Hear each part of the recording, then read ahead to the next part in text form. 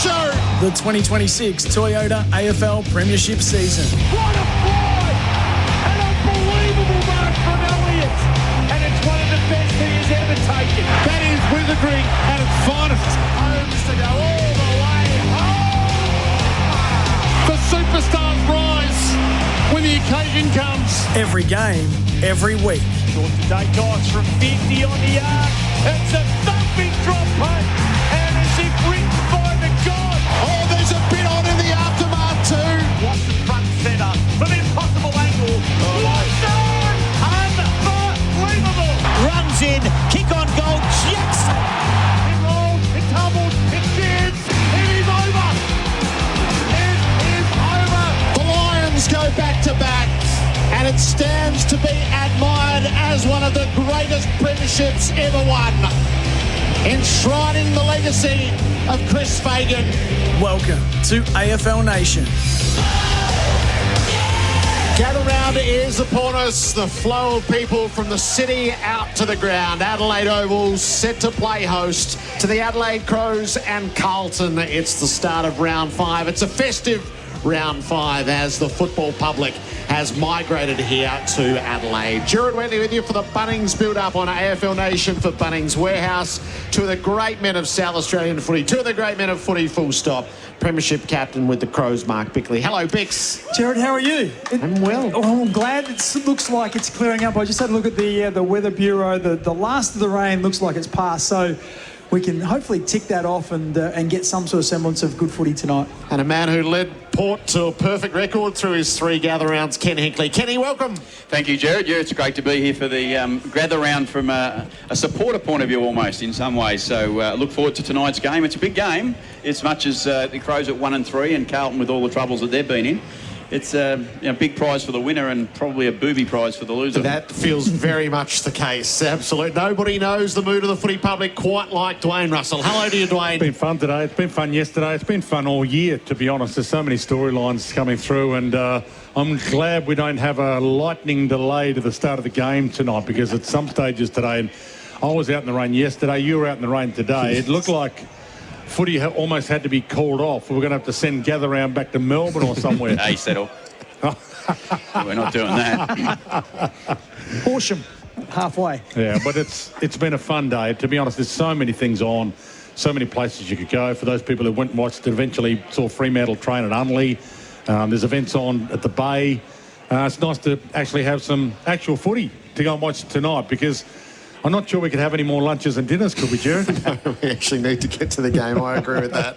Just give us the sense of the town, Bix, each year as it really nurtures this gather round concept. Yeah, look, I think there's been some momentum building up. I reckon 3 weeks ago there was a little bit of apprehension about whether people would jump in their car and drive across. Of course, we had that sort of shock of the petrol prices. If you had a car that was, had diesel, you're in all sorts of strife. But it looks like the people have made the journey. I was listening to Dwayne all afternoon and your show this morning.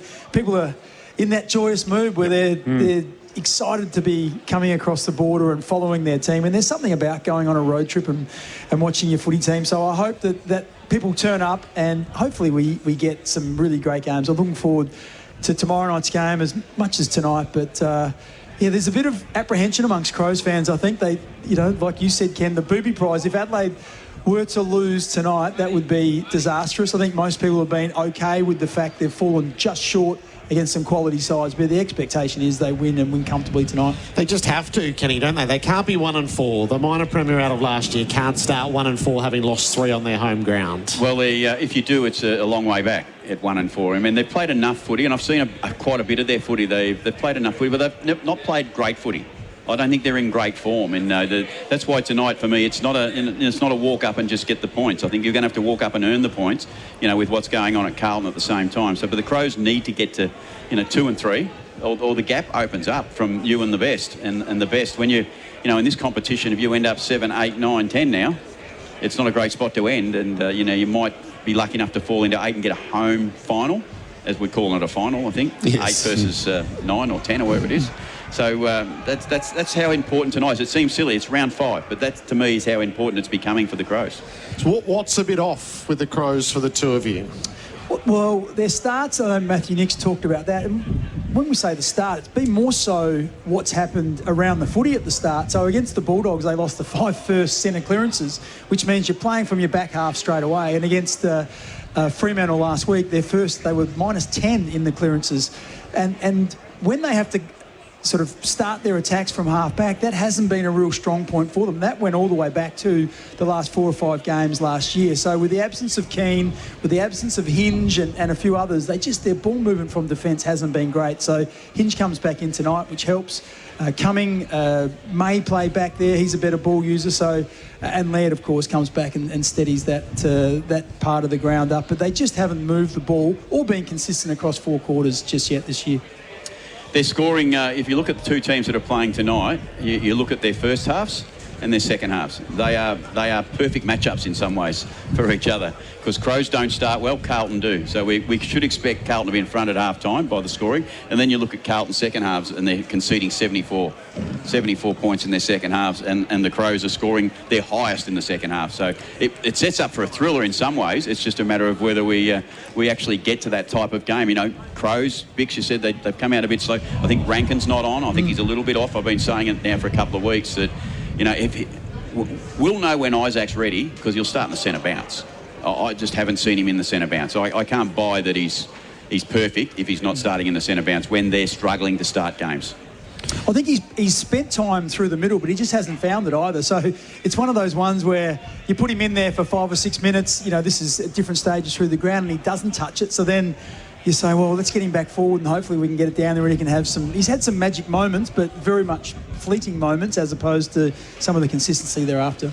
And how's the Carlton public feeling, Dwayne? We just saw the Edmund family walk past. They've made the trip to go and see their Blues. And they are a great travelling brigade, the Carlton Edmonds supporters. The whole Carlton community. Well, I think Sammy Evans a bit like a lot, and that is he's a broadcaster when he's on, but he's a Carlton supporter when he's not on. And I think the general public right now are trying to work out exactly whether Carlton can bring it back from where they are now. And if they are rock bottom now, will they continue to see some growth during the next month or two, and whether Vossi will still be there next year? I think there's still a fair bit of unknown tonight, but the beauty is if they are, as they were last year, a great contested ball team. They were number 1 for contested ball last year. It's rainy, it's wet, it's windy. So as long as they don't keep giving it back. They also played last year that long down the line kick, which everyone kind of hates because you own possession 100% and then you kick it long down the line to a 50-50. But gaining ground might actually be a good ploy in these conditions as well. So a couple of the things that almost brought them undone at times might actually put them in the contest tonight. I think they've got to go back to what they are good at and stay at it. Like, don't worry about this ball movement game all you got to do is get 4 points somehow. Like, fill the game up. Load the stoppages up, full ball with numbers, if that's what it takes. So you'd go with a contested ball, that's what we do? If I was them, I'd say, I can tell you now what they're good at, and we can all tell them what they're good at. They're good at contested ball. So why not try and create the game that you're good at? Because playing the other game hasn't helped. You know, I would go to work and say to Crows, because what did we hear Nixie say? You're hard to win a contest from 5 metres away. And the 3 losses they've lost contest every time, which they were good at. So that's another reason why they just haven't been themselves so far this year. Was it a couple of years ago that at this time of year we were talking about Bevo, whether he's going to last at the Dogs, and they'd started poorly and then all of a sudden they started to get some momentum. Now, I don't think Carlton's got the list to do what Bevo's done with the Bulldogs, but, I mean, as a coach, it's never over till it's over. It's probably me, Dwayne. It was probably me we were talking about. In this town, it was probably me. So it does only take one win, doesn't it? Yeah, well, I remember back to Sydney in 2023. We went to Sydney at 1 and 2, staring down the barrel of 3 and 1. Was there a shot after the siren as well? Aaliyah touched it on the line. That's right. It's a great man. Thank goodness. That much. Thank goodness for Aaliyah. We went on a 13-0 run. Yes. So things do go crazy in this game. They still will, and someone will get on a bit of a run. Now, I'm not suggesting for a moment that it's going to be Carlton, but, you know, as you said about Bevo and the Dogs, it does happen. Things do happen at strange times in footy. There also is, I believe, a cohesion factor, and you look at the amount of changes they've had. They've had some really key players move out. They've brought probably 5 players into their side, if you include Smith, because he didn't play last year. So it does take some time for everyone to get on the same page, and you've also had change of... CEO and a new footy manager. So there's lots of different personalities that are different. And I'm seeing that Port Adelaide are exactly the same. They've changed over a lot of coaches, a number of players. St Kilda will be the same. So I expect that the back half of the year will be infinitely better than the front half for those teams. Yeah, don't jump the gun, I don't reckon. Just let it settle for a little while and then make your decisions. But it feels like they're being amped up either internally or externally to jump straight away and to get busy sacking. I can't quite fathom what's going on that front. Yeah, you were seat 1A on that bandwagon a few weeks ago. Stay steady, stay strong, don't listen to the outside noise. It's crazy, the over-the-top stuff. The worst part is they ended up having a horrible loss straight after it. Yeah, but they're not. They missed they had 3 games that they had a chance to win. Yeah. They won one of them, which was a fluke, and lost the other 2 in bad circumstances. Yeah. So they're not about to go on a winning run. No. But you don't have to sack a bloke in April. No, but you do have to change the narrative, and that is have a decent second half tonight if you can. Yeah. Well, they got a third quarter last week, didn't they? They got a third quarter. So if we're doing it in small steps, we should expect the finish of the game. No, I think this is totally relevant. Small steps, just gain a little bit each week to get to something better.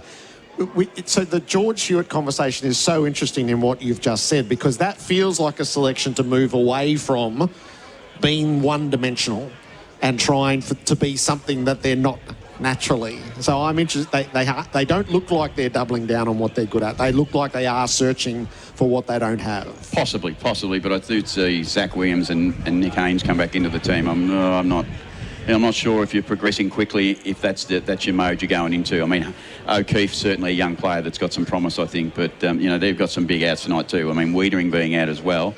Hayward hasn't, other than the start of the year when they played Sydney, looked okay in that first game, but he hasn't really done much. And Hewitt is really surprising because his numbers on paper just look like they've been okay. I haven't seen all their games, Bix, but I've seen his numbers and they look okay. Yeah, and he's a high trust player. Generally you can run with. Yeah, you can trust him to get his part of what he produces generally most weeks. So I don't think this is not something from last week's game. This is probably something that's been going for 2 or 3 weeks, and he's been probably challenged and to the point where we just can't go with you anymore, which is a really strange one when he's one of your key drivers in your team. I'm interested to see, Ken, how have you gone when you've made a change with a tall for a small? Are you a type of coach? Are you tempted? This looks a bit inclement. There's going to be some ball on the ground. We know he's that style of player. You've done all your planning with the big fella O'Keefe in. Do you make a change at all? Or consider it? I was sitting here wondering myself whether Hewitt's a late in. Yeah, that's what I mean. I was sitting there going, well, do they just give him a bit of a burner and say wake up, and then the weather's looking not great, we can actually bring you back in, and then that can work really well for a player, but not necessarily for the team, I don't think. But there's some reasons for Carlton to be better tonight, because I don't think the opposition have been absolutely flying. So it'll be an interesting game. I often find as well, you talk about are we rock bottom and where do we go from here? Narrowing the focus can often work as well. Like, what do we want to own? What's the one thing? And to your point, Ken, if it is, let's just win contested ball. Well, we know we're good at that. Let's tackle the shit out of them. Let's harass and pressure and turn the ball over. It's going to be a scrappy night. This is perfect for you. You create that narrative, and that's what you train all week. And then you'd come out at the end of it, and did we win that? And you mightn't worry about the scoreboard, and that might be, I'm not sure they went that way, because you would have played Hewitt if you're going to do that. But that's maybe one of the things that they're doing, and it might be something different. It might be handball receives. It could be something that they want to own. But sometimes when you just narrow that focus, that can be the way that you can move forward. Is it a good enough opener for Gather Round? We've had it before. The inaugural Gather Round started with Adelaide and Carlton. It was 56 points in Adelaide's favour. They played last year. It was 60 points here. I do feel like Carlton got the rough end of the stick here. You shouldn't get the visitors draw twice in 4 years, because the one disadvantage in this is playing either Adelaide or Port Adelaide. So I don't... it's not a great result. The only way to fix it is to have the showdown this weekend. No, I just think you share it around. You share the burden of playing... No, I'm not an advocate for the showdown, because you get 2 big games. But you're still going to get someone at the rough end of the stick, aren't you? Yeah, so there's 2 teams really have to every play year. Adelaide? Yeah. But Carlton have got Adelaide twice in 4 years. Yep. There's 10 Victorian teams and plenty of others from outside Victoria as well. You could let Port open. You could. I don't see why the deal's been done clearly, but you could let Port open. Port and St Kilda would be a good opening. Like 2 teams who are 2-2, I think. What's St Kilda at now? They might be 1-3. Yeah. I did see they haven't billed Port and Hawthorn this year, Ken. I saw. Not sure how that happened. Why do you reckon they went with that? Sorry, but All the planes landed safely today, didn't that's true, they did, but they were delayed a little. It is Couple good to got have sent back. Ken Hinkley on board. Yeah, you're right about Carlton. I did have a few calls saying, well, we've been given that rough treatment again. But at the same time, do you want the big stage or not as well, Carlton? So this is the big stage. Do you want to gather round, and who do we open with, a different team every year against Adelaide, or do we mix it up and actually open with 2 teams outside of Adelaide? And we do the draw in October. Maybe that's a reason they should look at, say, gather round draw's not done until we get the... Once again, if Adelaide finished minor premiers last year, one of the reasons I suspect that Brisbane don't play an opposition team here is maybe they don't have the travelling army. Why wouldn't you put Brisbane up against That's Adelaide? a really good point. That will be a great opener. Makes a bit of sense. And you'll still get 55, won't you? Exactly. Reigning And you get a showcase game with many star players in that. I think that the one disappointing aspect is the double-up game. So we've got Essendon and Melbourne for the third time. I mean, come on. Yep. And Brisbane and North Melbourne, which they've already played. This is only the 4th iteration of the other round. Come on, bit of imagination. Give us different matchups, give us particularly Monday for night. the fan base. But give us Monday night. Yep. So is it Andrew Dillon's choice or not? I don't think so, but Who we he could play blaming a then? guiding role. Who are we blaming? Well, the fixture department, Right. who are culpable for an awful lot. Yeah, so can we name some names? I don't know. I don't know. Is it just this fixture department? I or? just think there's a degree of laziness in the computer system where it spits out repeat fixtures in rounds year on year. AI did it. Well, I wish AI would do it. I think they'd do a better job. But there's just no excuse for having Melbourne and Essendon play again at Adelaide Oval when really coming in, Melbourne are doing better than anyone thought. They've got no prospects. Melbourne should have been out in the Barossa, and you trade on that out in wine country for the... Oh, cheese platters. Absolutely. Range Rovers. You get it to make some sense on that level. And Brisbane clearly should be in here. So it becomes self-fulfilling. They say Brisbane fans don't travel. Well, we haven't given a fixture to travel for yet. Who's to say if you didn't put them on Adelaide Oval in one of the feature slots that they wouldn't have been here in huge numbers? No, I'm with you. It's just that there are so many things that the AFL doesn't seem to think about as much as they should think about, that I'm trying to work out if there's a ulterior reason to it, or whether it's just the fact that they just didn't think it through. Or it's just, let's put it on. It's been hugely successful and it worked last year. Let's just keep rolling with it. And I think there's an element of it'll work no matter what we do. But come on, let's just spend a bit more imagination on it. I hope the Premier in his new deal goes, oh, and by the way, we're not having that fixture again. Yeah. We're going to have a little bit of right of veto. So Mally decides the fixture for Well, he should. He buys. He's a showman. He buys the right for the fixture. If you're paying that much, you Yes. know, I want this team, and this team in the feature slots. Well, that's what the broadcasters do when They they absolutely stump do. up. They get to choose the Thursday, Friday night games. So then Port Adelaide will open on a Thursday, Ken. You're right, because Mally will let us open. He's a Port fan. He is a big Port man, and he'll let us open. Okay. And last year I was surprised it wasn't Port and Hawthorn, as you said before. That's right. To open it up, but we've closed it. So Who do you reckon Mally wants to beat? Will he give us, as you mentioned, then an easy opening Thursday night when he gets to pick the fixture? I think he'd still like to win big. Yes. I think he'd like to win big, and that's what we all want. We want a big win, but it's a bit harder to guarantee. You love gather round, didn't you? Me? Yeah, I love gather round. I think it's a great concept, and it's great for this city and our state, and there's more growth in it. I think there's still more growth in it. McLaren Vale and the places that we're talking about, we might be able to take some of them other teams to places that are different as well, but I think there's more in it. I think Monday, I spoke to David Koch at one stage. 2 weeks? No, well, I think Two weekends? Well, I think you could do Monday. Because at least Monday. The reason I just mentioned 2 weekends, because I had Brendan Gale on the program today. So when Tassie comes in, they will have to work something out when it comes to... Who misses out? That's where why you've got to have your 2 weekends. But if you have it over 2 weekends, no one misses out. Tommy Morrison might have been that said to me last night on air, he said, well, what about we started on Wednesday and we finish it on Tuesday when you got 19 teams? Because the team that played Wednesday could easily back up again on Tuesday. Yeah. Yeah, the Crows might be trusted to open and close gather round across a period of time. They get everything else in the state. Wait a second, I'll just get my violin out. It is it's such a rich time, and it's a transient football population. Not everybody gets here on Thursday and is here till Sunday. So if you can move the first group through and then open up the accommodation for the second group, and if you've got games constantly, and I would hope from next year there's a women's game, some sort of representative game to add to it. And I know the Premier wants some form of opening ceremony to gather everybody together. So there is...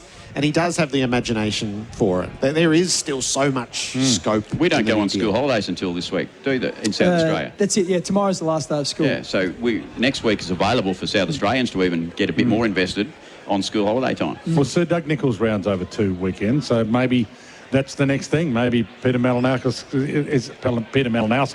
is asking for a 2-weekend gather round, and if he pays the bucks, maybe he gets it.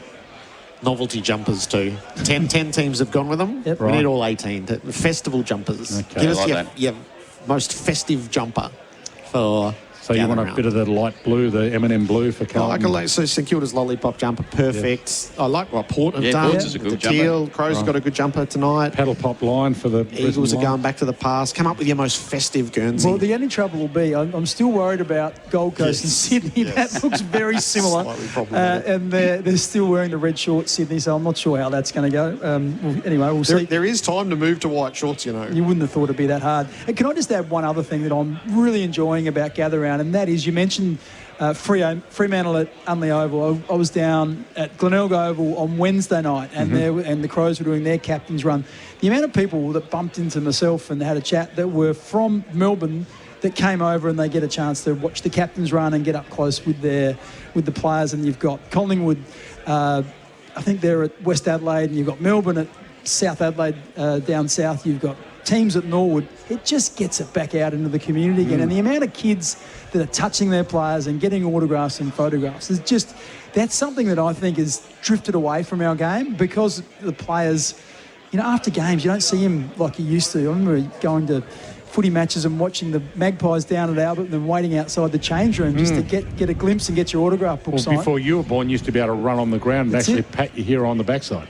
So I think this is a bit of a throwback to that, where you can get much closer to your stars. Love it. This is the Bunnings build-up on AFL Nation. Bunnings Trade, helping tradies and builders get the job done.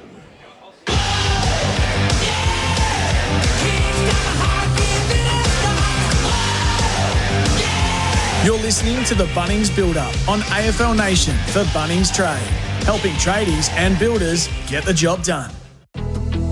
Make the switch to Kia's award-winning EV range. Experience up to 612 kilometres of range in the all-electric EV4 sedan. Relax in the premium massage seat of the all-electric EV5 family SUV. Or test drive the reigning Motoring Car of the Year EV3 SUV. Now from $46,990 drive away. Visit your local Kia dealership today. Kia. Movement that inspires. Lights are on flash in Baldwin North at Doncaster Road at the Eastern Freeway ramp. Over on the Deer Park bypass is banked up outbound from Christie's Road to Hopkins Road on the Western Freeway. And the Hume is busy outbound from O'Hearns Road, then approaching Donnybrook Road. Abolish net zero, save up to $1.9 trillion. Increase pensions by 30%, newdeal.au. Authorised by Clive Palmer for the United Australia Party Gold Coast. And you won't miss a minute of this year's AFL season with every game live on SEN and streaming on the SEN app. That's the sound of a cricket bat being shaped. Concrete mixing. Socks being stitched. Made right here in Australia. And when you look for products certified with the green and gold kangaroo, you can be confident you're buying an Australian-made product. You're backing local businesses, jobs, and our economy. Look for Australian-made and buy Australian.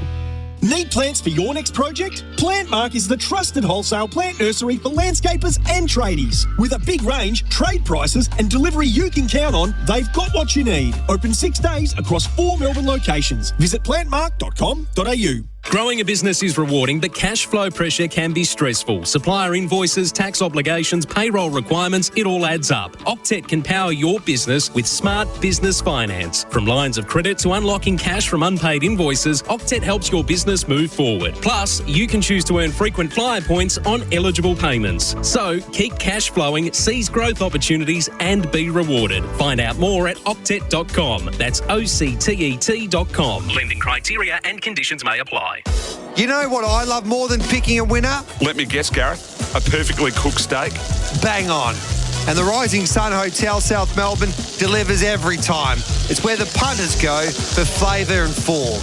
Big energy, big plates, and no photo finish, just good times, fast service, and premium steaks. It's the only place where the odds are always in your favour. Rising Sun Hotel South Melbourne, backing winners with premium steaks. High quality service and the thrill of every visit.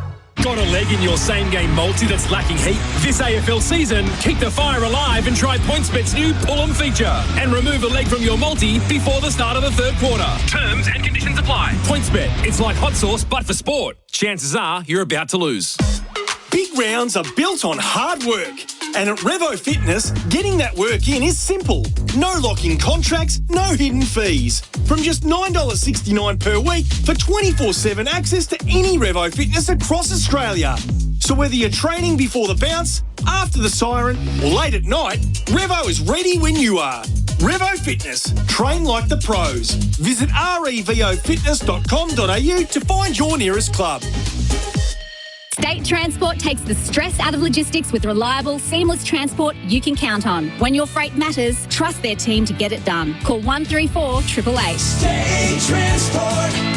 Our people are your solution. Toyota Tundra with performance hybrid power, undeniable Toyota quality and a 4.5-tonne brake towing capacity. It's ready for everything and available now. Oh, what a feeling. Toyota. Check Vehicles Owner's Manual and Toyota Basic Towing Guide before attaching loads.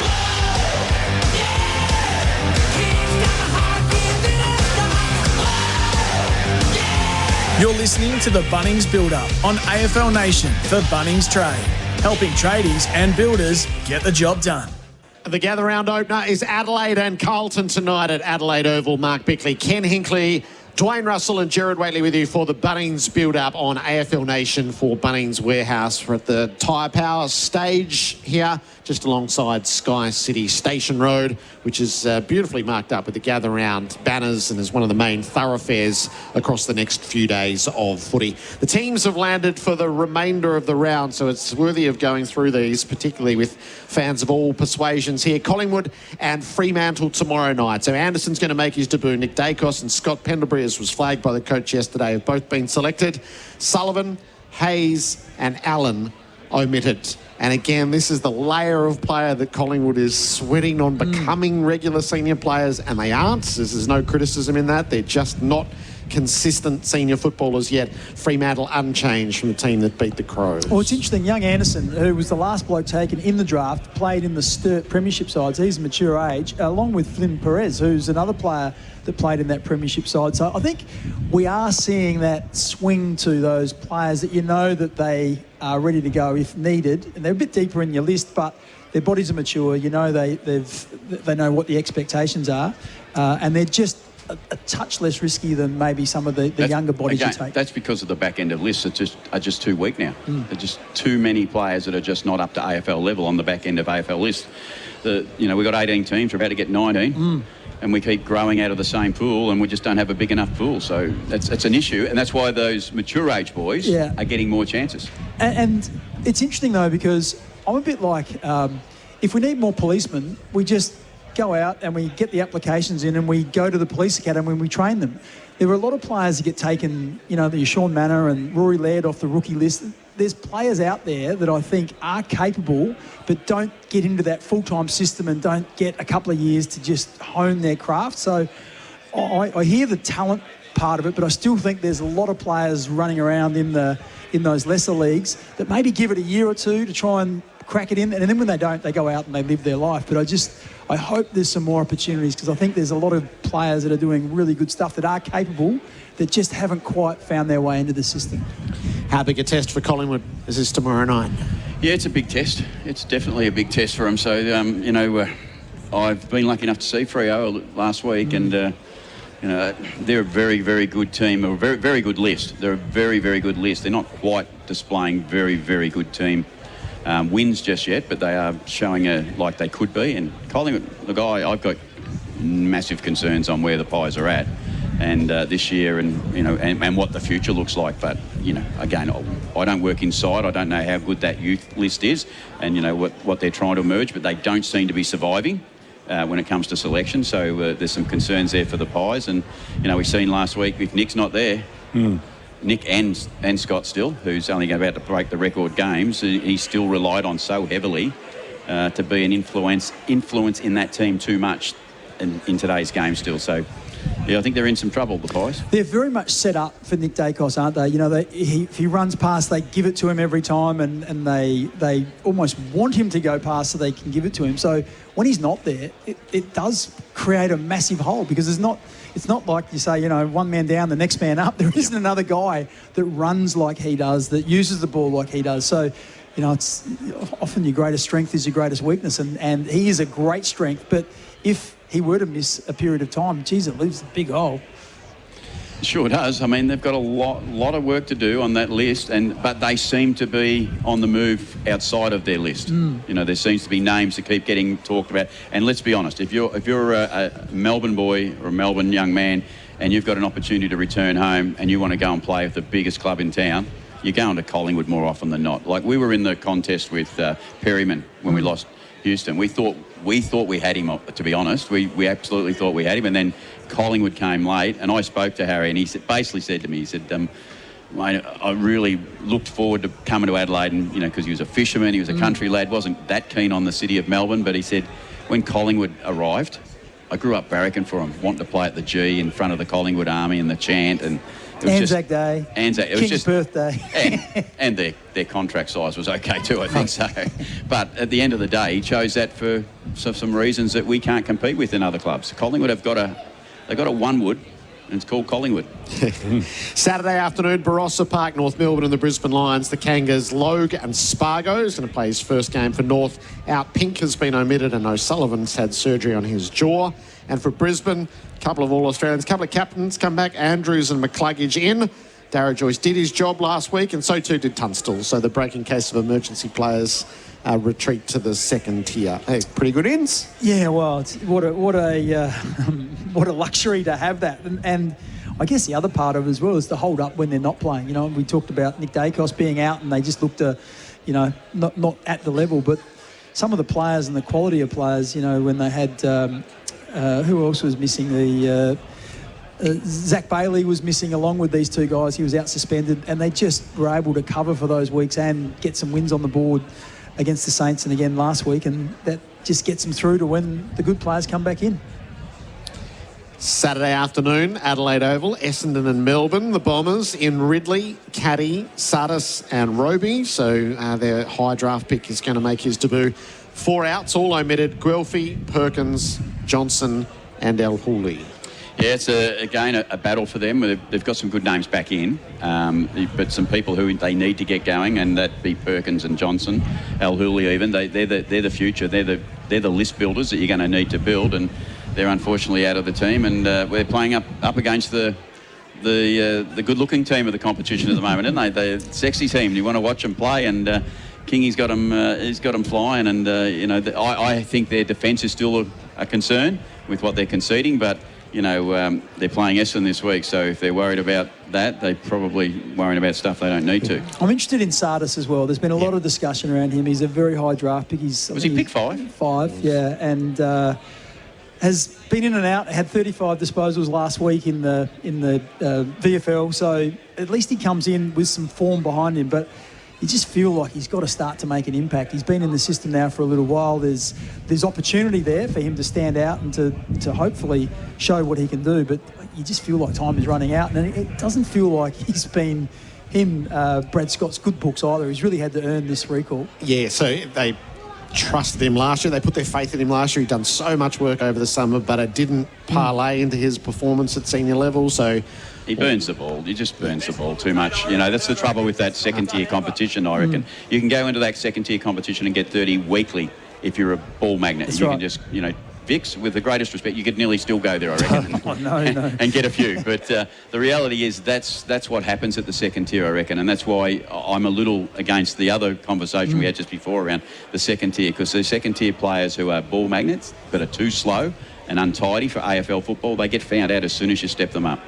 Fritsch in for Laurie in the Demons lineup. Sydney and Gold Coast at Norwood in the middle. Hamlin and Rosas in for the Swans. Melican and Sheldrick miss. Sheldrick suspended. And for Gold Coast, Davies replaces Rogers, who is concussed. Sneaky good game this. Sneaky good game as long as we can tell them apart. That's the challenge, isn't it? We're worried about the clash. Yeah. And, but a very good game. A game of, you know, two of the teams who we... Right now, if you had to settle on your top four, I reckon they're both probably in it. I'm really interested to see how the Gold Coast Suns respond, because Damien Hardwick, he put them on notice, really, particularly the guys in the centre square. They lost 18-9 out of the centre square. And the blokes in there, Noah Anderson, Matt Rao, you know, these guys are leaders. Tuke Miller is another one that's in there. So I suspect this week he's challenged those guys to come out and right the ship. And we can't cop that against a team that we should have been beating, and that we are, you know, well geared up to have success against, and they didn't do that against Melbourne. So I'm tipping the Gold Coast Suns. So Grundy, Warner, Heaney, that's it. Rowbottom. So this is, I think this is great, because what we're doing is we're actually going to find out about the Gold Coast Suns. If they're going to be this side that is going to play finals consistently and go that next level and win a flag, which many people think they will do in the next 3 or 4 years, these are the times where we see what they're made of. And I'm hoping that we get someone like Noah Anderson go head-to-head with Heaney and actually win and show that he is that level, because he has to be at that level if he wants to be, and the Suns want to get to where they want to get to. He's got to be one of the top 5 players. And I think the neutral ground is great. Yeah. That's what Gather Round's good at too, isn't it? Neutral grounds. We get these teams against each other. There's no clear advantage. You're not playing at the SCG or Metricon. You're actually playing this away, and you get to find out the real winner, I reckon. I'm not sure if anyone saw any of some vision on some of the social media where the oval was marked out at the Gold Coast Suns home ground, and they put fences up. It was 15 to 20 metres in from where it would normally be. So Norwood's it's a skinny oval. It's not super long as well. So I think there's going to be some in-tight work, but it's going to be interesting to see who handles that best. Saturday night, really the feature of Gather Round is Hawthorn and the Western Bulldogs. So the Hawks, Mackenzie and Amon return. Dalton omitted and Scrimshaw managed, and the Dogs, Emmett, Richards, so that's a bonus. Hines and Gallagher. Jakes has been managed, English we know with the knee, McNeil's been omitted, and Jones with the hamstring. So Ed Richards is a welcome return there, because just initially it felt like that might have been a couple of games. Yeah, it did, and it looked, maybe it was still a late test. Maybe it is a late test, and I did hear Bevo talk around. He's hopeful he wasn't absolutely locking him in, but hopeful that he might be a chance to still get up and play. And then I seen his summary and he said probably unlikely. Okay. So, you know, is he just there for what it looks at the moment to see, just in case he does come up, but there's a risk you'll leave him out. But Emmett, Hines, another couple of good players, young players again. The Bulldogs have seemed to have some young players coming through as well, so that's positives for them. But if you're Hawthorn, this is your chance. Yeah. This is your chance. You get him at the right time, and especially if Ed Richards doesn't take the field, you get him at the right time. And, you know, they do appear to be finding some gears, even though Monday's game wasn't that long back, but they were better than just winning that game, I thought, on Monday, and that's the way it played out. They just won. Oh, the other one I was just going to say is around the rucks. With Tim English not playing, and the fact that Hawthorn have got 2 genuine rucks in Ned Reeves, who's in cracking form, and also Meek, I just feel like that is an advantage. If they end up with another 10 extra hit-outs to advantage, that might just be enough to give their midfield a little bit of an edge, and they have Mackenzie and Amon coming back into the side, 2 good users of the footy. 19-year-old. Yeah, good luck. Sunday scored Geelong Blitzarves won't play his 300th game at Norwood. That once he didn't do a press conference during the week, you could have read between the lines there. Cripps has been managed for the Eagles for GWS. Briggs omitted, Brown omitted, Grzewski omitted, so 3 get dropped there. Ryan suspended for the Tigers. Noah Bolter is going to return to that game. Port Adelaide, no outs at the moment, and for St Kilda, Stocker, concussed, is going to miss, so they'll need to add at least 1 to the squad. Bix, Dwayne, you get yourselves to the box and pick up. We'll tag with you shortly. Look forward to getting inside the ground and keeping this beautiful cool evening going with a bit of footy. The chairman of the Crows is going to join you as well once you get there. Kenny and I will stay here on Station Road. We'll talk to Tom Morris next, get the latest in news today. There's a contentious tribunal hearing that has been taking place all afternoon. This is the Bunnings build-up on AFL Nation. Spec-Right pre-oiled Merbo decking available at Bunnings Warehouse.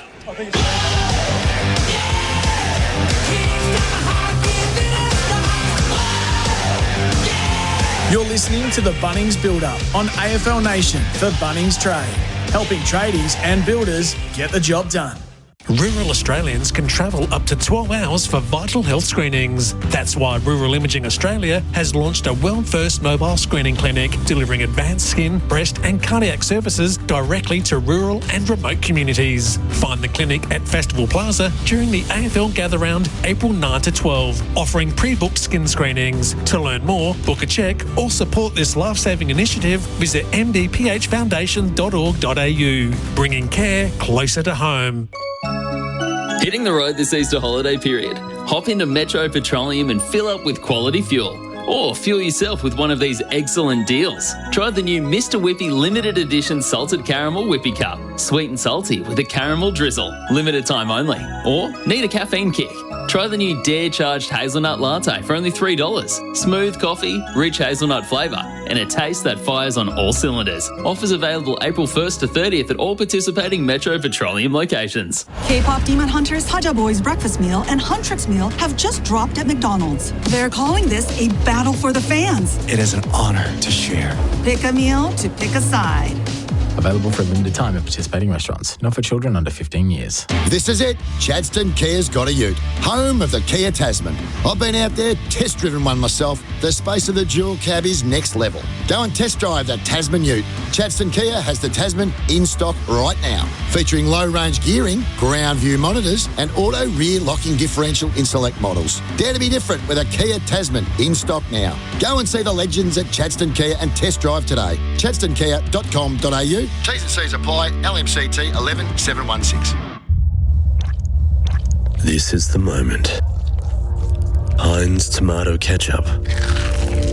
All over a crispy meat pie. In this moment, nothing else matters. Not the score, not the people around you, and not the fact that you're now on Kiss Cam, being broadcast all around the stadium. Heinz tomato ketchup is the perfect match for all your favourite footy snacks. This footy season, it has to be Heinz. Game day deals at BWS. Get a bottle of Barossa Ink Shiraz for $14. Hurry, offer ends Tuesday. T's and C's apply. Choose to drink wise. G'day there, a truck rollover in Templestowe Lower has Foot Street closed eastbound at High Street. Take High Street or Thompson's Road instead. There's an incident in Mount Martha on the Esplanade at Deakin Drive. Avoid the area and slow outbound on the Deepak bypass from Christie's Road to Hopkins Road. Get 100% back on dental checkups for eligible NIB members at NIB Dental, Collins Street, Melbourne. Book at nibdental.com.au. Conditions apply. And you won't miss a minute of this year's AFL season with every game live on SEN and streaming on the SEN app. SEN's greatest sporting comebacks, thanks to CrownBet. CrownBet is back in the game with an app that's made for punters. We don't have to look back that far to remember one of the greatest comebacks in the NRL era, the 2023 Grand Final between the Penrith Panthers and the Brisbane Broncos. Both teams started aggressively, but by half-time, the score was just 8-6 in the Panthers' favour. The Broncos ran ahead in the second half, though, thanks to a hat-trick within 10 minutes. Nathan scored! Nathan scored! But then the Panthers halfback got to work. A line break, a 40-20 and a long pass to the winger and a try to seal the game. The greatest sporting comebacks. A Crown Bet. Back in the game and built for the big moments in racing and sport. Download the Crown Bet app today. Imagine what you could be buying instead. For free and confidential support, visit gamblinghelponline.org.au.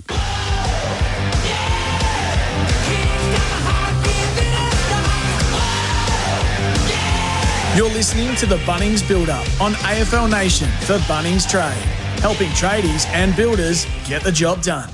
Team sheets are in and they are as selected for tonight. So the 4 changes for the Crows, 3 changes for Carlton as the teams landed last night. As they'll take the field, the Bunnings build-up is on AFL Nation. I got my experts mixed up. Mark Bickley has stayed with me. Kenny's gone with Dwayne inside the ground to pick up the broadcast in a quarter of an hour's time. There's been a major tribunal case underway throughout the day that centres on Lance Collard and whether or not he used a homophobic slur in the VFL. Tom Morris is with us. Hello to you, Tom. G'day, Gerard. G'day, Bix. And I feel like the rain has stayed away for the moment, which is good news. I'm not too confident about tonight, though. This is an odd case from beginning to end, including that there's no verdict tonight. No verdict tonight. No, you're right. So the deadline was 5 p.m. Melbourne time for the Lance Collard case, and they did forecast with about an hour to go that we might not be able to get there by the evening. So it will go into Friday, and they are as diametrically opposed as they've ever been, these two sides. So Lance Collard actually signing a stat deck declaring that he used the word maggot. Whereas the 2 VFL players for the Frankston Dolphins have been unequivocal in their belief that he said the other word, the bad word, the word that he said last time, and that he copped a 6-week ban. So the AFL is arguing for a 10-week suspension if found guilty. They believe, on the balance of evidence, that he did say the word. Partly they said because he said it last time, but also because the 2 people wouldn't have misheard it the way they did, whereas Lance Collard has said he's not lying.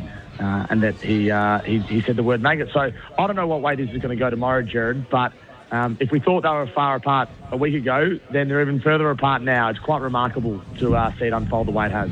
A 3.5-hour tribunal case and pretty severe cross-examination, reading the reports. Yeah, severe cross-examination, but Lance Collard didn't waver. He said, last time when I said it, I took ownership. I did training. I did a pride in sport education. I essentially fell on my sword. This time, I have been very clear. This is paraphrasing that I didn't say it. And there was actually a moment where they talked about a to and fro on the ground when the umpires were told what Collard allegedly said, and Collard didn't respond at the time because he was playing a game. He said rather than denying it at the time. So. It was marathon, you're right, and lots of legal technicalities as well within all of this.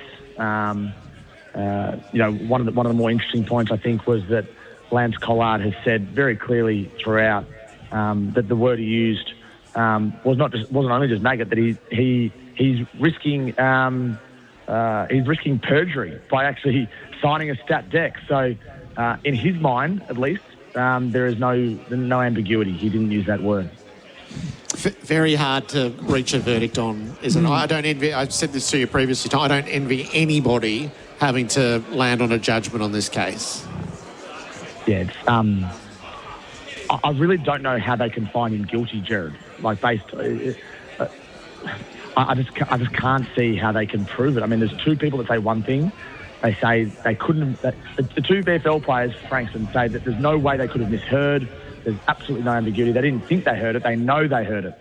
But Lance Collard is feeling it the other way. I mean, I'm not an expert in these things clearly, but just having, seen it unfold throughout the day and the fact it's such a marathon hearing, I can't see how he can be found guilty. And if he is found guilty and he gets that 10-week punishment, which is what the AFL wants, then that's definitely not the end of it. St Kilda will take it another step further than that. This will get even more legal. There'll be appeals, so it'll become even more of a circus. You can be sure of that. Well, that was going to be my next question. How solid are St Kilda behind their young charger? And it sounds like they want to take this all the way. Yeah, unequivocal, unflinching. Bix. Lenny Hayes was told soon after the incident when Lance Collard said no, he said maggot. Lance Collard flew home. He told his mum that he didn't say the word that he's been alleged to have said. You make absolutely no mistakes, and Kilda's taking it further if he does get found guilty, they're already. No, I'm not going to say they're preparing for that because they believe he's not guilty, but they're ready to go if that is the case. All right. Anything else kicking around, Tom, that's caught your attention during the day?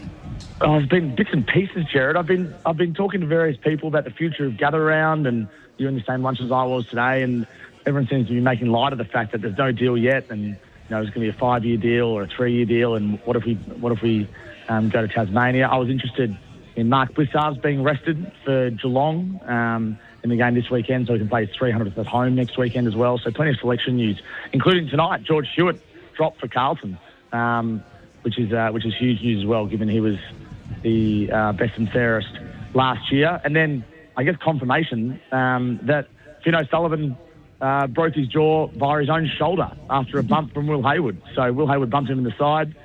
Finn O'Sullivan, his shoulder then pushed up into his jaw, and that's how he broke his jaw. And he'll miss 2 to 3 weeks, which is a big loss for North Melbourne. But it's a buzz, Adelaide. It's great to be here. I'm looking forward to joining you on Crunch Time on Saturday. I'm sure there'll be more news from that as well. But there's lots of great supporters around, lots of different jumpers. It's just an amazing atmosphere, and it's going to be a great few days of footy. Terrific, Tom. Good on you. Thanks, Gerard. Thanks, Bix. Tom Morris there. He will join us on Crunch Time, Station Road on Saturday morning. Just thinking more about the George Hewitt one, it's a brave move, isn't it? Because if it doesn't go Carlton's way tonight, and let's say the young fella O'Keefe doesn't do a whole lot, and Adelaide do win around the footy, and it's rough and tough, and it would have suited Hewitt, it's going to be very easy to say, well, that's an absolute blunder, isn't it? Yes.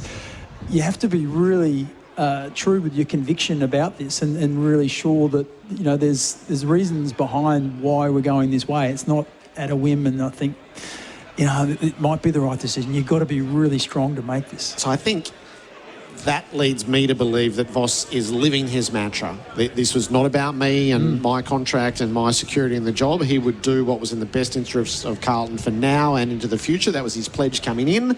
He's clearly lived that because it materially makes the team weaker. That's right, yeah. And he's obviously trying to direct them into something else, which is not a one-week decision. They've been trying to do it all pre-season and parlay that into their game, and it's stubbornly resisted so far. But the safe thing to do is just not to drop anyone and just roll out your best team. So I admire him for that. And that's why I'll be appalled if they make a short-term decision on him. There's nothing should happen here until at least round 8 and really round 12. I'd be staggered. The quality of people they've brought in Davies and Graham Wright, I think they're very smart football people. So they're the first couple of building blocks that I think are really important.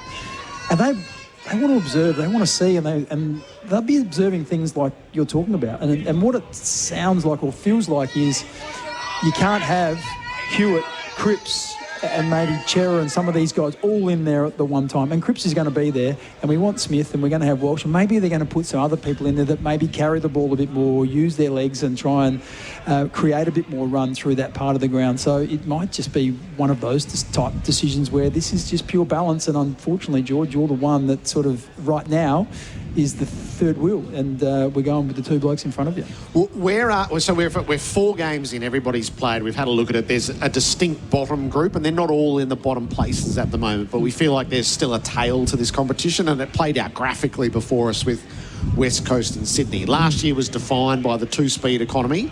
What's your early read on whether we still have...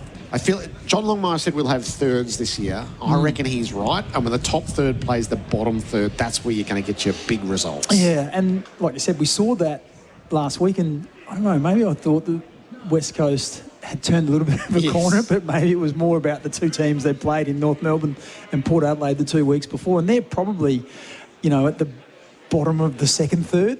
And potentially, West Coast is still in, maybe that bottom third. But Melbourne have pushed up, so that's going to be interesting. But, yeah, you look at some of the top teams, and the Bulldogs look really strong. Sydney look great. The talent that the Gold Coast Suns have and their coach would suggest that they're going to be in that sort of upper echelon. And Hawthorn seem to be warming towards that as well with their list and still some players to come back in. So... yeah, I fear for Essendon. I think they're very much in that sort of bottom section. Port Adelaide is hard to get a read, but they've played the bottom 4 teams from last year, and they've only beaten 2 of them. So that would suggest that their next, after they play St Kilda, their next 6 weeks are, I think they play Hawthorn, the Western Bulldogs away, then they've got the showdown, then it might be Geelong, and I think then it's the Gold Coast Suns in Darwin. So that is 6 games where they could very easily not win one of them, which would put them 3-7 or something like that. So that's a long way back from there with, we know, what is probably not great depth in their list. And that sort of leads to whackings, doesn't it, along the way? So I just think we're sort of all on alert for that, having that the first 7 games between notional top and bottom have averaged 66 points, which is an echo of last year very strongly. And there was one last week we thought was going to be even more, but it didn't turn out that way when the Bulldogs took on Essendon. Fortunately, Essendon found a little bit of grit and they acquitted themselves, I guess, serviceably. And we're going to go walk the bridge. Not the plank, the bridge. Head over to the grounds. Ken Hinkley and Dwayne Russell are in place. They're going to pick things up shortly. We're in the countdown to the start of Gather Round 4. It's Adelaide and Carlton at Adelaide Oval. This has been the Bunnings build-up on AFL Nation for Bunnings Warehouse. Site ready, site go. Available at Bunnings Warehouse.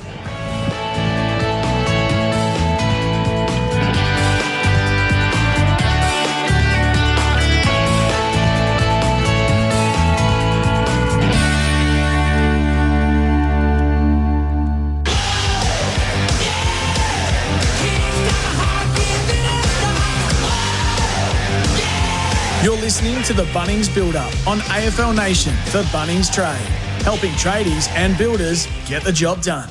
Got a leg in your same-game multi that's lacking heat? This AFL season, keep the fire alive and try PointsBet's new Pull-'em feature and remove a leg from your multi before the start of the third quarter. Terms and conditions apply. PointsBet, it's like hot sauce but for sport. Chances are you're about to lose. G'day there, a truck rollover in Templestowe Lower has Foot Street closed eastbound at High Street. Take High Street or Thompson's Road instead. There's an incident in Mount Martha on the Esplanade at Deakin Drive. Avoid the area and slow outbound on the Deepak bypass from Christie's Road to Hopkins Road. Get 100% back on dental checkups for eligible NIB members at NIB Dental, Collins Street, Melbourne. Book at nibdental.com.au. Conditions apply. And you won't miss a minute of this year's AFL season with every game live on SEN and streaming on the SEN app. With a motto like success through service, it's no wonder Alex Scott and staff deliver winning results. Servicing Gippsland since 1886, they're your local experts in livestock, rural property and real estate. Alex Scott and staff, Gippsland born and bred. Visit alexscott.com.au. That's the sound of a cricket bat being shaped. Concrete mixing. Socks being stitched. Made right here in Australia. And when you look for products certified with the green and gold kangaroo, you can be confident you're buying an Australian-made product. You're backing local businesses, jobs, and our economy. Look for Australian-made and buy Australian. This is the moment. Heinz tomato ketchup. All over a crispy meat pie. In this moment, nothing else matters. Not the score, not the people around you, and not the fact that you're now on KissCam, being broadcast all around the stadium. Heinz tomato ketchup is the perfect match for all your favourite footy snacks. This footy season, it has to be Heinz. Woody in the morning, Woody in the evening, Woody at any time. Now I get my Woodies, thanks to AMI. If you can't get a good erection or you have premature problems, call the doctors at AMI. AMI has helped thousands of couples with longer lasting sex. AMI has a fast-acting oral strip that may provide better stamina and a prolonged performance. Call the doctors at AMI on 1800 10 1080 for a free consultation. Top midfielders run over 15 kilometres a game. That's sustained performance. Just like Host Plus, who have sustained strong long-term returns over 20 years. A top-performing super fund, that's a plus. Issued by Host Plus Pty Limited. Past performance is not a reliable indicator of future performance. Consider the PDS and TMD at hostplus.com.au before deciding. Search Compare Host Plus today. Do you like beer? Do you like golf? then you'll probably like the Cooper's Mild Ale inaugural Cooper Pedy Classic. Win at Cooper Pedy, the world's roughest course, and you and a mate will score a trip to play at some of the world's finest in Scotland, the birthplace of golf. To enter, just buy any Cooper's Mild Ale. You don't have to be a pro, you just have to buy a beer. T's and C's apply. Visit coopers.com.au. Visit the E&S clearance outlet in Clayton now and get premium home appliances at the lowest prices. We have a huge range of factory seconds, scratch and dent, X-Display and run-out models. You can save up to an incredible 70% off the biggest kitchen, bathroom and laundry brands like Bosch, AEG, Fisher & Paykel, LG and Siemens. Our consultants are home appliance experts and we won't be beaten on price. So visit the E&S clearance outlet in Clayton and get value the E&S way.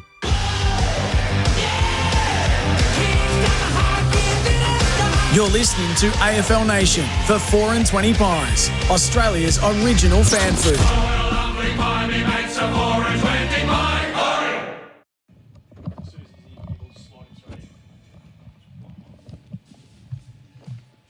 1 2 1 2 2 2. Yeah. How's your volume there, Dwayne? We acknowledge the traditional owners of the land on which the upcoming match is being played. We would also like to pay our respects to elders past and present. Oh,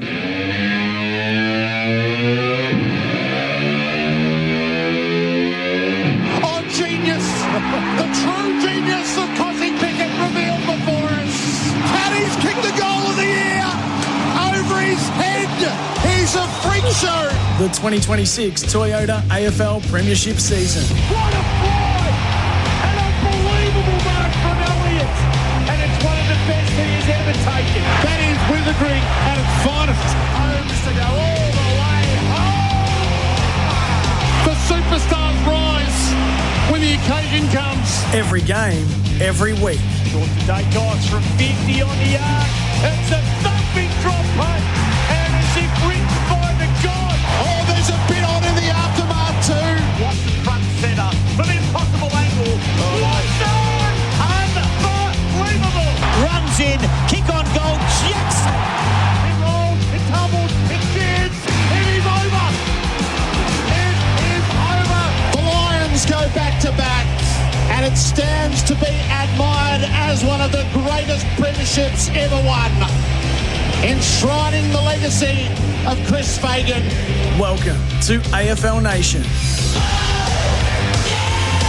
AFL Nation, we're live from the Adelaide Oval now, and it's great to see the crowd building, about to gather a bit more momentum. It feels like it's been going for about 3 days, gather round. There's been lunches, there's been dinners, there's been a lot of people wandering the streets having a damn good time, but now the footy's about to start. Ken Hinkley is with me. We're on AFL Nation for 4 and 20 Pies, Australia's original fan food, and we've been live today and we'll be there tomorrow as well at the Tyre Power Stage. Station Road, you can drop by and say hello across gather round thanks to Heinz Tomato Ketchup, the perfect pairing for all your footy favourite snacks. It has to be Heinz. Sky City Adelaide as well, your gather round destination with live footy, food, drinks and entertainment all week. And this is the pre-game show for Before You Dig. Before every job, search Before You Dig online every time. John Olsen, the Adelaide Crows chairman, is about to join Ken Hinkley and I in the box. But firstly, welcome back to you, Kenny. Great to have you here.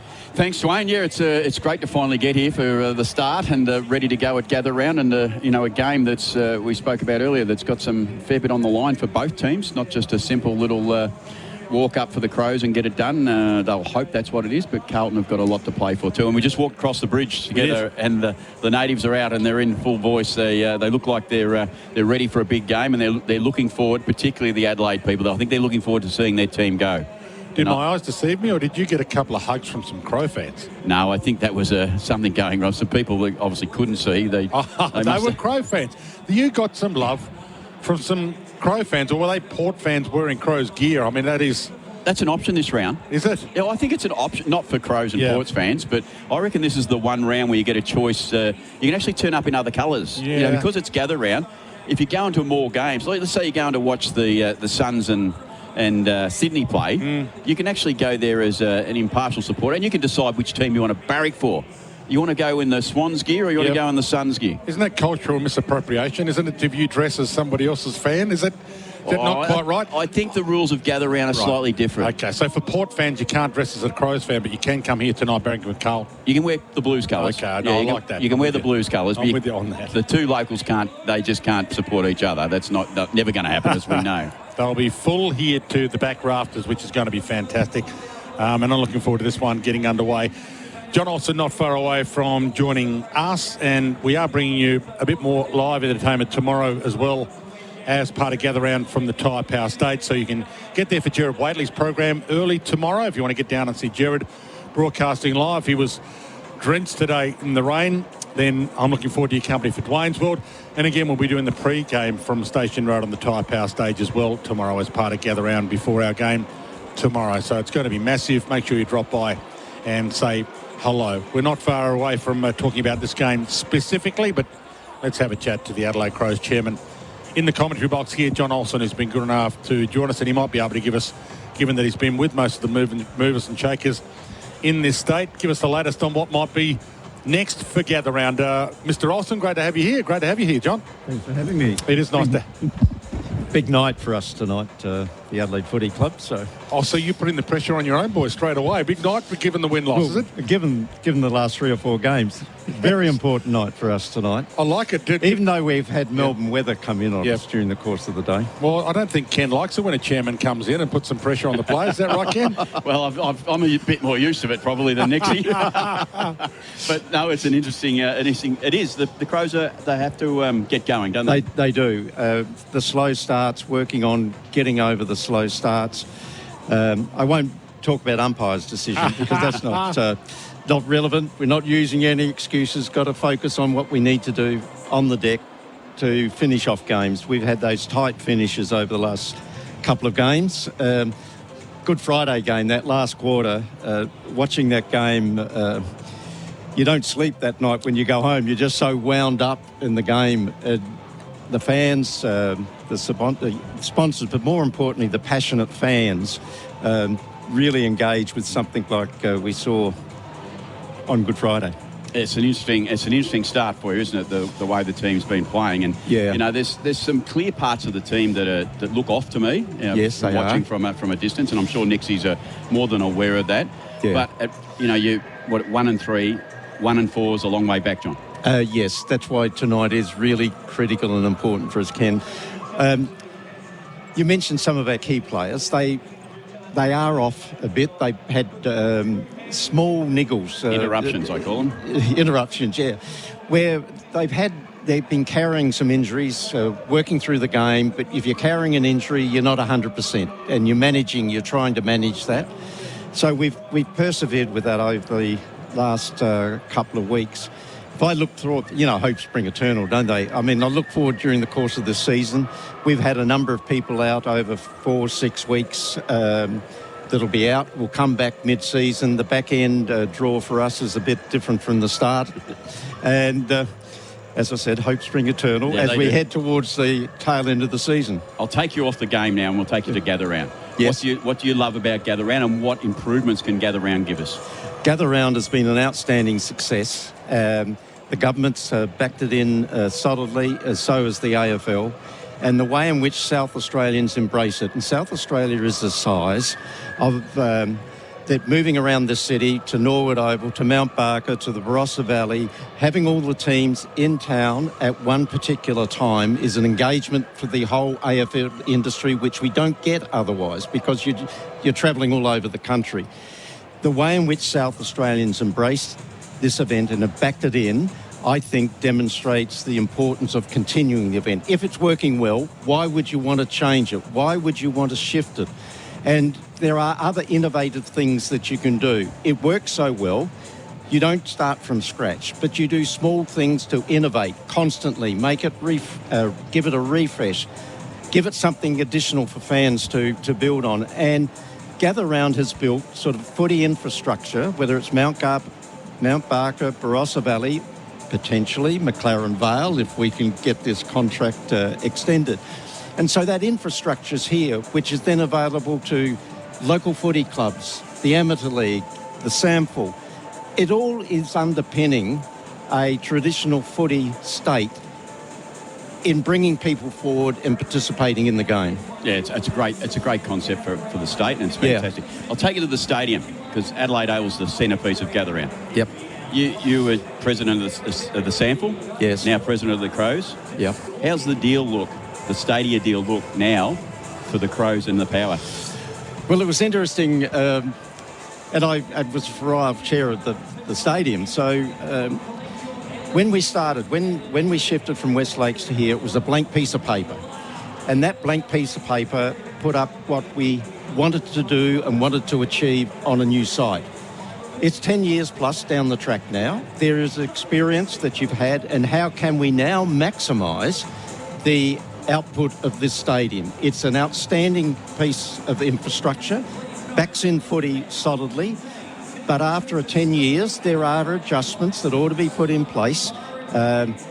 Working through with the SMA and the SANFL, and SACA, of course, has a 50% share of the Adelaide Oval with SANFL. But recognise that you make adjustments based on experience when you only had that blank piece of paper to build out a stadium. The finances are generated by the two football teams mostly. Yep. That'd be They are. Yeah, so should they have a seat on the board? Well, my view is they should. They should. And going back, both SACA and SANFL have 4 representatives on the board. And when we initially put that in place with Ian McLaughlin from SACA and myself from SANFL, we wanted an independent member on the board. So it wasn't just SACA and SANFL, but there were 2 independent members sitting on the board.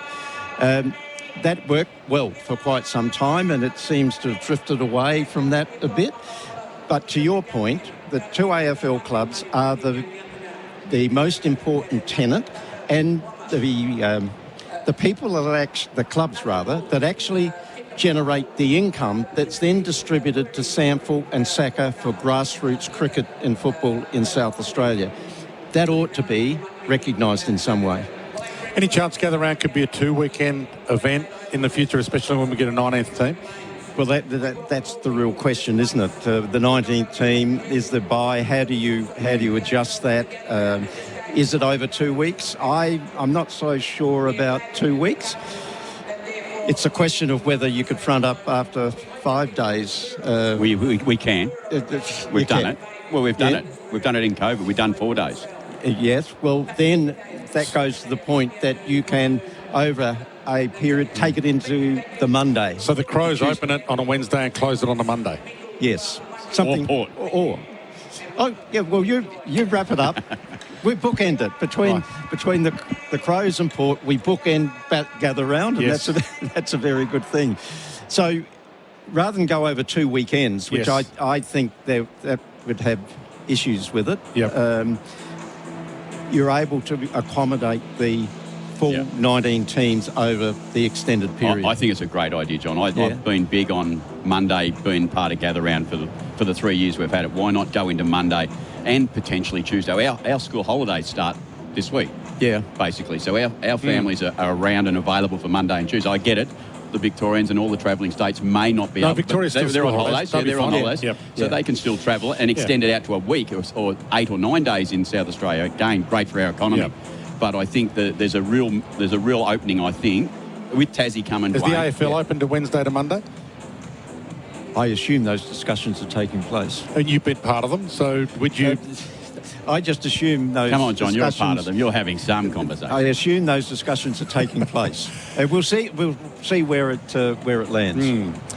Are you 2 back-to-back wins away from extending your coach, do you think? Are you just a couple of wins away? Is that where it's at? Or where are you at with Nixie? Oh, Nixie's got a contract through to the end of next year in 27. So no work to be done on that. He's got a contract this season and next season, so he can just simply focus on his job. So you don't mind the 1 year leeway for a coach? You're okay with that, even though it brings in the constant questioning, but you're okay if he coaches round 1 next year without the extension? You're giving him that opportunity to coach this year without having to worry about it?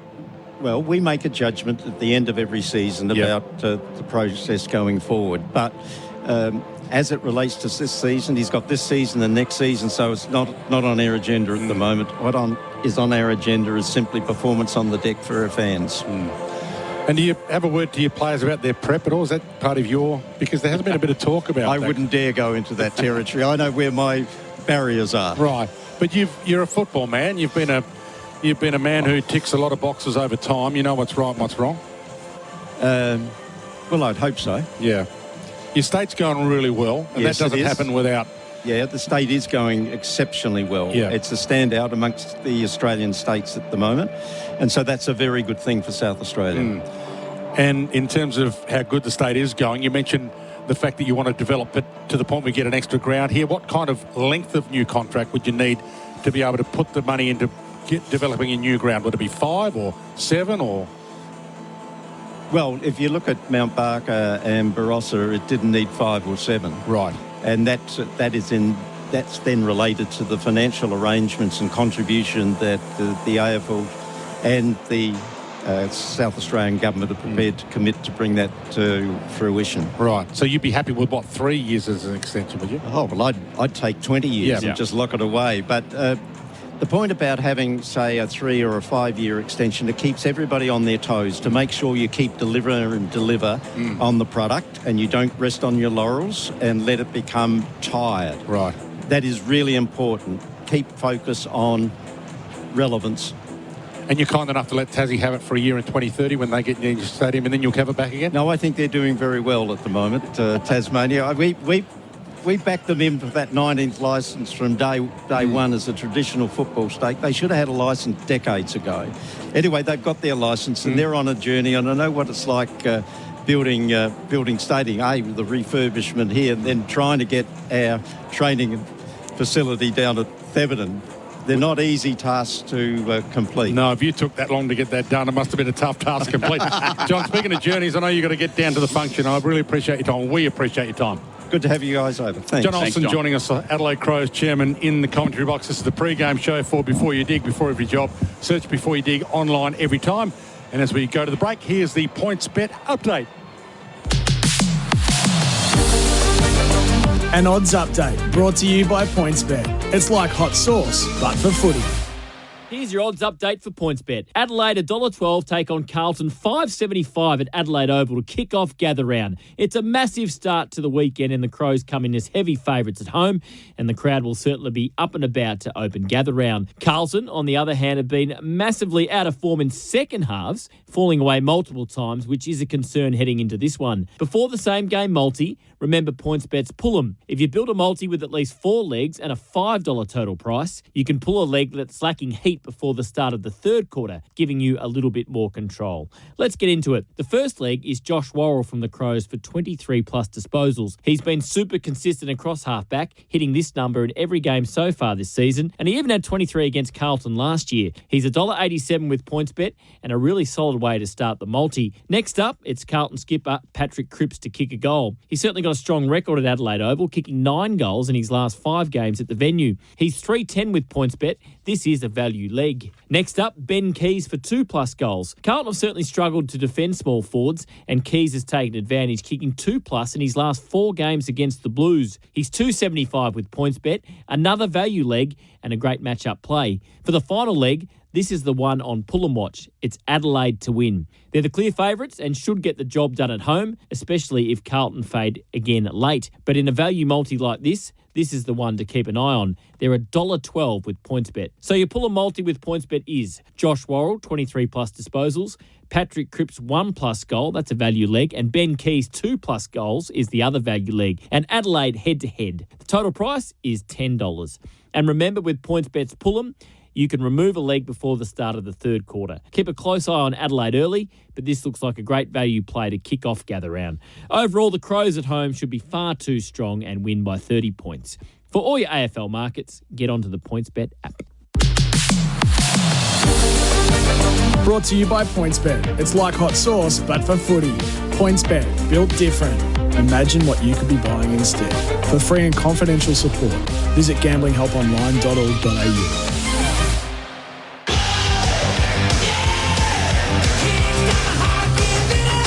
You're listening to AFL Nation for 4 and 20 Pies, Australia's original fan food.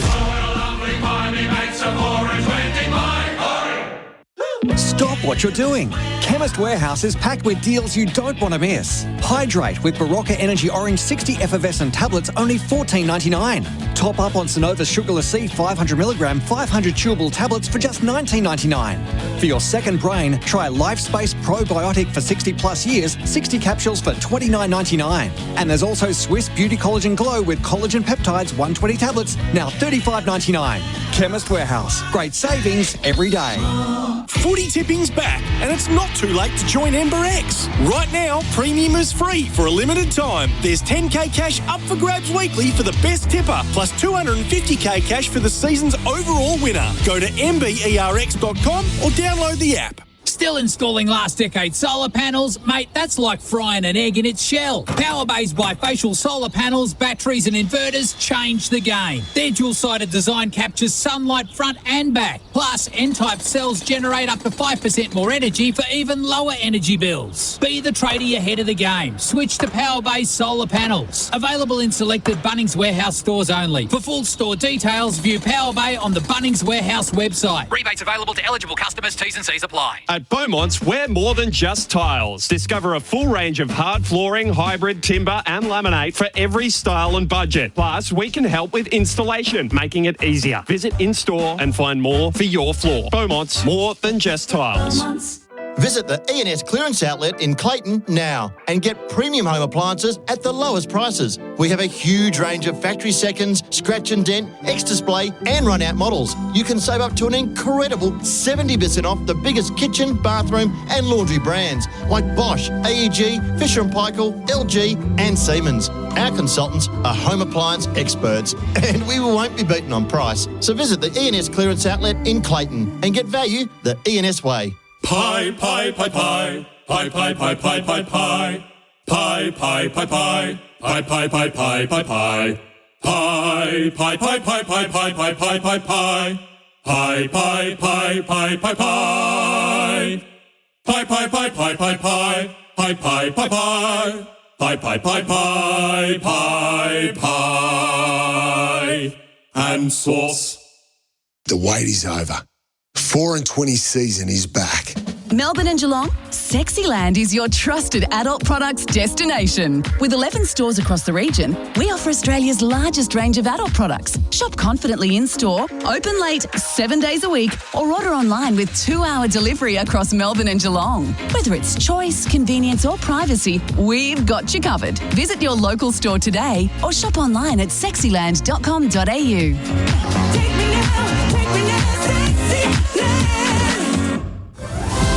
Do you like beer? Do you like golf? Then you'll probably like the Cooper's Mild Ale inaugural Cooper Pedy Classic. Win at Cooper Pedy, the world's roughest course, and you and a mate will score a trip to play at some of the world's finest in Scotland, the birthplace of golf. To enter, just buy any Cooper's Mild Ale. You don't have to be a pro, you just have to buy a beer. T's and C's apply. Visit coopers.com.au. Darren's days of digging blind are over. Ever since he blindly dug into that internet cable and took out an entire neighbourhood. Ever since his insurance declined to cover the repair costs. And ever since he saw that he was millimetres away from also striking a high voltage electricity cable. Don't be like Darren. Always search before you dig online before every job to avoid striking buried pipes and cables. Search before you dig online every time and never dig blind.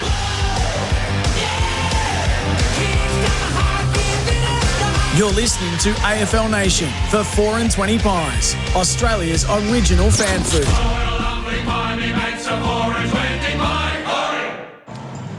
Welcome back to AFL Nation for 4 and 20 Pies, Australia's original fan food. The Adelaide Oval is filling. It's a beautiful sight. We've had some pretty horrific conditions for those that have made the trip for the last couple of days, but it's fined up just in time for a pretty big night here in front of a full house at the Adelaide Oval. This is the pre-game show for Before You Dig, before every job, search Before You Dig online every time, and the teams aren't far away from heading out of their rooms and having a look at a warm-up, given that they were delayed a little thanks to the laser light show with the lights dipped but they're about to head out onto the oval for their warm-up for Ream, manufacturing in Australia for over 80 years.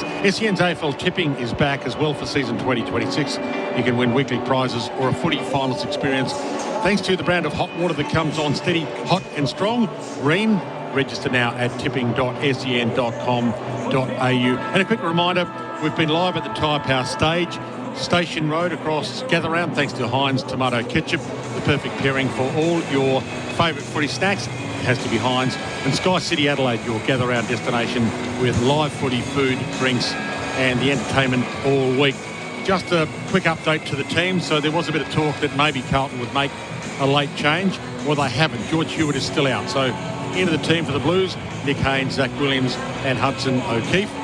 And into the team for the Adelaide Crows, Hinge, Nan Curvis, Cumming and Rory Laird. That means that the outs stay the same. Jones, O'Brien, Pedler and Hugh Bond are the outs for Adelaide. And for Carlton, the big out of Jacob Wiedering, the controversial out of George Hewitt and Will Hayward is out due to suspension. So no change to either teams. We are a gather round for Toyota. And Toyota is good for footy. You can support your local club, and we'll be out supporting a lot of the local clubs in the next couple of days with a few of the teams doing their pre-game warm-ups and doing their last training run, their captain's run to some of the local venues as well. So we're here at Gather Round.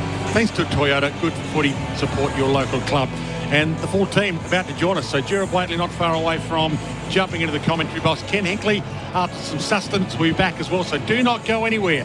The bounce of the ball not far away. Pre-game show for Before You Dig, before every job search, Before You Dig online, every time.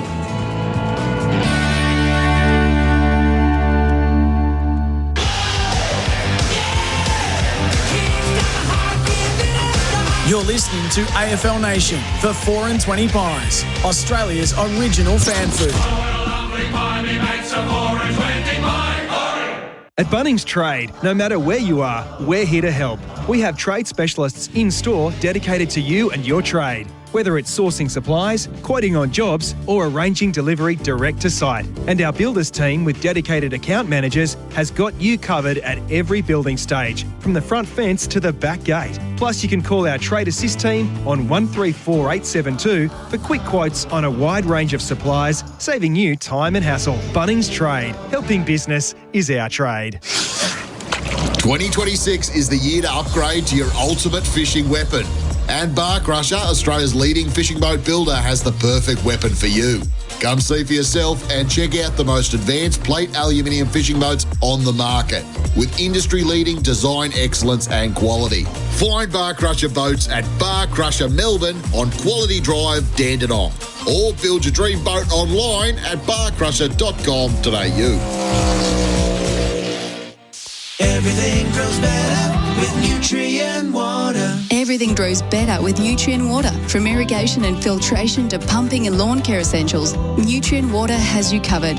For the best water management solutions, your local Nutrient Water store has the solutions to help everything grow better. Order online at nutrientwaterstore.com.au or find a store near you. Everything grows better with Nutrient Water. Everything grows better with Nutrient Water. Ugh. When your internet gives you lemons, get Tangerine. Switch to Tangerine and get 10% off your monthly plan fee for every SIM-only mobile or mobile broadband plan you bundle with an active Tangerine NBN service. Oh. With easy setup, short hold times, no confusion, Tangerine offers great value internet with no lock-in contracts and high-speed plans available that keep up with your everyday. When your internet gives you lemons, get Tangerine. Visit tangerine.com.au to sign up today. Now at Harvey Norman, 10% off selected AEG kitchen appliances plus 10-year manufacturer's warranty. That's right, upgrade to premium AEG kitchen appliances and save. 10% off selected AEG ovens and cooktops plus 10-year warranty. 10% off selected AEG range hoods and dishwashers and 10-year warranty. Experience the premium German-designed AEG range with this amazing offer in-store and online. 10% off selected AEG kitchen appliances plus 10-year manufacturer's warranty at Harvey Norman now. Conditions apply. So, have you had anything to drink? Yeah, but only a couple. And I ate a big meal. Okay, breathe into the device, please. One long continuous breath. I also drank plenty of water. And I'm a pretty big guy as well. Okay, you've blown over .05, so I'm going to need you to step out of the car. I'm not going to lose my licence, am I? I didn't drink that much. Stop kidding yourself. If you drink, don't drive. A message from the TAC. At Choices Flooring, we know choosing the right floor or window furnishings can feel overwhelming. That's why for over 60 years, we've been more than just a retailer. We're your partner in making the right choice. From stunning carpets and sleek timber to stylish blinds and shutters, our friendly team combine personalised service with state-of-the-art technology to bring your vision to life. And we're here for you every step of the way. Visit choicesflooring.com or head to your local showroom. Choices Flooring, helping you make the right choice. Ready for fresh excitement? The peak of racing has begun.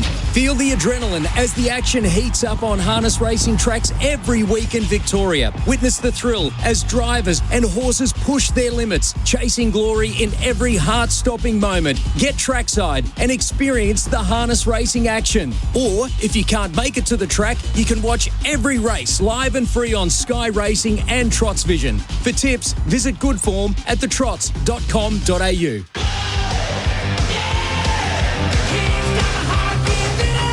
You're listening to AFL Nation for 4 and 20 Pies, Australia's original fan food. Time to get in to gather round. The Crows have burst through their banner here at Adelaide Oval. The Blues, who are in the predominantly white strip, are out already. This is AFL Nation for 4 and 20 Pies, Australia's original fan food. And our pre-game show, Before You Dig, before every job, search Before You Dig online every time. Gerard Whateley, Dwayne Russell, Ken Hinkley, your call team tonight. We're at Gather Round for Toyota. Good for footy. Support your local club. So as they get into the warm-ups for Ream manufacturing in Australia for more than 80 years, and the toll of the season sits heavily on these two so far, 1 and 3. Got to get a win coming here tonight. Ken Hinkley is our expert for Power Bay Premium Energy Solutions for Sustainable Australian Homes. Just give us your overall thoughts, Kenny, and then we'll drill down a little heading to the opening siren.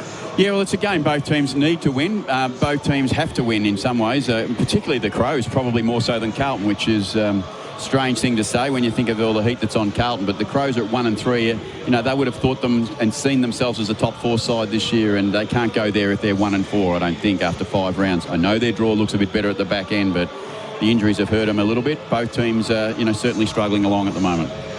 So what do you reckon the Crows have been homing in on, given what we saw from the coach at his press conference? You can't win a contest from 5 metres away. Yeah, well, if they haven't shown some acts where they need to get a bit more physical, and I'm sure in a short week again, they would have went to physical with some of their training. They would have had to have done some contest work.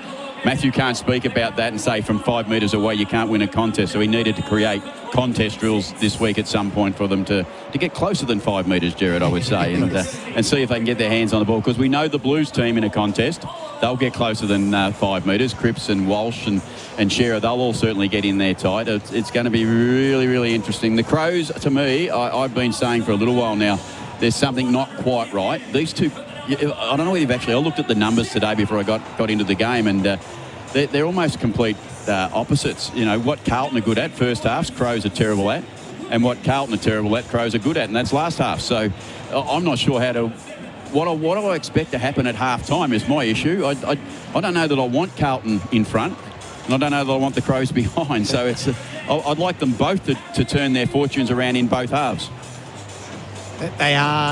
They've got a couple back, so Hinge has always been important in their defence.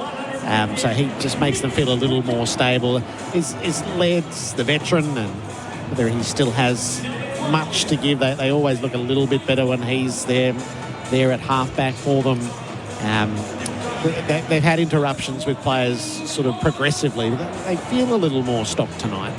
Yeah, they do, but everyone's had a little interruption or two. I mean, Laddie's really important to him. He's a ball magnet. Even at half-back, he probably still gets it 28 to 30 times. And he's actually someone who likes to look for the overlap. He likes the little short kick and get it back. So he'll be important for their game. That if they're trying to attack the game a little bit more, he will certainly be important. I'm fascinated, I have been for the last 3 or 4 weeks on Rankin. I think he's critical to their success, and he's just not playing at the level that they need. And I do hear that, he might not defend as well as other midfielders. What he can do, he can win games better than most midfielders too. That's the other thing you got to do. Sometimes you've got to unleash unleash the beast a little bit and say, well, there's some risk with this, but we're going to let him go to work and we're going to back him in to get this done. And good players tend to be able to do that for you. Carlton, interesting, Wiedering out is massive. Like, absolute, if it's not Sam Walsh, it's probably Wiedering that's their most important player. And I even skipped over Paddy Cripps because I think Walsh is more important than Paddy nowadays. But Jacob Wiedering is a massive, massive out for them, and that's it'll be interesting to see how they hold up. The Crows have got, they've got some big players in their front half, and obviously Fogarty's out, which is one of them that, Thilthorpe and Walker could have a big night if they get enough supply. So I wonder if McGovern's been playing forward for a while now. Does he have to go back? So they've got young Dirkson's in his second game, so it's a lot to ask for him. He's a pretty reasonable size. The kid they brought in, O'Keefe, maybe he's a big, tall. Yeah. He's more likely a forward than a defender on what we've seen so far, a second rucker. I think that's your problem. You look at their list. Yeah. And you go, well, we've got to find someone to do something. And, McGovern, I think, plays his 150th night along with Shearer. So there's some blokes, they've got some milestone games in them.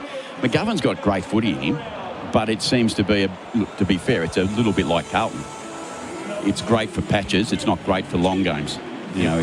He's probably a par 3 player, not an 18-hole championship course. Very good. The warm-up's going on for Reams, steady, hot and strong. Our pre-game has been for Before You Dig.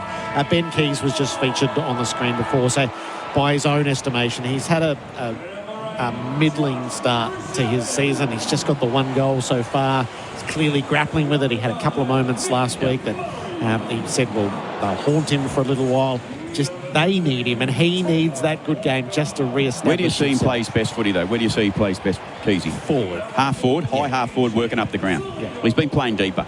Like, if you watch the games, he's been playing deeper as a forward, and that's not his go. Yeah. He's a hard worker. He's got to get up the ground and back, up and back. But because they've got these other players they bring into the team, like Neil Bullen and people like that, someone pays a price. And Saligo's been playing forward. So they lose Keezy from his truest position, and that's high half forward, getting up and back. So maybe he needs to start high and be himself, because last week his behaviour and his actions in the goal square down to the right of us was based on he hadn't touched the ball. He was desperate, and you get desperate players, they can make great decisions, but they can equally make very, very poor decisions. And I don't blame Keezy, because he's a heart and soul for him in lots of ways. Let him, again, Matthew, let him go to work in his favourite position. That's high half forward. He will run flat out from quarter 1 to quarter 4, and he'll give you his best. Yeah. How big a threat is Thilthorpe, given what we've just spoken about with the lack of defenders and the Wiedering matchup, which is so natural for him? Well, the bigger concern is the amount of entries that Carlton concede. Yeah. They concede 62 on average this year. If you give 62 entries to Riley Thilthorpe and he gets a look at them, let's say he gets 15 looks, he's probably winning 8 of them. Yes. Minimum 8, I reckon. So that's a real...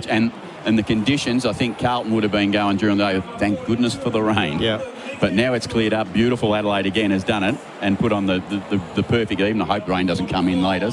But they put on a perfect evening for high marking forward. So, Riley's got to do his job. But at the other end, Carlton are going to rely on Harry too, who hasn't been super. But Thilthorpe looks like a player who's got 8 in him in a game. Yep. That's what he looks like. So maybe it's tonight. It would be unmissable if it happens. For Drink Wise, you won't miss a moment if you drink wise. Centre square battle. So Pitnet against McAndrew. Hasn't McAndrew made a good start to his league career? He's been a great find. Yeah. A really good find. Like Riley O'Brien with his kick last week, everyone's talking about that. But he was a warrior for the Crows too. But this kid's come in and just gone, I'm big. I'm really big. 200, what is he, 208, I think, or something, 209. He might even be a bit bigger than that.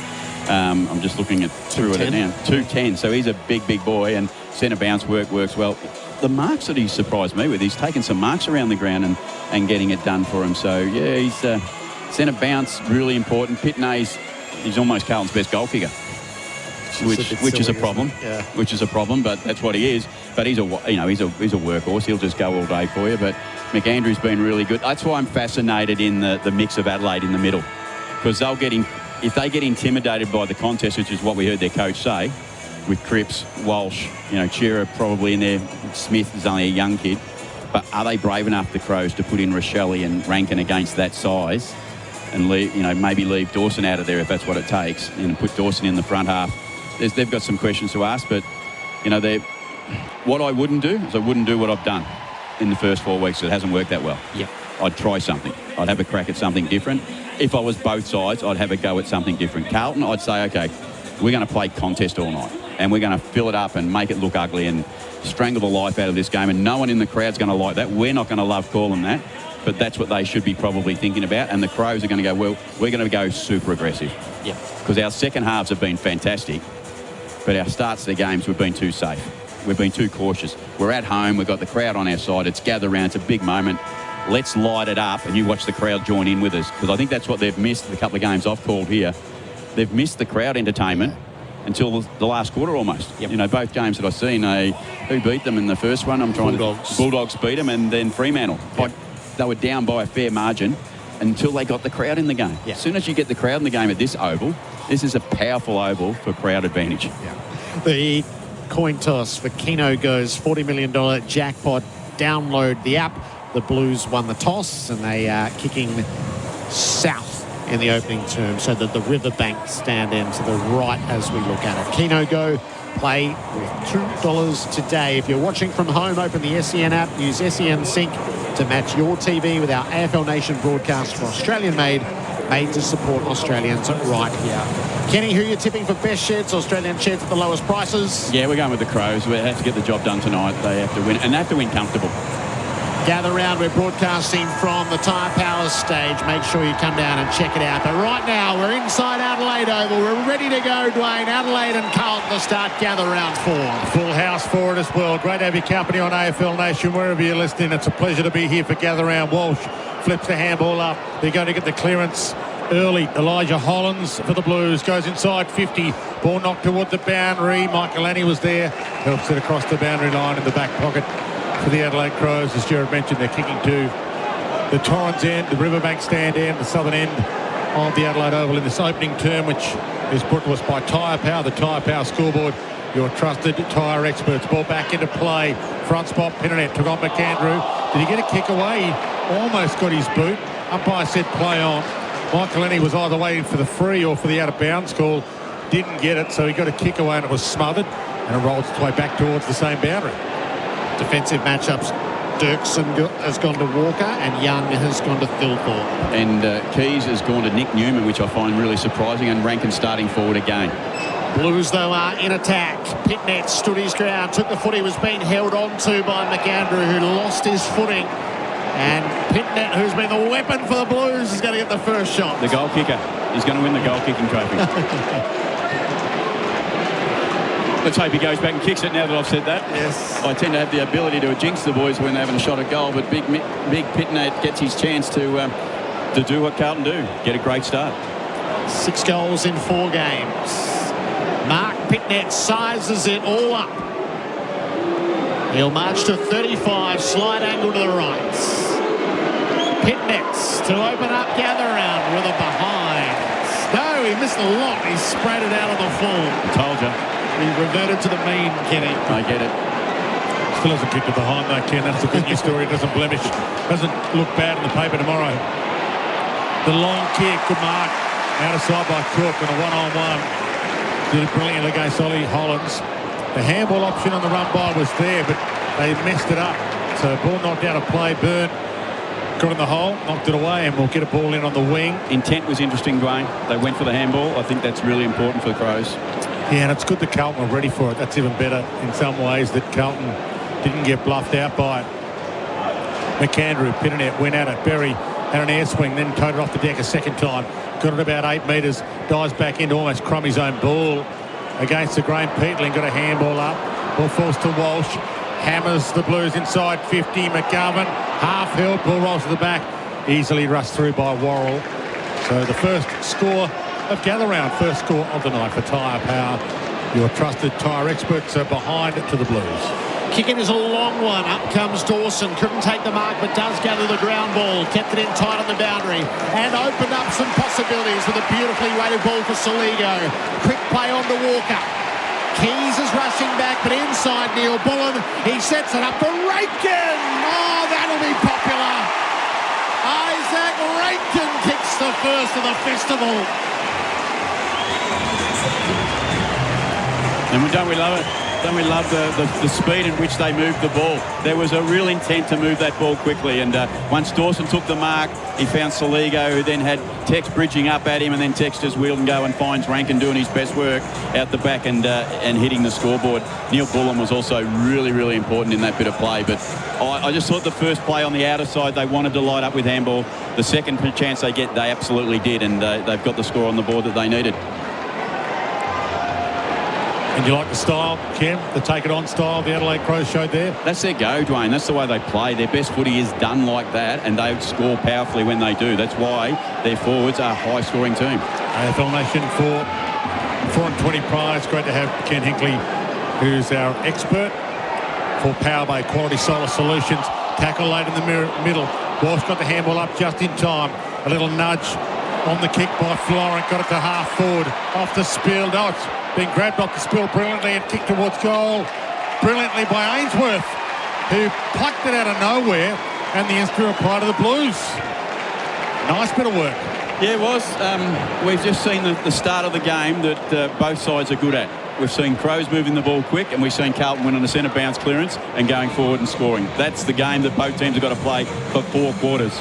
Not for 2 quarters. We've got to play it for 4 quarters. Both teams, you're on notice. We know what you're good at. Let's see it. Tyre Power Scoreboard, your trusted tyre experts. Carlton 1-1.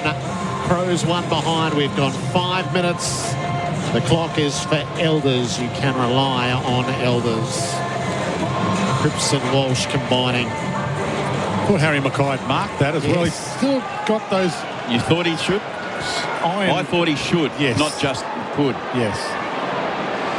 The captains are side by side. Cripps and Dawson. Ball tossed up in the middle. Petnet out the back. Walsh combines. Williams ran flat bang into Berry. Stopped on the spot. Order. They have used him in there a little bit, Zach Williams, as an inside mid, which is a little surprise. Rucks wrestle. Pitnet gave it to Williams. Popped it over the top to Carroll, being pursued. Darted back inboard, which was a good play. Walsh, as a result, inside 50. They all grapple. Ball comes to ground. Miller up. Here's the spare for the Crows. Off to Murray. Michael Annie. Through the defensive 50 he comes. Kicks long down the line. Thilthorpe just ragdolls Young. That is an awful matchup for Carlton. Thilthorpe pumps it. Walker's the target. Use the hands on the chest of Dirksen. And that is brute strength. Tex wheels and goes and blunders the snap. Misses to the near side and ties the scores up. It's still the urgency's there, though. The urgency's there, and even that got in Tex's head. Yeah, Tex hasn't quite gone to plan for Tex this year either, but it's a long night with a big crowd here. So Hollands gets it from Cowan, chips it wider. Hollands to Hollands. Ollie Hollands getting it from Elijah, but it's knocked out of play and will get a ball in. Cook's done a pretty good job for the Crows this year. Yeah, he's a really promising young player. He doesn't get as many chances as some of the others. He's held his spot. On the wing, outer side of Adelaide Oval, Chera rows the tap. He's being pursued by Rochelle and tackled. He's hand passed it over the line, so he gets knocked off on both insufficient intent and the lasso. Double trouble. Rochelle gives a little bit of ground to Cook. And a long look at the switch, which is not quite there. So it'll have to be long down the line for the Crows instead, and too wide into the crowd. So he's missed that by such a margin. Gosh. You can almost count the spare seats if you look around. There's not many of them. It's a beautiful sight here. Long kick. Cook sees it sail over his head almost to the boundary. Kept it alive. Kemp got it up to McGovern. Central kick. Top of the square. Mackay's down there. 3 against him. Ball flicked away by Carroll. He nearly pounced and went for the Blues. He lays the tackle on Hinge. Rolling ball towards the wing. Bouncing ball. Good attack from Tex. He read the bounce better than everybody else. Turns inside. Turned Dirksen inside out. Got it to Rankin. He turns Cowan inside out. Goes long inside 50. Thilthorpe got hands on it. Dropped it. Might still crumb it. Young's with him. Thilthorpe there. Good rolling tackle. Takes on Ollie Hollands and wins with the ball up 45 from Adelaide's goal. I'm going to say it again. You can see the intent. You can see the intent from the Crows. Pitnet's going to get... Oh, he's given away a free kick. elbow going backward high on McAndrew, was reaching around over his shoulder. One of Ken's 10's pet hates. The ruck wrestle. Yep. The ruck wrestle. Who gets the free kick? Just let him be. You have a guess. Unless you maim someone, let it be. Yeah, that's exactly what it should be. Because everyone in the crowd are wondering which way the umpire's going to point. Both free kicks were there if you wanted to pay them. It depended on your certain point of view. Lockie McAndrews make a terrific start to his season. A little bit side on he gets as he makes his approach. He lashes it right away from goal. At least he's scored, so Pitnet out on the full. McAndrew behind. Probably not the favoured way to take shots for your ruckman all night. Tyre Power Scoreboard, your trusted tyre expert. Crows 1-2, Blues 1-1. And the Elders clock, you can rely on Elders. We're 8 minutes into this opening term here at the Adelaide Oval. From the kick in, Mackay is spiked away by Borlase. It's an interesting matchup, Borlase. He got the big matchup last week as well. And he's got it again tonight, which is surprising because they've got some talls down there. And really had to work to get his way back into this team. He's not the preferred option. Well, I did the game last week with Mark Rashudo. He said number 4 defender, tall defender, and he's in the team. Got those big coat hanger shoulders as well. Should be playing for your old mob, Port, really. Rochelle gets it, 50 from goal. Kick half smothered, the chaos ball over a couple of heads. Phil Thorpe knocked it towards Keys. He had to lay a tackle in the end, and the umpire might sort this out with the ball up 15 metres out or 20 metres out from Adelaide's goal. With the Cathedral as the backdrop, up she goes. Pitnet out the side. Walker tapped it back into the mess. Newman and Ollie Hollands combined. High ball on the way out. Murray had good position. Takes the intercepting mark for the Crows, right half forward. A lot of players inside the 50. He's going to lob it to the hot spots. Pitnet was the best of the jumpers. Decided to spoil rather than mark. Frankie Evans is doing the roving for the Blues. Hands it up to Elijah Hollands. Kicks long down the wing. Mackay's in the grapple with Borlase. Good mark, Harry. Tucked it into the tummy. One-handed. Crows are all back. They're all back in front of him. They've got to go slow here. Harry nearly hit the roof. He kicked it that high. Laird goes up, which is strange to see him fly. Walsh got it off hands. Got it up to Frankie Evans. Good spear kick to the pocket. Cleared hands. No free kick. No arm chop to Kemp. We'll get a ball in forward pocket for Carlton. Been some forward 50 stoppages at both ends of the ground already, hasn't there? So a bit of pressure, a bit of ball movement going good, but pressure in the forward 50. And Pitnet's turn to get a free, although he's not going to do it. O'Keefe will do the ruck work against McAndrew. Forward pocket Blues. Knocks it to the front, which is the plan. Cumming got there ahead of time. Knocked it to Rochelle. Half tackle. Chera's over him. And he pulled the ball into Rochelle's stomach, but the umpire didn't fall for it. He says, I'll pull it up. AFL Nation for 4 and 20 pies. Crows by a point. Blues in attack. Tap came inboard. Cumming trickled it. Elijah Hollands coming the other way. Fumbled. Shearer, Walsh, Smith. Jagger sets it up to the teeth of goal. McGovern took a run but didn't go the jump in the end. They fight for it underneath. Kemp ties up Murray. Baller. They'll be happy. They'll be happy with the Blues keeping the ball in their half. Both teams are not great at keeping the ball in their half. They're both in the bottom half. It's in the goal mouth. Rucks go to work. Chera tracks the footy. Ducks back in. Takes the snap. Kicks the goal. On a milestone night for Adam Chera. He hits the scoreboard and gets the warmth of the congratulations from his teammates. Game 150, goal number 40 of his days. The Blues lead by 5 points. Tyre Power Scoreboard, your trusted tyre experts, 2-1 to 1-2. So their entire score has come from stoppage. That's what they do. That's what Carlton do. We know that. As I said, embrace that. Make sure you play that and lock it in your forward half. It'll be a good result because the Crows haven't scored from stoppage. Carlton have, and it's it's 8-2 clearances. Whose way? Carlton. Nixie's 5-metre rule still needs some tightening up. And because it's a theoretical neutral game here on Gather Round, the opposition goal song is being played when the opposition kick a goal. So Chera kicks the goal. He gets Murder on the dance floor played for him. From the ball up. Little scramble with Finbar Maley in the middle for the ruck for the Crows now, but he couldn't quite trap it. Jagger Smith does. Goes back to go forward to O'Keefe. Doing the ruck for the Blues. He goes long, goal square. Off the spill. Walsh, great crumb. He could have given it first time to Carroll. It must have worked. Ainsworth, carbon copy of the first one he kicked. 45-degree angle, 30 metres out. and the Blues are in front. Looking pretty solid. 13 minutes in opening term. That's on the Elders clock. Elders, great to have them on board. Elders looking after us big time. Looking for an agent you can rely on. Trust the team at Elders Real Estate. Our expert Kenny Hinkley for Power Bay Premium Energy Solutions for sustainable Australian homes. And that's score for Tyre Power. Think safety this month. Get the free 5-minute tyre safety check. Check out your local Tyre Power. Blues 3-1-19. Adelaide 1-2-8.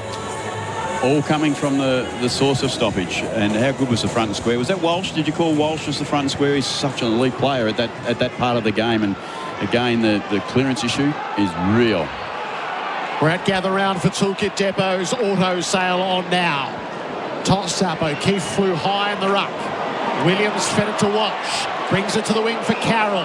Promising build-up for the Blues. Carroll ducks back in, skunks the kick inside 50. Evans, great gather. Hand pass to Kemp. Ran a loop. Gave it to Chera, who was hot.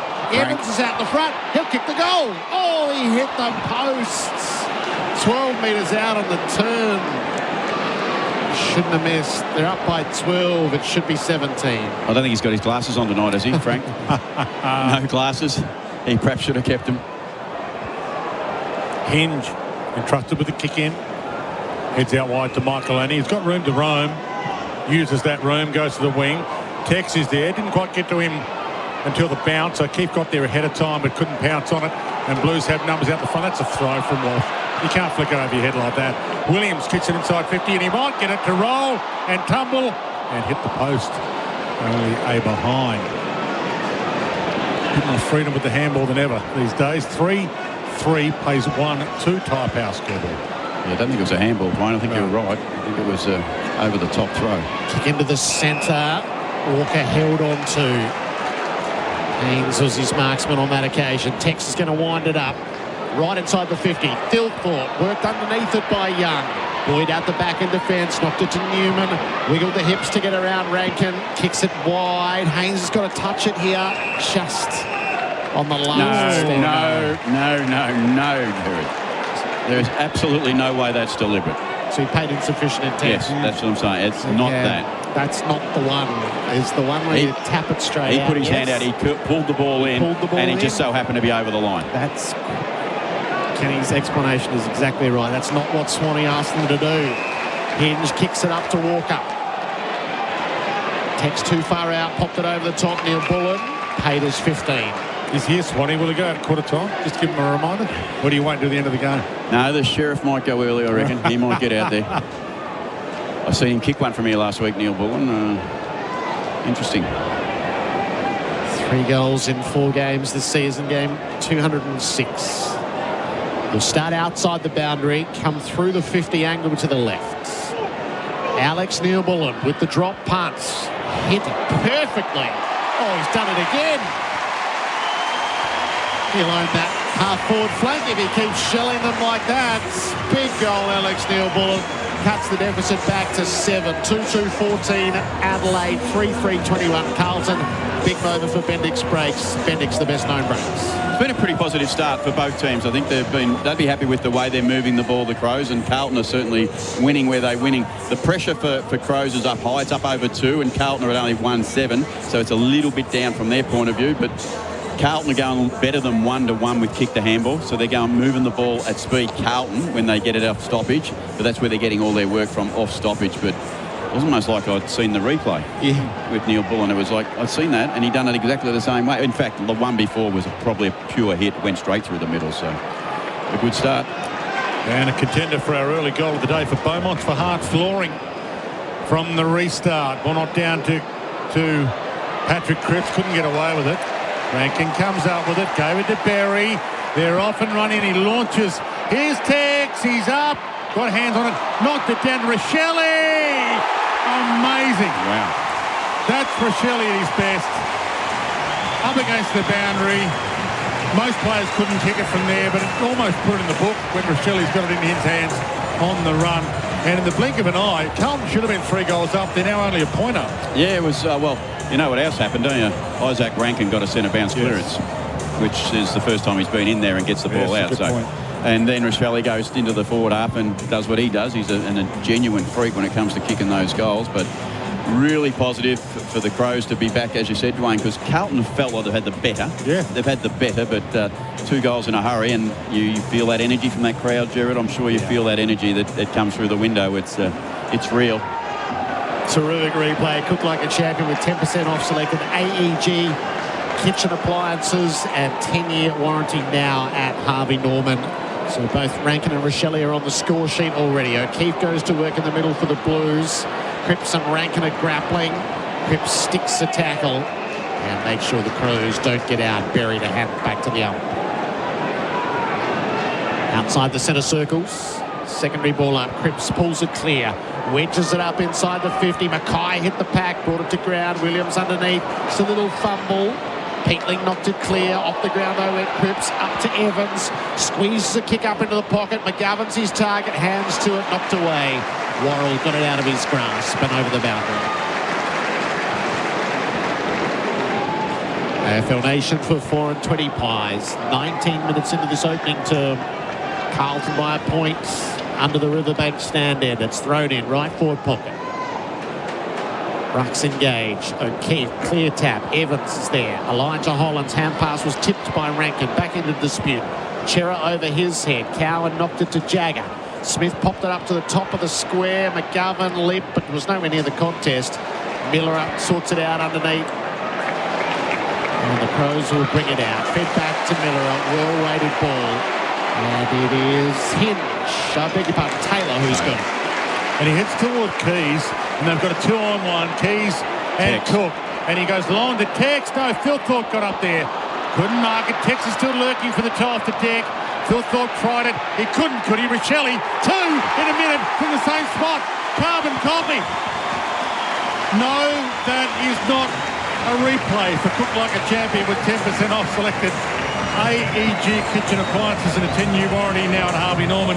That was another genuine great goal from Rochelle in the pocket. He's got 2 contenders for goal of the day from Beaumont's for hard flooring.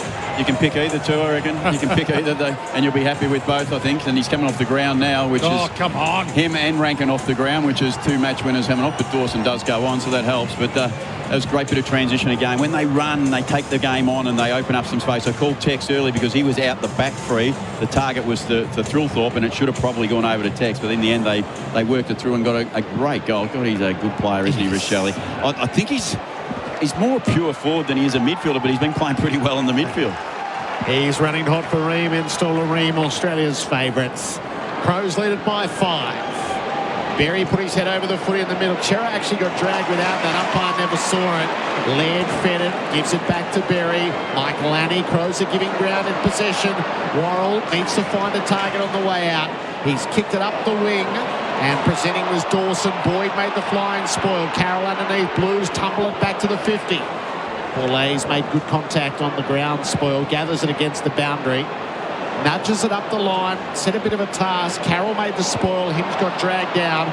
Able to release it. Berry has support from Cook. The Crows win the skirmish. Thilthorpe on the long lead. Right on halfway. He took a step. He's called to play on. Young came at him. Got him. Dragged him over the boundary. Feel like that should be rewarded. Do you feel like that should be a rewarded free kick, even though he steps over the boundary line? He's done cold. Yeah, he searched for the line and said, "You tackle me over, and I'll be happy with that. I'll dodge a bullet." McAndrew against Pitternet, ball knocked down to Berry, who fumbled it first time and then gave it up to Dawson. Got his arms free, went back to Berry, gave to Laird, gave to Dawson. He left it behind though, so it's been mopped up by Berry, who gave it back to Dawson, who kicks to half forward to Tex. Well, he wanted to take the pack down, Tex. Did not intend to go for the ball at all. It's spilled. They're going to get away with it. Carroll for the Blues goes toward half forward. Borlays, Mackay, Borlays. Borlays went to ground. Almost got one for too high. Ball flicked up to Borlays. Bounced it to Saligo on the wing. Couldn't quite get there in time. Ball knocked away by Newman. Got a little handball up. Peatling's got it now. Looks around to see what options he's got. See the crowd are playing a role now. Ball knocked down to Keys. He tight ropes the boundary. Thumps it long. Here's Tex time. Tex has got it. He beat 2. He 52. And 50. He beat 2. He's going to get 50. And the players come from left, right and centre to remonstrate.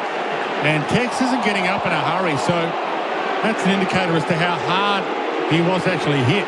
I think Ollie Hollands is going to have a spell after that. Yeah. Okay. We flushed him with an elbow at the moment of impact. Yeah, well, if you're not going for the ball, you're in big trouble. I mean, if you accidentally skim a ear with your elbow as you flush the Sharon, well, different story, but the replay is going to be very, very interesting as we watch it for Cook Like a Champion with 10% off selected AEG kitchen appliances and Ken Warranty now at Harvey Norman. Now, you're going to hear a massive roar here. They've got a favourite, the Adelaide Crows. It might not be Rankin, it'll be Tex. One of their all-time greatest. He is their all-time greatest goal kicker.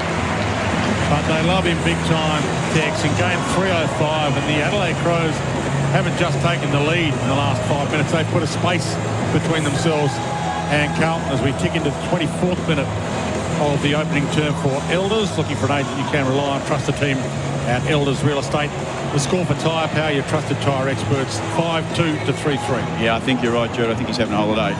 It looks like he's copped him deliberately in the back of the head. I think, I get it, we're in a marking contest, but if you're that bad a shot, you shouldn't be in the marking contest for a start. And Tex was unhappy, to say the very least. He made sure he made a beeline to him after kicking the goal to let him know that perhaps you're in some trouble, son. That's no good, as he initially starts to leap at the contest and then just lifts the elbow and clips him in the back of the head. So the Crows have made a break. The Blues have to respond. Pitnet, Cripps and Walsh will get to work.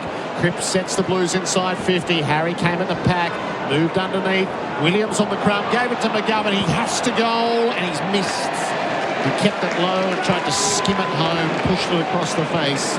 The Blues are down by 10 on the Tyre Power scoreboard, your trusted tyre experts. Leading possession getters on the ground, Walsh 11, Cripps 7, for Berry on 9 for the Crows and Walker on 6. Who hasn't touched it yet? Who hasn't touched it yet? I can tell you very shortly. Okay. Dirksen hasn't touched it yet, or Haynes. Okay, thank you for that. Little flick over the head from Cripps was ugly, and he got away with it. And maybe the steal, Walsh, he got dacked, but he got a handball up just in time. They're going to get a goal finally, and it's Florent again. So they get the goal that answers from Ollie Florent, who drifted down to just settle the troops a little for the Blues. 26 gone, opening term, Tyre Power scoreboard. Think safety this month. Get the free 5-minute tyre safety check at your local Tyre Power. Here's our expert, Ken Hinkley, for Power Bay Premium Energy Solutions for sustainable Australian homes. They're winning the way they need to in the contest, Carlton, and they're hitting the scoreboard, which is keeping them in the game clearly at 4-4 in the first quarter to 5-2. So they've had one more scoring shot. They've had their turn with the ball. They're doing their best, I reckon, at the moment to be in the game with the Crows, and the Crows are trying to do everything the other way, and that's a bit quicker, a bit smoother, and a bit faster going forward. So it's been a really interesting start for both sides, and I don't know, Carlton might be happy that they're behind. Just be close. Key matchups tonight. Holman Plumbing, trusted quality Aussie standards. Nothing in the centre as Pitnet makes the tackle. Repeat bounces. You don't see many of them now. McAndrew from behind, tapped it out. There's a whistle on the play. Adelaide free kick. Now Curtis had his kick smothered, so no advantage in it. Cowan got it to Walsh, who worked it around to Florent. Lovely hand pass. Cowan's the deliverer inside the 50. Mackay leaps, couldn't hang on. Elijah Holland stripped of the ball. Cumming had the release and he copped it straight up. Ainsworth into a spot of bother. Off to Cripps, poked it up. Elijah Holland's got it. Used the hands on Worrell and just got them clear in the nick of time to mark. That was great vision by Cripps. To see him out the back, you could see he just drifted forward of the contest by 4 or 5 metres, and Cripps seen him straight away and had composure on the ball. It wasn't a pure drop punt, he just kicked it over the top. And he done a great job to mark that ball. Held his territory, held his ground, and marked the ball when he needed to. The best game of his career, a couple back against Melbourne in an otherwise forgettable day for the Blues. 4 goals in 4 games. To be granted a reprieve through the supplementary period. Elijah Hollands takes his shots and sneaks it in to put the Blues back in front. What an excellent first term this is. There's been a pure footy season with the first terms, I reckon. There's been a lot of first terms like this where we're free for all. We've got a lot of scoring going on. We're really engaged in the game. I hope it stays like that for the whole of this match, and both teams back in the way they need to play the game and come away with a really strong performance at the end of the night for both teams, not just for one. Tyre Power Scoreboard, your trusted tyre experts. Carlton 5-4-34, Adelaide 5-2-32. And the round the grounds for Chemist Warehouse. Get discounted prescriptions and save more money at Chemist Warehouse. Dacos and Pendlebury return to the Collingwood side to face Fremantle here tomorrow night. And you could argue that was the Bendix Breaks big moment of the first term as well. Bendix, the best known breaks. The Adelaide Crows owned possession, kicked a couple of goals, had the Blues on the ropes, and now the Blues are back in front. And they're about to get the clearance. Thilthorpe handball smothered, looped away by Cripps to Walsh. He heads long, goal square. Mackay got hands on it again. McGovern, great crumb, good spin, great shot. Blues are running hot for Ream. Right now out of nowhere, really. Ream, installer Ream, Australia's favourite. Ken Hinkley will tell you more about it. It's just pure stoppage work. It's pure centre bounce, straight into the forward line. McGovern front and squares the ball and has the ability to finish. It's pretty simple what they're doing at the moment. 4 goals, 3 from scores from stoppages. 2 goals, 1 from intercept. The Crows are 3-1 from intercept, and basically 4-1 with the kicking goal as well, and only 1 goal from stoppage. So it's the game we probably expect. It's who's going to be able to hold on for the longest, and that's a question for Carlton, probably more than for Adelaide. Stats for Australian made to support Australians right here. I don't think Matthew Nicks will be terribly impressed by it, given the focus area. Pitnet rode the tap of McAndrew, so that was one way to go about it. Put it out in front of Cripps, another centre break. Hand pass to Walsh, who knocked it on. One more possession needed. Ainsworth, good gather. Dragged off the snap at the last. It lands from McGovern to Mark, adjacent to the goal square. Surge footy for the Blues out of the middle. No, it's worse than that, Gerard. I think it's worse. It's, 15-6 for clearance. That's some sort of number that they're getting them with, and centre bounce clearance 6-2. That's just the work that they're doing inside. And as I said in the lead up to this game, that's who you are, Carlton. Be that. Just be that for the whole 4 quarters. McGovern kicks 2 in a minute. And the Blues have put 4 together in no time and built their lead to 14 points. 7-4 plays 5-2. Dwayne, it wasn't that long ago you mentioned Adelaide are doing what they need to. Yeah. They got on top of Carlton, and they'll do a bit after Texas goal, and now coming from the centre bounce, it's just been pure Carlton football, and they've been able to go forward and score at will in lots of ways. It's entries 15-10, time in half, and absolute domination, and that all comes from centre bounce. They're plus 16% for the quarter, Carlton, with the ball in their forward 50. That's a massive stat in today's game. You play from there, you're going to cause some problems. We've seen 46-32 though before. So back in the middle, there's been a lot of talk about game length, and we once upon a time said you've got to play the whole 100 minutes, and then it went out to 120. We're on track for a 150-minute game. We are, because it's 31 gone. We've still got 5 left. So 31 plus 5 is 36. You times that by 4, it's going to be one of the longest games of the year. Laird pounces, heads long. Walker doesn't jump. Ball hits the deck. That's a mark. Could have been paid the mark. Dirksen, well, he didn't really argue with the umpire too much, and we'll get a ball up 30 out from the Adelaide goal. It looked like they had another look, but it looked like a pure grab to me. In defence, the Blues trying to hold up. Gerard fierce hand pass, ricocheted away. Throw it in. Right forward pockets. Throws under the scoreboard. Throw reaches the rucks. Dawson edged off it by Cripps, who kept on tackling. Forced the turnover. Elijah gave it away to Walsh. What a burst of speed that was. He took a bounce. He ran a long way. Crowd thought he ran further than he should have. Harry gets it, gives it back to Walsh. He's drawn a crowd, though. It wasn't as tidy as it needed to be. It'll be balled up. You're on notice, Nixie. That's 15 for Walsh. You have to do something about that from the coach's box. You have to make an adjustment. 33rd minute of the opening term. Pitnet 2 taps. Nankervis, though, pushed the other way. Wins a clearance for the Crows. Back to half forward. Dirksen paid the mark this time. He flies over the pack. Elders clock. Elders, you can rely on Elders. We've had 33 minutes played, still got another 3 minutes left of this opening term. Ball on the boundary. Good dance step from Cowan, and he thumps it long to a 3-on-3 pack on the wing. It's dumped toward the boundary, and Nankervis was happy to see it out. We'll get a ball in. A few metres the Carlton side of the wing. Big crowd opening term brought to us by Tyre Power, your trusted tyre experts. AFL Nation, we're at Gather Round for Toolkit Depot's auto sale on now. Here's Gerard Whateley. Pitnick cleared the way, wasn't quite able to make what he had in mind from it, and Curvis disputed it's a baller. Left half forward for Carlton. Pitnet plants himself, knocked it out the back. Carroll released in a tackle. Rochelle taken down by Cripps. Bodies pile in. McAndrew was able to clear it. Worked it away to Dawson, running out the back. Hand pass to Laird, back to Dawson, popped it over the top. Tex got it low down, wanted somebody going by. Elijah Hollins took a long time to tackle him, but tackle him he did. And Wins holding the ball. Good win. Plays it out to the wing. Ainsworth's had a busy turn. It was just settled for a moment. 2 minutes left. Got the energy to build the lead. Runs it backwards to Boyd. It's in the skivvy. In the centre square for Young.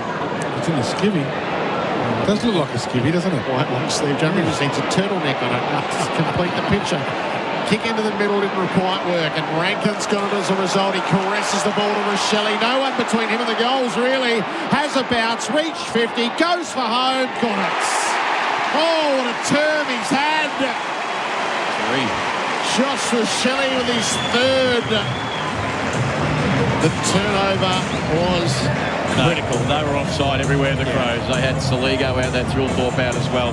Rochelle, in fact, he was never going to miss because he doesn't.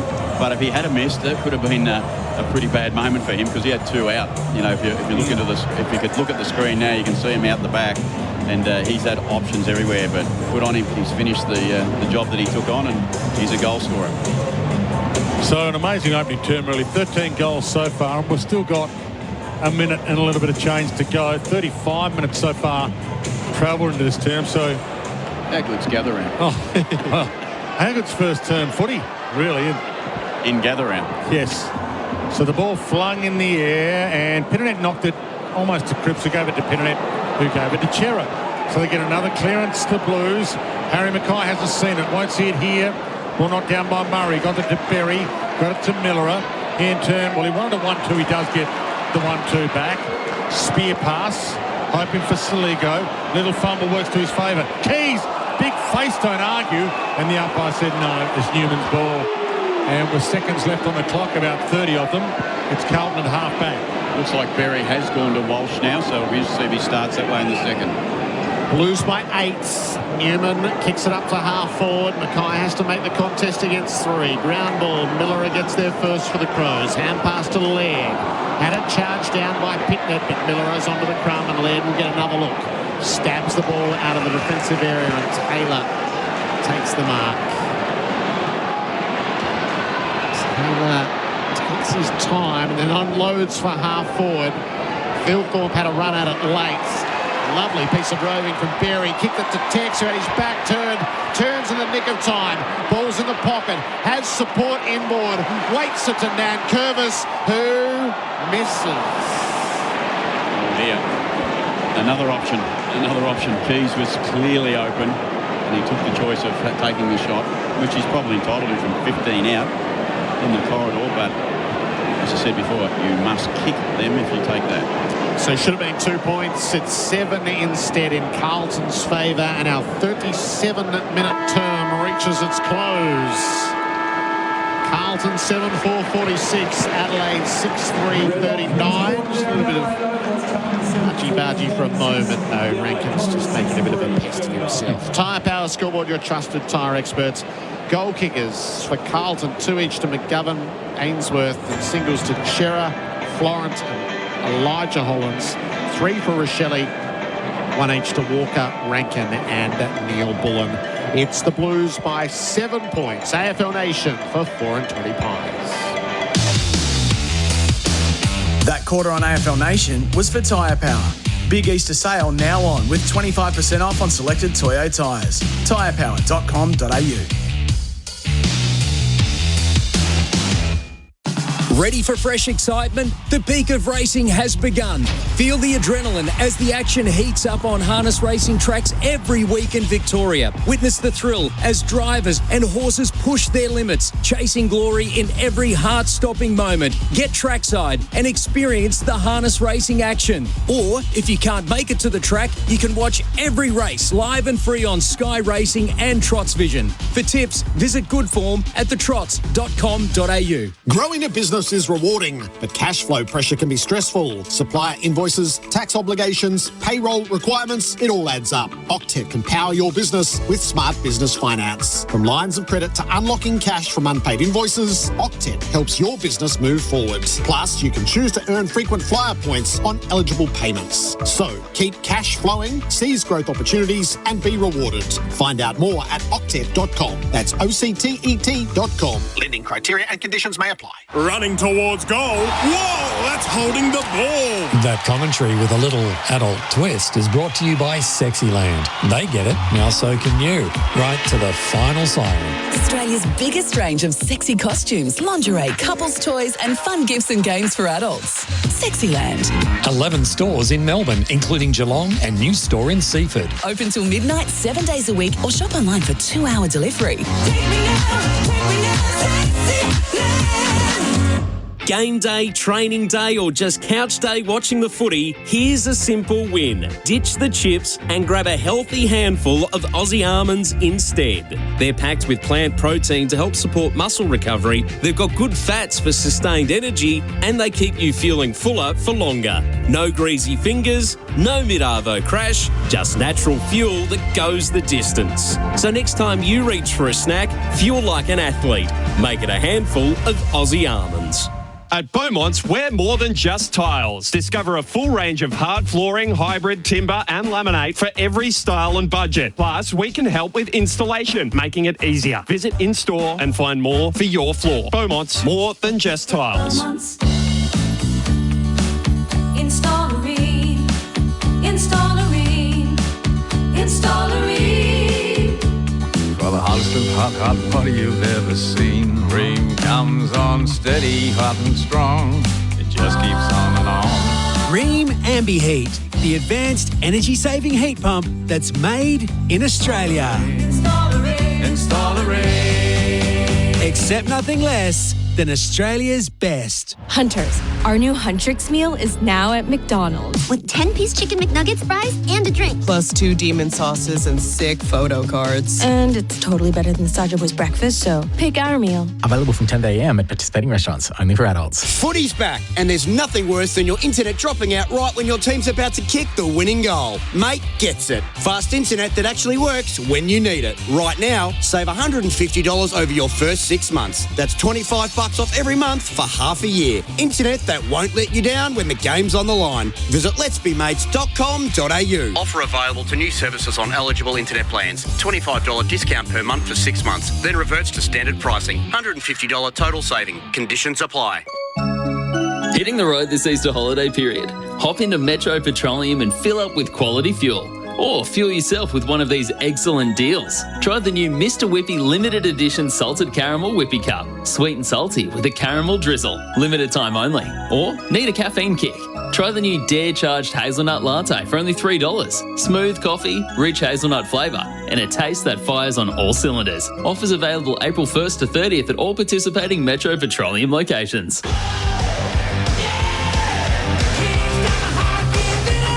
You're listening to AFL Nation for 4 and 20 Pies, Australia's original fan food.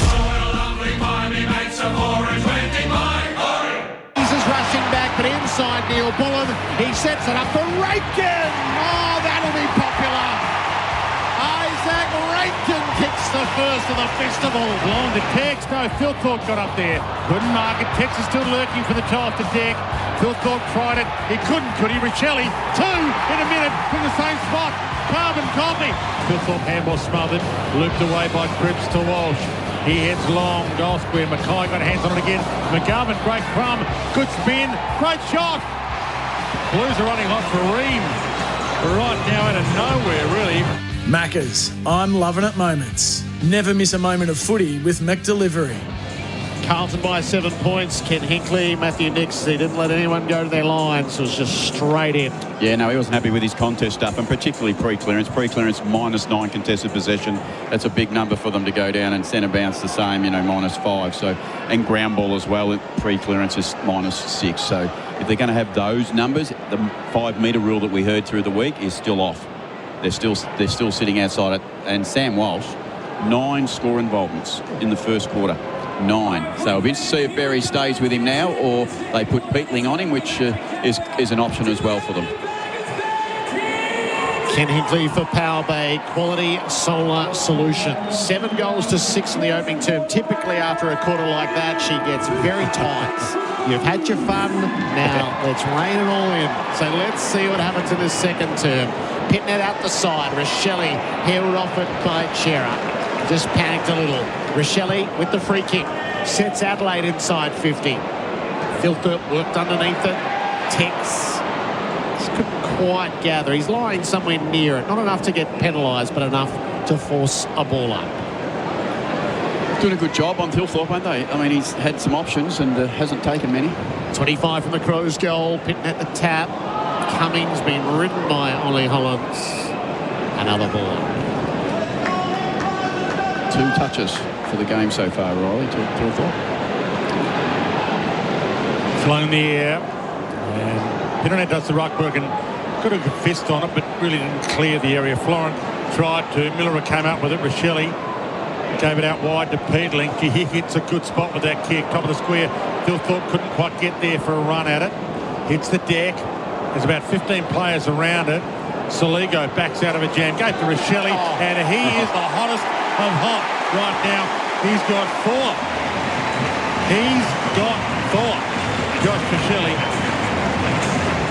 So he's got 4 that are pretty much goal of the night contenders right now. And he's running personally hot for Ream against all of Ream, Australia's favourite hot water. And those stats that we gave you are for Australian-made.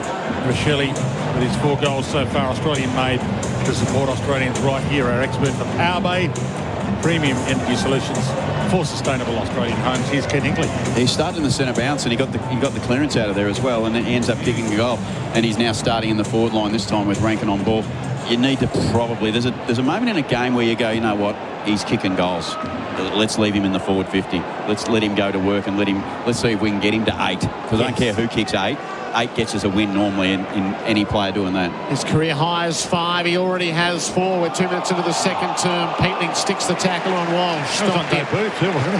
Inside the ball. Peatling takes off. Kicks it to the hot spot. Thilthorpe tried to clear the way. Never made any contact with the footy, and his opponent, Young, takes the intercept mark. Let's look to the near side of Adelaide Oval. It's not the greatest of kicks. Haynes right against the boundary. Did keep it in. Long down the line, Miller up. It was all scrambled once the kick was poor. Crows have it. Forward half turnover. Miller up. Gives the mid forwards a chance again. Rochelle was looking at the back of that pack. Never quite got a rise at it. Neil Bullock forced out over the boundary. He sort of runs on Bluetooth, Rochelle. There's something in the goalpost. And the further he gets away from the goalpost, the less potent he is, I reckon. And he gets out of Bluetooth range when he gets into the middle. So you've got to keep him next to the post. So I'm agreeing with you, Kenny. Pitnet front spot. I think I know what you meant. Yeah. Cumming got a little kick and it marked to the top of the goal square in defence by Dirksen. He looks around to see what's on offer. Plants his foot into it. Heads out wide. Fists come. Good fist as well from Worrell. Up to straight down to Rankin. He wants it back from Laird. He says no. Goal. Giving it to the captain. Dawson. Oh, a little shrug was awesome. Dawson. Awesome. Goal. So the second term is living up to the first term's expectation. It's been a goal fest early, especially for Adelaide. 8-3-51 they lead. The Carlton still stuck on 7-4-46. The score for Host Plus, named Best Super Fund by Money Magazine. Finder and Mozo, that's a plus. Issued by Host Plus Proprietary Limited. Check the PDS and the TMD with hostplus.com.au. Here's Kenny. I reckon that moment just shows why Jordan Dawson's their captain. You know, he gets the big moments done for him more often. Matthew Nicks went to him after he spoke to the group, Gerard, in the quarter-time break, and then had a talk to Dawson, said, I reckon we've got some work to be done. And he gets the ball. As soon as he gets the ball, having coached against him, I just feel like he's going to finish. You know, you just know he's got such an elite kick on him, and he's a very, very good player. But a great start, as you said, Dwayne. Great start to the second quarter. Footy's on, and BWS has got the deals. Get your game day bevies sorted out, BWS. Ainsworth might have kicked 2 in the first term, but he just gave 1 back. That was pretty meek the way he got pushed off. Crows win it again in the middle. Rochelle paid the free kick. So 3 set of clearances to start the term for the Crows. Right to full forward. Thilthorpe trying to get a run. It's all about the Crummers. Saligo, Peatling wanted someone going by, then doubled back with himself. Saligo fed it forward. Gathered low down by Keys. Yes! Benny will love that. Trying to drag himself back to his best form. Ben Keys, 3 in a row for the Crows in 5 minutes. 11 points up there, running hot for Ream. Australia's favourite, that's steady, hot and strong. Pretty happy for him, to be honest, after the week he's had. I think it's a good opportunity. He's taken his moment. You know, he had to work really hard. Peatling with the ball first, 2 ways, then goes back. Saligo gives it, finds Keys, and he still had a few choices, and he was good enough on his non-preferred to kick it through the goals. Well, the replay shows exactly that for Cook like a champion with 10% off selected AEG kitchen appliances, and 10U warranties now at Carb. Harvey Norman. Cripps started that term on the bench. Right. 3 goals in 5 minutes, and now he trots on. So you've been too cute. Yeah. You've been too cute. Yeah, that might come back to haunt him, because they've got the momentum and the crowd's up and about. Peatling had it, lost it, and he got one for too high. Oh, gee, Williams threw it back to him at a rate of knots as well. Lucky he grabbed it. Heads wide to Hinge. He in turn to Laird. He's got it on the wing in front of a packed outside grandstand. Gave it back to Hinge. Sends it long. Keggs at the back. 1-2. Thilthorpe stole it from him. Gave it to Neil Pullen. Keys. 2 in a minute. Well, I mentioned that Rochelle was running on Bluetooth down there close to the post. Well, it's the Keys that have been doing the damage. Early stages, second term. It's a fun watch. 10 goals the Crows have got. And we've played on the oldest clock 6 minutes only in this second term. We're on track for, well, you're going to might have to kick 20 goals to win it. Yeah, well, again, that's what the Crows need. I mean, Crows need to just keep going, but the game is just... Matthew Nicks at quarter time, we've seen him, Gerard. He was not very happy. He spoke to the group. I think he spoke around contest. We weren't there, clearly, and clearance. 6-zip.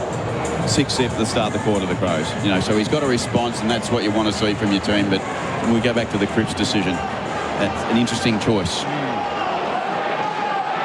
4 centre-bounce clearances in a row. Game high, 17-point lead to the Crows. McAndrew flipped it out the side. It's going to be 5 in a row. Dawson sets the Crows to half forward. Cumming couldn't reach and take the mark. Saligo got in and under. Tackled. Umpire knocks him off holding the ball. Looked a little unlucky. Ollie Hollands rises with it. They barely had a possession in this quarter, have they, Kenny? Kick down the wing. Dawson stood in the middle. Wins it right back. 27-7. Hard to do anything when you haven't got the ball. Can't make mistakes, I suppose. Dawson out to McAndrew. Crows are going forward again. Finbar set himself. Couldn't mark. Thilthorpe underneath. Bailey's ball, is it? Or Thilthorpe's? I think. Thilthorpe. He doesn't need to get going either at the moment for Carlton. He starts to rock and roll, but the service at the moment is a fair bit different. I thought it was Finbar's. That's what I thought. The frontal spoil. And now you got probably your best converter versus not your best. That's right. Would you be happy for that to be checked upstairs? One guy getting a free kick. That's pretty good. We check everything else. No, I don't check everything. Thilthorpe for 5 in a row. What a powerful burst this is from Adelaide. It has gotten right out of hand for Carlton. And it's happened in 9 minutes of footy. 11-3-69 Adelaide, 7-4-46 Carlton. Host plus, that's a plus scoreboard. I don't want to be a stats reader, but it's hard not to when they're so one-sided at the moment. 30 to 8 disposals, 70% in Adelaide's half in front of Carlton. So I don't think it's actually been in their half, to be honest. It's almost gone from clearance straight through to their forward line and kick goals. That's powerful footy, isn't it? Yeah. Like, that is really powerful. 5 goals in that short period of time. 23-point margin right now. And at the moment, it looks like it could go really wrong here. Do you know what? Thilthorpe accidentally took that mark. I'm sure the umpire blew the free kick, but Thilthorpe's ended up marking it underneath. Okay. So he's corrected himself. It was a mark, not a free kick. Well, they might as well take Cripps back off, because Berry's got the clearance, gave it to Cripps' man Dawson. He goes out wide. They're coming. Well, you put him in the freezer, Dwayne. You might have to do something. No, you ice cold him. That's what you did at the break. I agree with you. Mate, that's a 7-minute break into a 6 or 7 minute first rotation. He's been off the ground for 15, 20 minutes. There's another player that happened to last week as well from memory, was just sort of off too long. So down the line, Jordan Dawson went with the extraordinary leap and he missed it. Michael Annie took the mark and it was allowed. He goes short to Berry. Just an open forward line as well. He's got Thilthorpe on the march and hits him. Thilthorpe's got his hands back now. He's marked a couple. And Vossi is marching the boundary line up and down. He's going to wear his shoes out. He's going to need new shoes tomorrow, Vossi. That's how many yards he's doing on the boundary, trying to work out what's going on. The worry is if he ends up walking home, Dwayne. That's the problem. I got some problems here at full stop. I feel like this game's in all sorts of trouble. Yeah, Clarko walked home from you once, didn't he? Didn't go too well either. No, it didn't go too well. Thilthorpe for goal number 12 for Adelaide, and we've only played 11 minutes in the second term. Nope. So Carlton 7-4-46, Adelaide. They get the ball back at least. That's true. 11-3, 11-4-70, the host plus scoreboard. That's a plus in that clock for Elders. You can rely on Elders. So what's the strategy? You meant walk home to the hotel, not home to Melbourne. No. Back to Melbourne, you meant? I think it's the long walk. Newman kicks it in long, off hands, knocked out of play. Didn't Kane walk all the way? Or was that Croft? Croft walked all the way from Adelaide to Melbourne once, didn't he? Kane run too. Yeah. Kane did the run. Something wrong with both those blokes, though. Broadcast wing. Adelaide side of it. Cripps stripped of the footy underneath.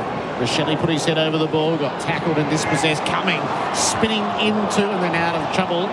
Released Williams for the Blues, wins the skirmish, kicks it up the wing. Blaze missed it, Michael Annie tackled.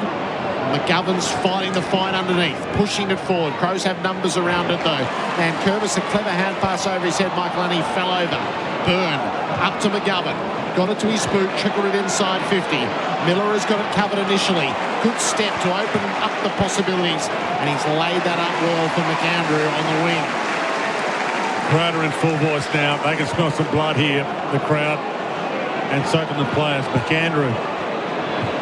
He just sits it up. Says, go mark that if you can. And Neil Bullen nearly did. It hits the deck. Rochelle got an ugly bounce. Ball slapped out by Walsh. Got it wide towards the boundary. Coming. Lays a tackle. Kept it in the area for a split second. Picked up by Florent. Well, crowd scream ball. Umpire screams lasso. Free kick Adelaide anyway to Neil Bullen. Crowd were right that time. Florent must have touched his boot. Unless the ARC's going to say, oh, no. You blokes have balls this up. It's a throwing. It never really looked like the lasso. Did you say he was here, Swanee? Oh, Swanee probably... Have you got his number? Well, he might as well get in the arc and start. In fact, what's he look like in Lemon? Could he go out and just actually get a whistle? I'm going to ring him. I'm going to ring him in a minute. Just tell him to get out of it. Get out of it. Neil Bullen still ended up with a free kick. Kicks it to the Hods, but all Boyd spoiled his own man. Crows are everywhere underneath. Hand past it coming into the pocket. Neil Bullen trying to straighten up. Good defensive lunge. Newman made the smother.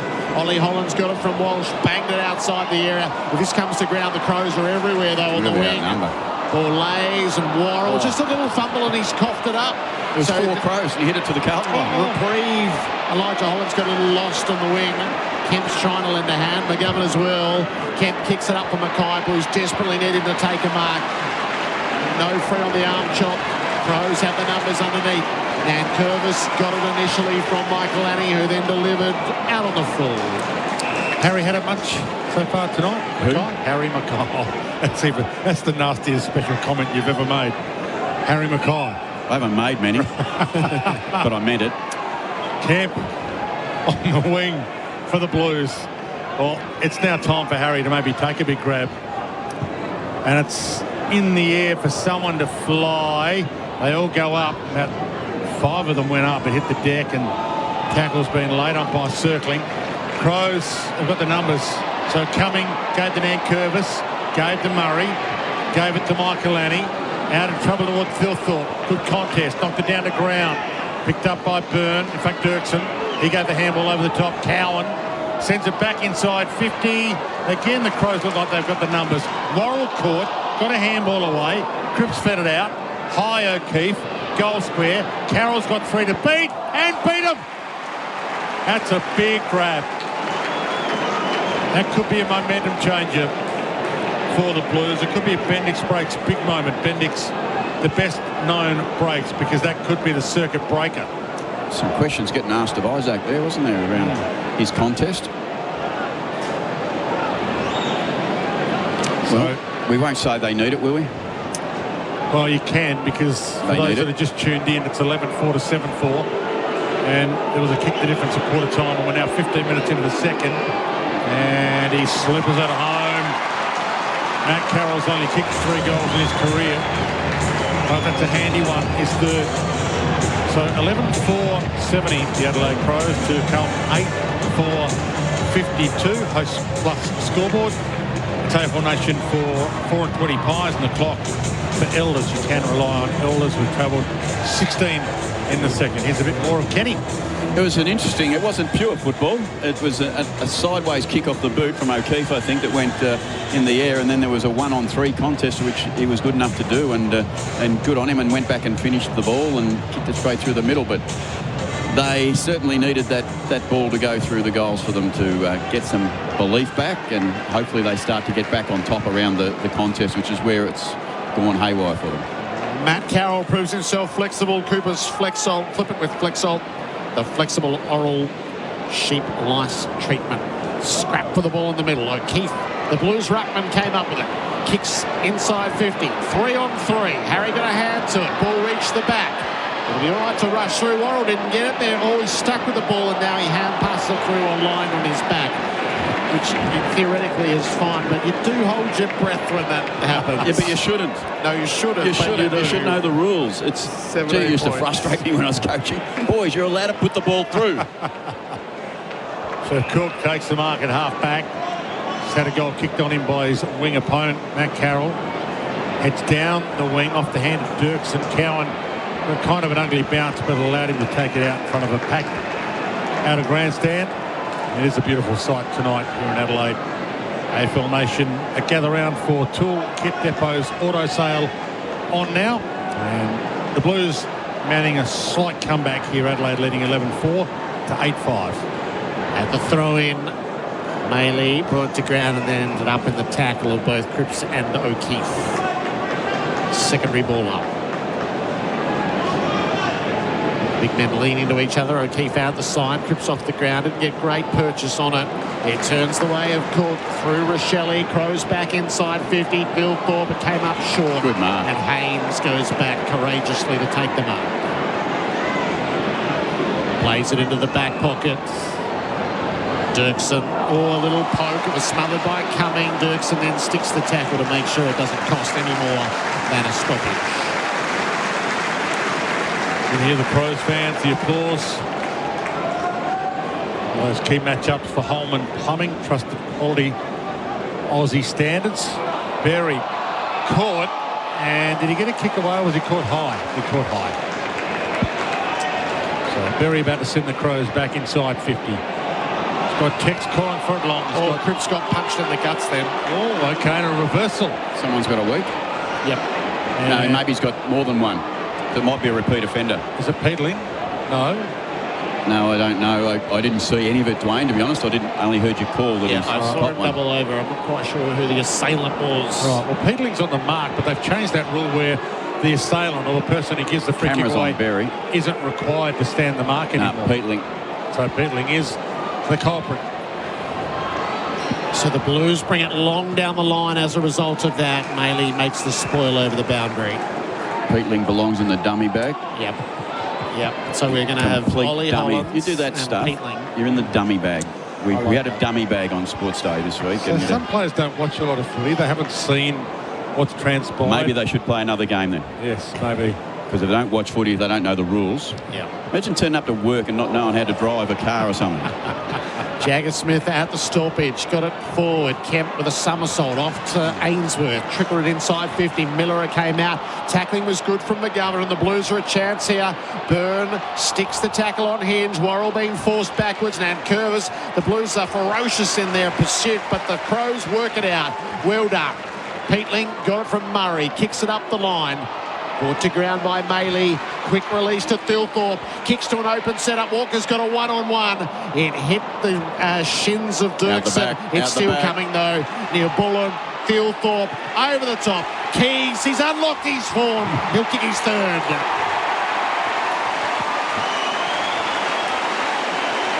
They always had the extra, Kenny. Yeah, they were out the back. They could see it coming, and they won it from the whole length of the ground. They won it in defensive 50 with an outnumber ball. They were able to then transition the full length of the ground, and they had lengthening players on the ground, which I mean is blokes spitting out the back and lengthening the ground for the forwards to kick the ball into space, and then Carlton can never catch up from there. And good on Ben Keys. He hasn't had a great week, and he's enjoying tonight so far with 3 goals.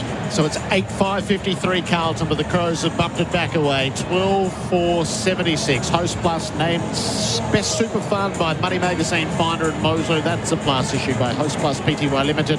Check the PDS and TMB at hostplus.com.au. So back in the middle. In a time on second term, but we've still got 10 minutes left. It'll be a 30-minute quarter again. McAndrew gathers out of the ruck, pumps it to half forward. Taylor with a little flick on. Saligo can't pounce. Taylor can't pounce. Saligo almost pounced in that congestion. Florent gave the handball up. Cowan's kick. Half smothered by Peatling. Hits the deck. Cook goes and gets it. Gave it away though. Ainsworth tackled by Cook. Almost gave it to him so he could tackle him. Ball comes back to Carroll. Half back flank for the Blues. Head down the wing. Good use of the body by O'Keefe. Goes and gets it. Got Dak. Got a handball away. To Williams. Flips the handball a little longer. Now, they've got the numbers, Adelaide. And free kick, Lasser. Okay, so last position out of bounds. Byrne will take the free kick for the Blues. Too far out to score, 70 from goal. Crows are all back now. Yeah. They're pushing them back. Slower play than might have been ideal. He kicks for the hot spot. Neil Bullen has filled that hole in front of Cripps. And it's the perfect transition player in the right spot. So he has stepped off his line. He's been told to play on. Doubles back, Neil Bullen. Second-guessed himself a couple of times, but does find Cook on the way out. Cook looks down the wing. Keys spoiled by Dirksen. Over the boundary for a throw-in. So what's happened in this term? Crows have added 6 goals to 1. And what was a Carlton lead of 7 points at quarter time is now the Crows by 23. Tossed into play, Pitton at the tap. Peatling, though, working underneath. And pass to Dawson. Got under the kick. Tex comes up. Dirksen with him. Ball spills to the back. Cowan has first access. Oh, it just eluded him. Kept getting further away from him. Happy to take the tackle of Taylor and get over the line before the umpire knocked him off.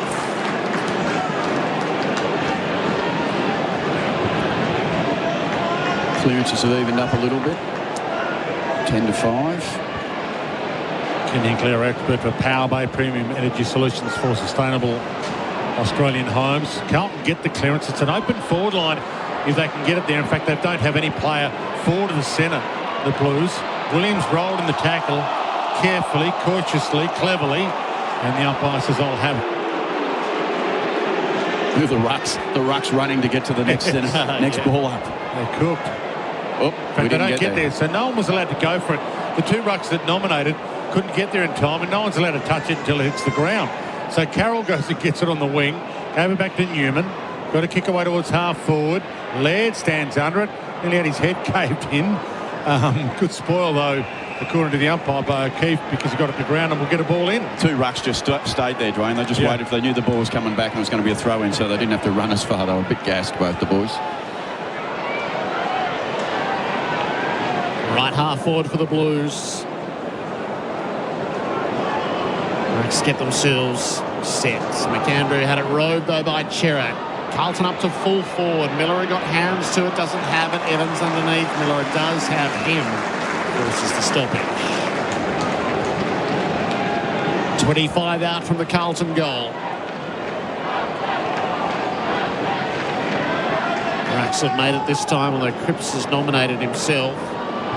Rode by Hinge off to Peatling. Crows clear the area, not for long. Peatling's been it out of the full. He just goes a little deeper into the dummy bag. He's in there. He's trying to climb his way back out, but it just slipped on the ladder. Back you go. Young pokes the Blues up to full forward. Cripps in front. 3 grubber. Not quite sure that was where it was intended to drop, but Cripps was able to take advantage of the fortune. He must be a big, strong fella, because that's Dawson on him in a one-on-one, and he couldn't move him. Could not move him, and Cripps just managed to juggle the ball and take the mark. He needs to go back and finish this. And all of a sudden, 59-76, it gets a bit closer again when it felt like Crows were absolutely smashing them. It hasn't been as accurate as he would have liked yet this season. Carlton captain. Patrick Cripps, angled to the right, 40 metres out. Yeah, you're right. Had the blunders about him. You're right, he went left. He's missed to the near side, so the Blues are down by 22. Host plus, that's a plus. Quick kick in to Malera. He goes wide to Tex, who takes the mark on the wing. Still got pretty clean hands, Tex, for his age. Heads toward... They've got a kick that lands in the field of play. Soligo, there's a free kick. Is it downfield? What happened? Soligo. 50, I think. Okay, so Soligo... No, it can't be 50 because Soligo's going to take it. Yeah, give him back to Tex. Oh, okay. It is. It's almost within range. Oh, that's another 50. Oh, boy. What's going on there? Frankie Evans, the ball was for Tex. Evans marked it on his way back. It's going to go to Phil Thorpe in the pocket anyway. Do you reckon? Well, to the letter of the law, that's a 50. Yeah, because it was so silly, but Frank just thought he was playing on. How can... He like us, so he didn't know what actually had transpired. He didn't realise it was a down-the-ground 50. He thought the kick, this is too easy. They're kicking it to me now. But to the letter of the law, the umpires are compelled to pay that free, really. They can't say, well, you didn't know. No. They have to pay the free if someone actually interferes with the ball going back to the goal and wins it. Harsh judge. Oh, the footy gods might play a role here. No, it clipped the top of the post. And it's spiked. He's stuck there. Well, someone had to climb up and get the ball. We didn't have to check that one. No. 12-5 to 8-6 is the scoreline. 4 minutes left in this second term. Another long second term it will be. Need to check out. They've got a slow leak, I reckon. Kick out to half-back. Ground ball to be won. Evans towed it forward, then really committed himself. Peatling though stopped him. Miller on the spillage. Gave it to Dawson. Blues have got extra numbers back, but Tex has got a mind to cause the spoil. Cowan brought it to ground. Ollie Holland stuck over the footy. 2 piled in on top. Pull it up. Well, Tex knew he had to go. He didn't really want to, and then he hurt himself, I reckon. So the age barrier got him a little bit. 50 out from the Adelaide goal will lurch from stoppage to stoppage. He did well, though. He aimed his fist at the ball knowing it wasn't going to get anywhere near there, but I'll still make it look as if I'm aiming for the ball. Pitnet. Sharked by Rochelle. Kicks up to full forward. Tex against 2. Brought it to ground. Or Young got stuck with the footy. Trying to get it. It was Dirksen who got stuck with the footy. Tapped it all the way with the help of Young. Through for the conceded score. It's a 4-goal lead to the Crows. It was one of those close ones between a throw and a fumble. As to which it was. You can get away with a fumble. You can't get away with a throw. It's a throw or a fumble? Might be. That was a good fumble as well because they got away with it. Ball to the back pocket. Boyd in those long sleeves. It does look a little funny with the long wide sleeves. His dance step was good. He goes to Byrne. His inside kick is dangerous. Walsh saw it knocked away from him, but they had the crummer. Hollands goes wide. Bouncing ball. One wing to the other. Collected. Chipped. Byrne did well. Got it to Ollie Hollands. He hands it to Newman. inside 50. They need a Mackay moment here. He does pluck it off hands, but he didn't have first grab. He tried to convince a few. He convinced none of the Crow fans. He half convinced me, but he didn't fool the umpire. No, McAndrew had first hands. Yeah, they paid a mark last week to Rioli. It was similar. Evans tackled at the stoppage, knocked off holding the ball. Just trying to create the play and get through the front. Swarrell with the resulting free kick. Well, we got 2 left on the Elders clock. We can rely on Elders. Worrell stays on the skinny side. Laird. That's a long look down the line as the veteran. Switch would be too risky. So best to stay on the broadcast side. Let him have a leap down the line. Spoils are made. Walsh underneath. Not nearly as prolific in this second term as he was in the first. Ollie Hollands and Young get to work. Ollie got knocked off holding the ball as well. You're right, Gerard Walsh only had a couple of... That's his third touch for the quarter. He had 15 in the first. Rankin up to Peatling. Gives it to Miller, who's hot. Stop, evaded Ollie Hollands. Kicks it up to the 50. Maley was the target. Cowan over the top. Tex at the back. Got it to his boot right to the teeth of goal. But Carroll smacked it at both ends. Carroll. And he's got it on the last line. He's doing that Ollie Dempsey work down the wing all the way from one goal square to the other. So, that's a dangerous kick with a minute to go. Hinge has cut that off. The kick was intended for Chera. Gee, I don't know why you have to be so aggressive with a minute left. So the Adelaide Crows get a chance for a late score here. They've got the ball inside their attacking 50. The umpires waited an eternity for the Rucks to get there. They're cooked. They could not get there at all. And it's a Shepherd that's been paid against McAndrew because Pitternet, who couldn't get there. Hinge is really sore too after that spoiled one. Had a bit of extra help not getting there by shepherding Pitternet off the ball. So Pitternet a bit more cautious, pumps it down the line. Mackay's there. And it was knocked away from him. The flick handball from Rankin was awesome. He gets it back here after Nankervis played a role. No, he hasn't quite got his touch. Isaac. Carroll cuts it off. Gave it to Chera. And with a matter of seconds remaining, kicks out wide towards the wing. It wasn't a great kick. Coming, cut it off, pokes the Crows forward. Coming out was Newman, brought it to ground. Ollie Hollands lends a hand. Newman clears the dangerous area. Boone has it at halfway. Signs are all up on the bench, so we'll know that we're in the dying seconds. Kicks for Evans, double coverage. Crows take a 4-goal lead to half-time. A little bit of a kerfuffle in the aftermath between Worrell and Evans. It looks like they'll part company without incident. 12-6-78 Adelaide. Kicked 6 goals in that term. Carlton 8-6-54. Goal kickers 4 for Rochelle, 3 for Keys. Singles to Thilthorpe, Dawson, Walker, Rankin and Neil Bullen. 2 each for McGovern and Ainsworth, with 1 to Chera, Florent, Elijah Hollands and Carroll. Ken Hinkley, give us a thought or two. Yeah, well, very early on in the quarter, the Crows were absolutely dominating around the contest. The conversation that Matthew had with them at quarter time certainly worked. They ended up winning the quarter contested possession 40-28, so they got back on top where they needed to, and they've maintained their pressure. Their rage on round pressure has been very good, and they got the game on their terms, and that was what we anticipate probably would happen at some point in the game, and they managed to do it for I would have thought for the first 15 to 20 minutes of that quarter, and then it started. Carlton got it back into a contest. It was a staggering move, wasn't it, with Cripps not being on the ground without trying to make too much of it, but you're absolutely doing a lot of things right around the contest. He's your captain, he's probably your second or first clearance player, best player you've got on the ground, so in any time. So you wonder why that move was made, and was the second half in the coach's mind about how much longer can we last in this quarter. So I don't know, it was a strange call for me, but Crows would go in pretty happy, and I don't, this sounds a bit silly, but I'm actually okay that Carlton are behind. Yes. In the second, to go into the second half. It gives them a chance to, Gerard, to go in there and be a bit risk-free almost, because you're in a position now that no one expects you to win, and you get a chance to do something about your second half. Last week we've seen the third quarter improvement. Let's hope we can see 4 quarters. There was 5 goals in 9 minutes from the Crows at the start of that term. That set the tone. It's Adelaide by 24 points. We have a guest announcer coming in at halftime in Gather Round. Bharat Sundaresan is going to join us next. This is AFL Nation for 4 and 20 Pies. That quarter on AFL Nation was for Host Plus, named Best Super Fund by Money Magazine, Finder and Mozo. That's a plus. Issued by Host Plus Pty Limited. Check the PDS and TMD at hostplus.com.au.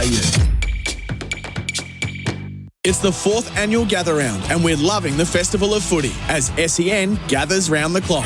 With thanks to our presenting partners, Toyota, good for footy. Support your local club. This footy season, it has to be Heinz. And Mega Rewards. Unlock your mega moment. Melbourne and Geelong, Sexyland is your trusted adult products destination. With 11 stores across the region, we offer Australia's largest range of adult products. Shop confidently in-store, open late 7 days a week, or order online with 2-hour delivery across Melbourne and Geelong. Whether it's choice, convenience or privacy, we've got you covered. Visit your local store today or shop online at sexyland.com.au.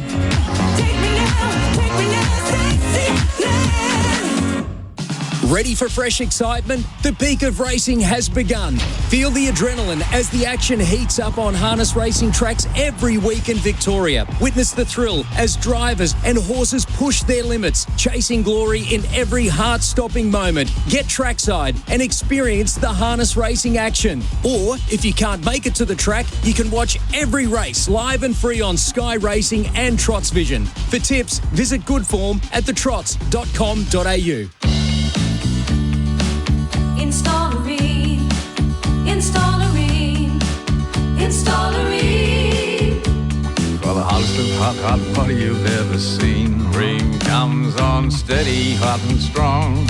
It just keeps on and on. Save on hot water energy use by up to 71% with Ream Ambi-Heat Heat Pump. Installerine. Accept nothing less than Australia's best. At CommBank, we'll help you get your business in shape, no doubt.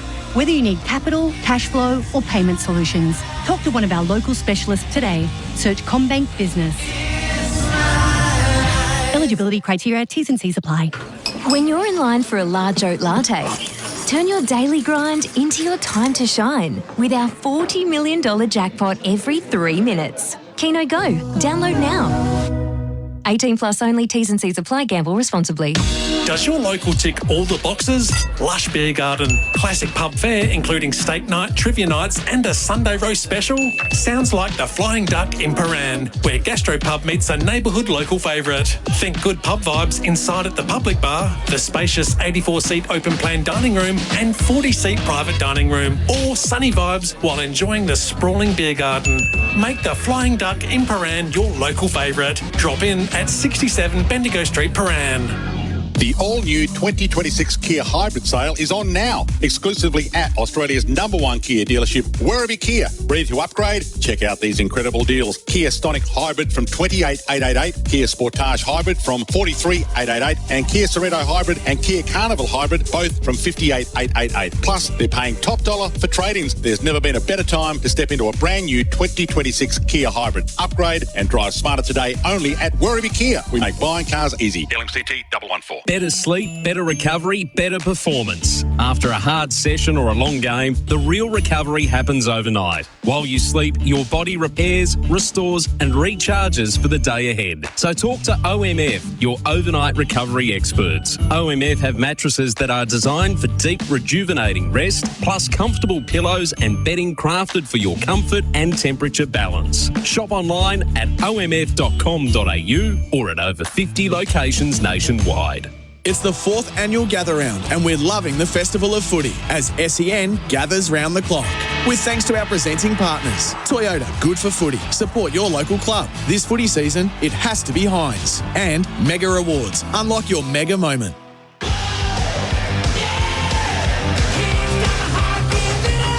You're listening to AFL Nation for 4 and 20 Pies, Australia's original fan food. Backs out of a jam, goes to Rochelle, and he is the hottest of hot right now. He's got 4.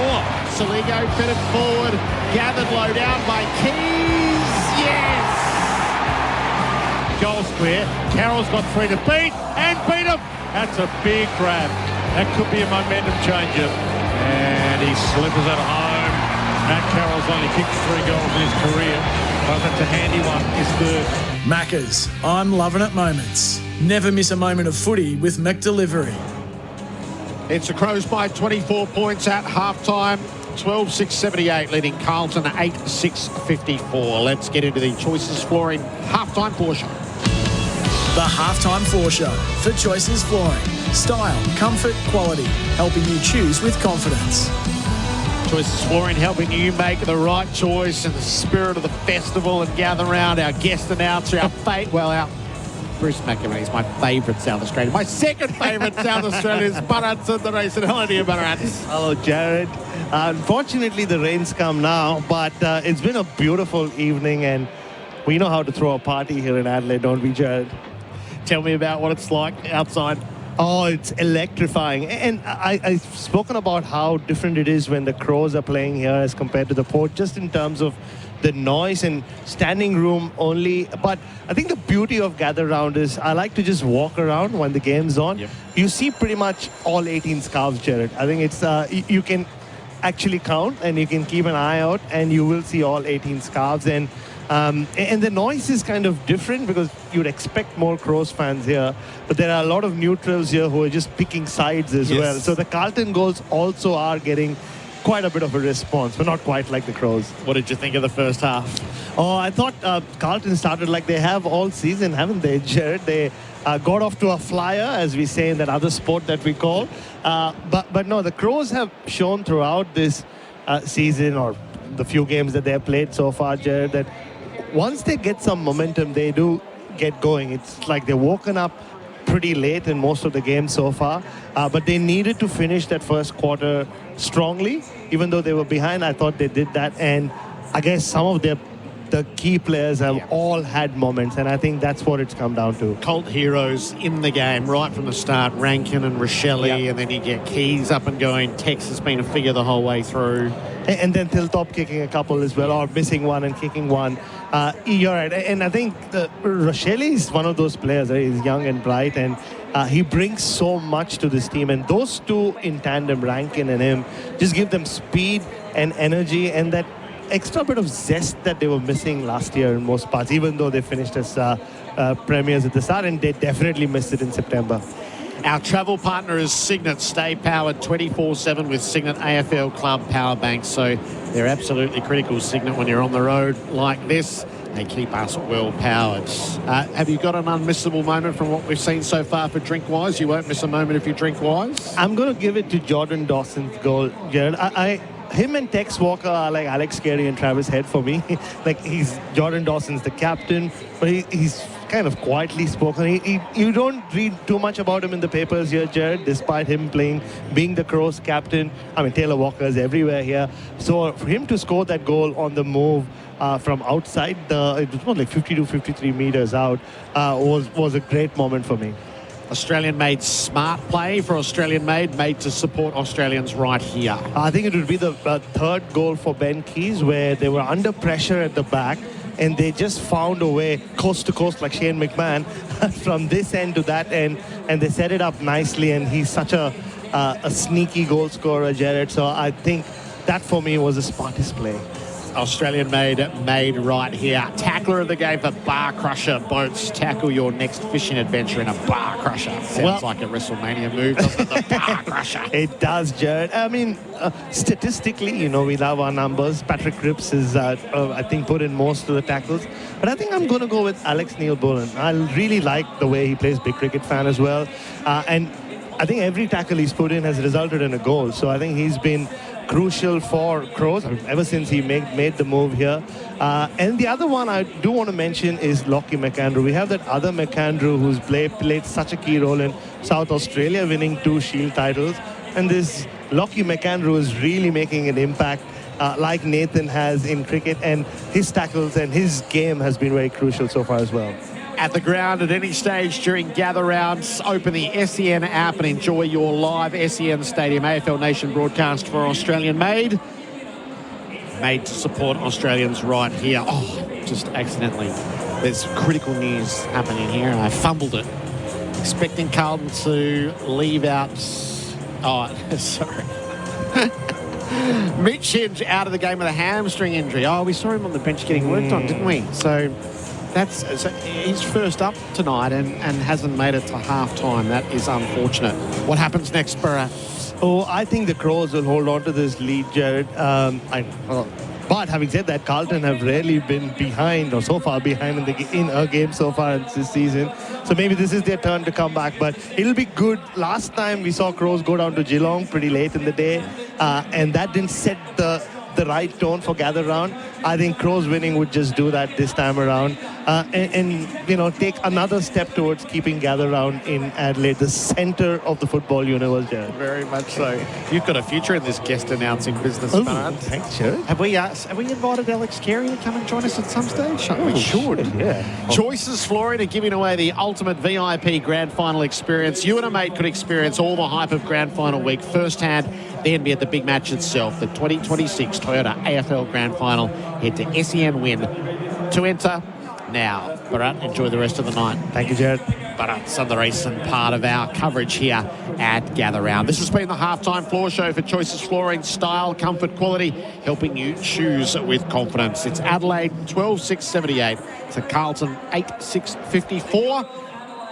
AFL Nation for 4 and 20 pies, Australia's original found food. And as we bring Ken Hinkley back in after the break, the goal of the day so far for Beaumont's for hard flooring. The goal of the day for Beaumont's. Discover hard flooring at Beaumont's. Hybrid, timber and laminate for every home and budget. Rankin comes up with it. David de Berry. They're off and running. He launches. Here's Tex. He's up. Got hands on it. Knocked it down. Rochelle. Amazing. Wow. That's Rochelle at his best. Up against the boundary.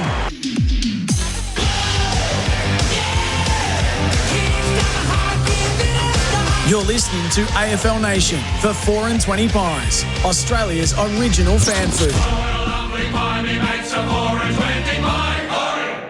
Did you know when you purchase 6 or more bottles of wine here at Liquorland, you'll save a massive 10% off the total cost just by scanning your flybys? It's never been easier to stock up and save on our great range of wine. Scan your flybys at Liquorland and collect points to get more rewards, holidays and money off your shop with us. Whatever the reason, Liquorland will bring the drinks. Cheers. Liquorland. 18 plus only. T's and C's apply. Choose to drink wise. For 185 years, Elders Real Estate has been embedded in the fabric of our country.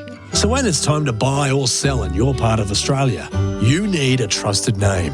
Someone who knows Australian real estate like no other, who understands that it's not just a house, it's your past, it's your focus, it's your future. Someone with a network that runs deep right across Australia. There's one name you can rely on, Elders Real Estate. Darren's days of digging blind are over. Ever since he blindly dug into that internet cable and took out an entire neighbourhood. Ever since his insurance declined to cover the repair costs. And ever since he saw that he was millimetres away from also striking a high voltage electricity cable. Don't be like Darren. Always search before you dig online before every job to avoid striking buried pipes and cables. Search before you dig online every time. And never dig blind. So, you've had a car accident and it's not your fault? Now is the time to take control. Just call Sheen Panel Service. Questionable insurance companies equal questionable repairs. Come to Sheen to get the right advice. We'll provide an accident replacement vehicle and a lifetime guarantee on all repairs. Plus, we pick up and deliver 24 hours a day from 27 locations across Victoria. Questionable insurance companies equal questionable repairs. Call Sheen first. 1300 Repair. Sheen Panel Service. Game day, training day, or just couch day watching the footy, here's a simple win. Ditch the chips and grab a healthy handful of Aussie almonds instead. They're packed with plant protein to help support muscle recovery, they've got good fats for sustained energy, and they keep you feeling fuller for longer. No greasy fingers, no mid-arvo crash, just natural fuel that goes the distance. So next time you reach for a snack, fuel like an athlete. Make it a handful of Aussie almonds. At Beaumont's, we're more than just tiles. Discover a full range of hard flooring, hybrid, timber and laminate for every style and budget. Plus, we can help with installation, making it easier. Visit in-store and find more for your floor. Beaumont's, more than just tiles. Running towards goal. Whoa, that's holding the ball. That commentary with a little adult twist is brought to you by Sexyland. They get it, now so can you. Right to the final siren. Australia's biggest range of sexy costumes, lingerie, couples toys and fun gifts and games for adults. Sexyland. 11 stores in Melbourne, including Geelong and new store in Seaford. Open till midnight, 7 days a week, or shop online for 2-hour delivery. You know what I love about race day? The thrill, the noise, the glory, but most of all, the feed after a win. That's why I head straight to the Rising Sun Hotel in South Melbourne. Premium steaks that hit harder than a last-minute plunge, service smoother than a jockey's silk, and every race live and loud. Whether you're up or down or chasing a miracle in the last, they've got your back. Rising Sun South Melbourne, backing winners with premium steaks, high-quality service, and the thrill of every race day. K-pop Demon Hunters, Haja Boys Breakfast Meal and Huntrix Meal have just dropped at McDonald's. They're calling this a battle for the fans. It is an honor to share. Pick a meal to pick a side. Available for a limited time at participating restaurants. Not for children under 15 years.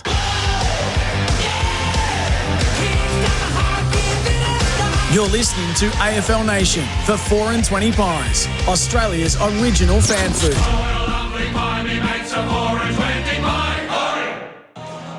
AFL Nation gather round for Toolkit Depot's auto sale on now, and AFL Nation for 4 and 20 Pies. Great to have your company wherever you're listening around the planet. Halftime here, and it's bucketing down. It's coming down very, very heavily. In fact, it's been coming down here for 2 days very heavily, but this is arguably the heaviest it has come down. 12.678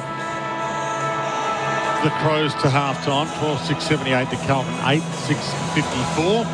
And how much this changes the complexion of the game, only time will tell, but you can almost be guaranteed Ken Hinkley, our expert for Power Bay Quality Solar Solutions, that Michael Voss won't start Patrick Cripps on the bench for this third term like he did the second.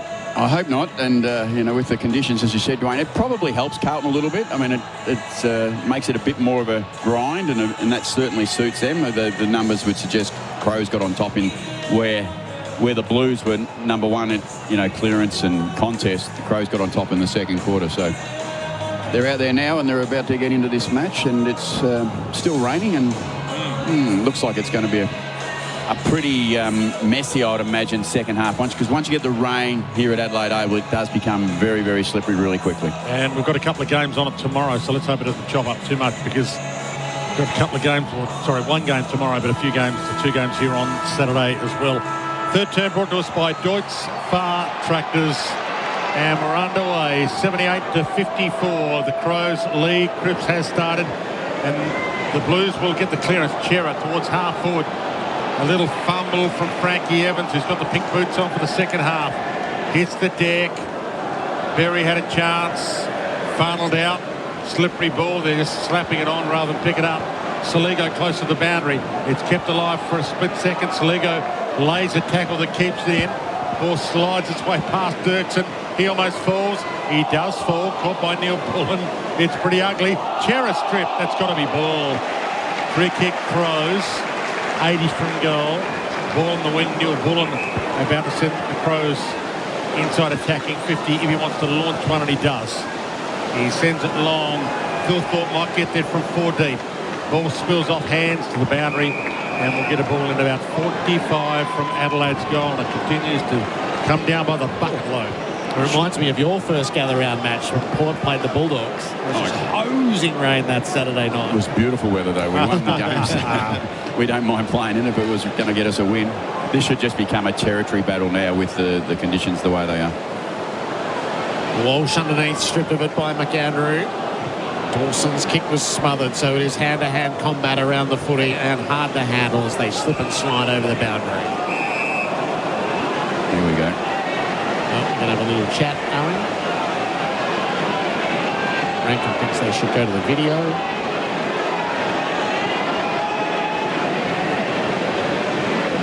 So we're calling for the rugby union captains to come and have a chat about it. Oh, that Carlton was there for a kick. It's an Adelaide. It looked like him off the back heel of a Carlton player my first look at it, but I'd like to see it again. Maybe off the studs of Evans' boot on the slide. Keys pumps the Crows to full forward. They fly. Thilthorpe hands to it. Kicked off the ground by Young, straight into the pack. Cowan hand passes close to the boundary. Slapped back by Rankin. Tapped on. Keys worked it to a more central location. He was cut off pretty well by Haynes, who lobbed the ball at the defensive 50. It had to be good, and Ainsworth hugged it to his chest for all that he was worth. Replay showing the ball was close to out as well moments ago. Wide ball. The Flyers go up. Skims off Knuckles. Gathered by Carroll. Sends it long. Mackay. Goal square. Hits the behind post. So it's a ball in forward pocket for the Blues. Rain continuing to bucket down on the Sings replay as well as to whether the ball did go out, didn't it? Oh, yeah. I'm with you, Dwayne. I think the ball crossed the line. Too late now. They can't bring it all the way back. We've played 30 more seconds of footy. Blues in attack. McAndrew swiped it away. Rochelle didn't get hold of it. Michael Annie did. Laird poked the kick. Not terribly far, though. And Florent has got it 60 out from goal. Just takes his own sweet time. Now winds it up right to the teeth of goal. This will go off hands through from behind, as David Parkin used to call that the apoplector. Just can't be taking that shot. The apoplector. It would drive him to be apoplectic when these players just kick to the line with no hope of getting it through and it will be rushed over the line. I'm with David. Yeah, that's just so dumb. 23 points down the Blues. Miller runs from fullback, kicks down the spine. Blues had the numbers. McCowan dropped it. Tess crumbed it. Gave it to Saligo. Here we go. A roller in front of Neil Bullen. Newman. Slapped away. Newman went to ground. So now it's a 2-on-1. Crows at the 2. Neil Bullen dives in. Ball shoveled out. Rankin couldn't get his hands on it. Ball hacked around the body by Florent. Got it to defensive 50. Crows are set up the wall. Tex gave it to Rochelle. Bounced off one. Gave it to Cook. Danced it. Was good. Central kick to Cullish. Umpire said, the umpire a long way off the ball said push. Umpire with a better view side on said no. But that's why we've got multiple umpires, because one's got to get it right. And there's an injury here to one of the Blues. It doesn't look right. Who did the pushing? So it was one of those pushing or marking contests. Yes, that's what I was. Injuries, is it? Well, but it was a Carlton player that did the pushing. Yeah. And maybe hurt a Carlton player. Or he hurt himself. He did. He hurt himself. I think Frank might have got him. Frank Evans might have got him on the drive-by. So McGovern is going to come off, walking with trainers around him. Now he stops and delays it. So the umpire stops and delays play. So under this instance, you would hope that McGovern does end up coming off, as opposed to saying, no, I'm right now, which has happened a few times this year. So what's your view? I think if you injured and stay on, if you stop play, you've got to come off, I reckon. What are your thoughts, Gerard? Yeah, I agree with that. Yeah. You either wave everyone away, or as soon as you delay the game by 90 seconds, off you come. Yeah. Get sorted over the boundary. I don't mind if you're off for a minute, but you come off. Yeah. And you come off as quick as you possibly can, as long as you're not obviously badly hurt. Yeah, yeah. So Isaac Cumming now contemplates his shot at goal. He is directly in front and 30 metres out. So for all that took place, the complexity of it, this is a pretty simple shot. And Cumming is up to the task. And the value of each goal in these conditions multiplies. That's the biggest lead at 29 points. The Deutz Spa Tractors scoreboard. The Crows 13-6-84 lead Carlton 8-7-55. Yeah, I reckon you're right, Gerard. I think we had 2 for 1 now with the conditions. If every one you get, it's probably worth 2. And gee, it's another strange decision by a player in that position on the ground. Like, it's wet, it's slippery. just make it a contest, hit the body with the body, and the odds of him marking that ball coming are very low. But you just gave the umpire no choice. Yeah, that's the thing, isn't it? You kind of do enough to make the umpire have to make a decision as opposed to don't make him make a decision. Yeah, he had no choice. Yeah. You know, and the out-of-zone umpire made the call. Back in the middle we go. Cripps rows the tap, pokes the Blues forward. Bouncing ball. Ainsworth knocked it to Pitnet, who went off the ground. And then Walsh dumped Rochelle. I doubt he ever had that. Rochelle's free kick at centre-half back. I still laugh when players go, why? Yeah. Well, it's because you grabbed him, you didn't have the footy, and you threw him about 5 metres. 4 first-half goals for Rochelle. Plays it out the side to Worrell. He's going to bring it up the line. No finessing. Just take the ground. Kick it out on the full, though. I would have finessed a bit more. So Young gets the ball back for the Blues. They had their little prayer session before they headed out after half-time. Travis spoke as the Minister of Hope. Okay. Which God did they pray to, Gerard? What are you talking about? On Good Friday, they came together and had what looked like a little prayer session before they ran out. They did it again here. And Bokey took the lead. Yep, Bokey's running that. Mackay gets a touch here. Who? And he sends it long, does Harry. Sends it to the top of the goal square. Rochelle gets back, toes it outside defensive 50. Good attack by Haynes, but he gave it straight to Neil Bullen. And Neil Bullen kicks it long. Keys has got 2 to beat. It's put to grass. Keys did pretty well there. Made sure that Young couldn't mark it and made sure he didn't give the free kick away. Hollins has a chance. Fumbled at Ollie. Crows get players around it. You can hear the crowd screaming, the Crows, for a free kick. That's what we were talking about before, Dwayne, was Keys. All he had to do was make it a contest and the ball hits the ground. Yeah. McAndrew just pushed Pitnet through the contest. It's much easier, isn't it, from this box? Just knock the dumb stuff out, though. Hand pass to Newman. Up beyond halfway, Mackay presents. Hands to it, couldn't complete the mark. A touch of boot on the way over. Umpire says no initially. It'll be a throw-in. Just on your apoplectic, David Parkin, I think Mark Williams had a rule when he was coaching that everyone had to, pre-game, test how far you're kicking today. Test how far you're kicking them to make sure that you know. Oh, here we go, the ark's in it. Ark's in the meeting. Secret Service is on the spot. Hands and ears. It's going in the bag. Yeah, it's just not necessary. Mate, who? That ball may have brushed the shin of Evans on the way through. Rochelle kicks it long up the line and off hands. Oh, isn't that touched? I'm confused. Check that one. Have a rest. I'm confused. They're checking. NASA plays a role now. They're checking with those that aren't looking after Artemis in the big booth with 55 TV screens. Mackay goes up. Can't mark it. Off hands. Evans gets it. This is good for the Blues. Evans bounces on the slippery deck, and then he can't hit a target with the kick, unfortunately for him and everybody that barracks for the Blues. And we'll get a ball up inside attacking 50. You love his intent to try and do the right thing, but the goal square's open, it's wet and it's slippery. Yeah. Let it slide through. So ball toward Neil Bullen and Rankin. Rankin drop kicked that off the carpet, got it in the Keys direction. Oh, Keys caught Carroll by the ear. Or did he? By the collar maybe, and maybe it wasn't high. It certainly slipped high. The rule says if it's above the shoulder, Dwayne, that's high. That's high. Okay. Doesn't matter if it's the collar, it's still above the shoulder. Ball to the back, and the umpire's found a free. Another free. For high in the marking contest to Williams. Well, he might be hurt here, Williams.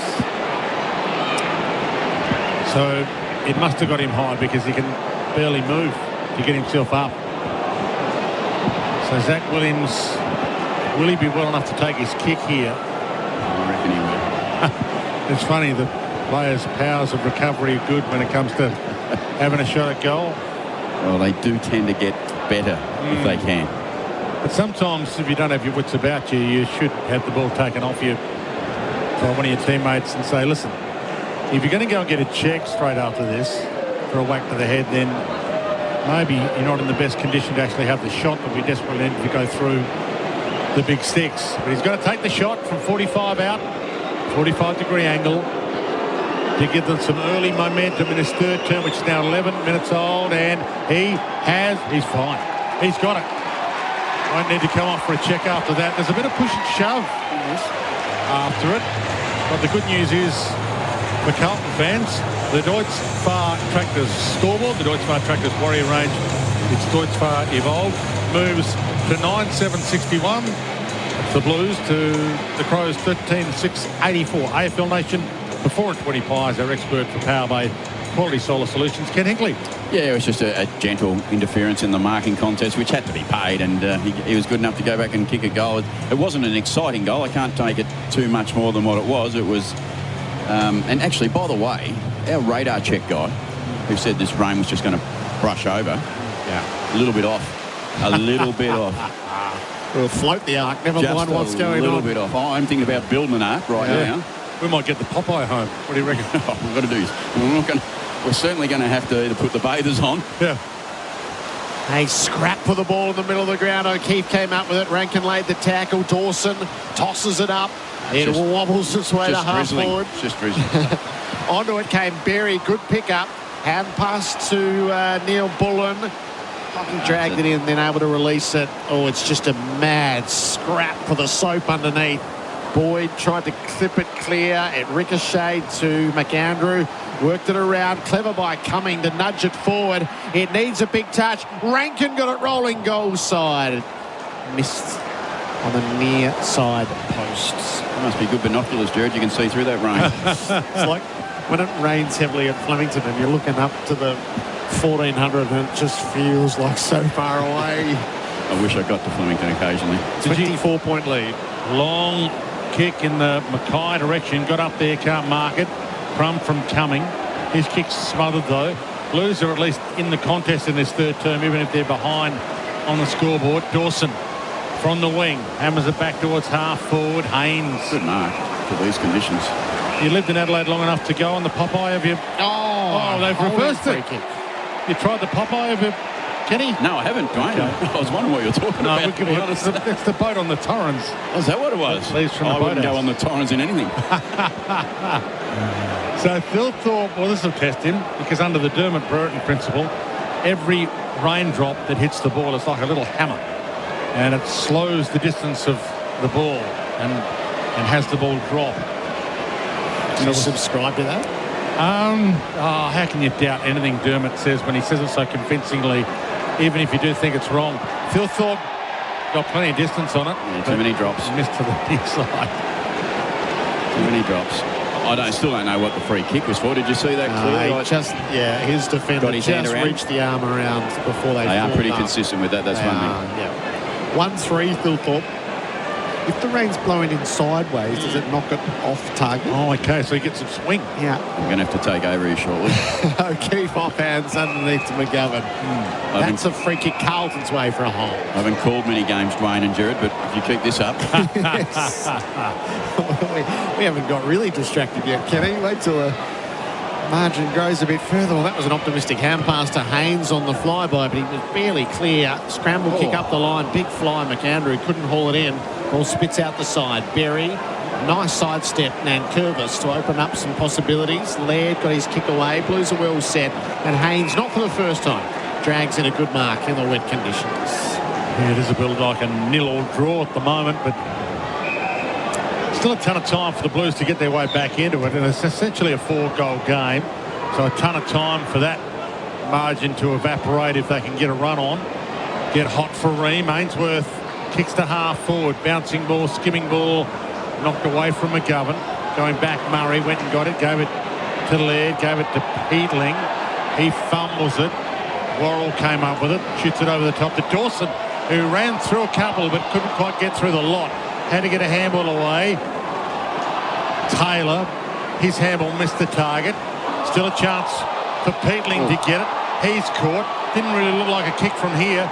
Taylor came up with a crumb. Dumps it long. Phil Thorpe, he got a hand on it, thumped away from him. Back toward the boundary, close to the line. Cowell didn't take it out. Cumming kicked it off the deck. It's ugly. Haynes didn't do anything with it. Keys toe pokes it inside attacking 50. Young in the hole. Gave it to Williams. He kicks from defensive 50 to McGovern. He's about to pounce. Murray, McGovern. 80 from the Blues goal. McGovern does pretty well. Murray does even better. Ball came to Byrne. The cavalry arrives for the Crows. Cook to Laird to Nankervis for the applause as Worrell heads out wide towards the wing. Coming on the stretch, Carroll got his fist to it. So dogged defending, wasn't it? Yeah, that last bit of play was outnumber work rate. It was purely outnumber work rate, and Crows had that, and this is where Carlton's been questioned in second halves. Have you still got the outnumber work rate? You win ground ball when you've got an outnumber work rate, and the Crows are very, very good at that consistently over their last couple of years. Ken Hinkley for Power Bay Quality Solar Solutions. Out to throw in. Cripps underneath. Fed the hand pass up to Florence. Kick under duress. It's paid out. Yeah, one umpire was going to pay it out of the full, but that was clearly smothered off the boot. It'll be a throw-in. T7. Is that what that is? Good sign. The reverse sign down here by Carlton. T7. Any guess as to what that means? No, I've got no idea, but I get a little bit wandery sometimes myself when it comes to those signs. This might be more pie than T7. Oh, pie, I like it. It's free kick in the ruck. Pit nets. Feeds it around the back. Florent took them on. Had to get the hand pass forward quickly. Jagger Smith sets the Blues too wide out on the full. Haven't seen much of Jagger, I don't think, during the night. He's trying to pinpoint his perfect passing route, just banging in under these conditions. Just having a quick look. He's had 8. Down the line towards the wing. Young got a big fist on it down to Carroll. He's caught by Cumming. The rain continues to bucket down here. It's going to be a tough walk home across the footbridge. Pit net. Shouldn't be so selfish thinking of myself. The game's on. Cripps heads wide, and well, it's horrible for Cripps as well. He can't keep it in. Ball out of full on the play on the full back pocket for Adelaide as we about to tick into time on third term. 18 gone, and it's 61-86. Crows lead. AFL Nation for 4 and 20 pies. Long on the kick in. Maley had a fly to pack. It's a very fine grab in any conditions, let alone these. Hand pass to Nankervis. Brings the Crows to halfway for Rankin. This is a good move. Rankin just dragged the kick lower than he intended. And Haynes has been pretty good. Tex came at him. He'd been called to play on. Haynes had to kick off the outside of the boot. Cumming spoiled by Carroll. Chop of the arms. Cumming with it. Left half forward. Crows can get it in deep. Philthorpe and Tex are both there. Offhands Rankin. He's the danger. Centering ball. Just missed Taylor. What a bad idea. He should have been selfish and just had a ping. Chera had a fumble. Oh, trouble. The white wheel got caught. Run down in the pocket. They're going to ball it up. Boyd hands it up. You were like me. You wanted him to have a shot, didn't you? Yeah. We wanted him to have a shot. Totally on. Slip it across the surface. Curl it in. There's about 20 players around this ball up. Close to the boundary. Forward pocket, Adelaide. Umpire to sort it all out again. Rankin's lurking. Ball flicked out toward the boundary, and Peatling tried to claim a free kick. Gave it away. While he was claiming the free kick, he realised the ball had actually stayed in. He could just bend down and pick the ball up. But he gave it to Rochelle, who kicked it out. Who thought he could kick his 5th. Yes. From the scoreboard. Difficult angle. 1 goal each in torrential rain in 20 minutes of this third term. Long kick on the way in. Harry Mackay made the spoil from behind. Hands it up to Cripps. Maley gets in the way. Boulays gets in the way. Ball spills out the side. Taylor has it. Gives to Peatling. Kicks the Crows right up to full forward. Fulthorpe's trying to make the ground. Cowan couldn't take the fair catch underneath, and he's dragged out over the boundary by Rankin. He was left to sit under that ball for a long time. It was a terrible ball for him to sit under, wasn't it? He'd done a pretty good job to stay there, to be fair to him. The big fella was coming in from behind, Big Riley. Ball about to be tossed back in. His passing shower's nearly passed. Yes. All not down. Finbar Maley nearly got a kick away. Big Texan bent down. Slippery ball. Haynes wobbles it outside defensive 50. But it's about to be coming back in, although not going anywhere was Taylor. It'll be balled up on 50. So the ratio of a circle's circumference to its diameter, I'm still trying to work out why pi was represented on the boundary and what that does mean in a footy context. So by all means text it in if you've got an answer to that. But The pie sign was up. Ball out of play. I went early. I followed it at half-time. I had a pie. Yeah, very good. AFL Nation is for 4 and 20.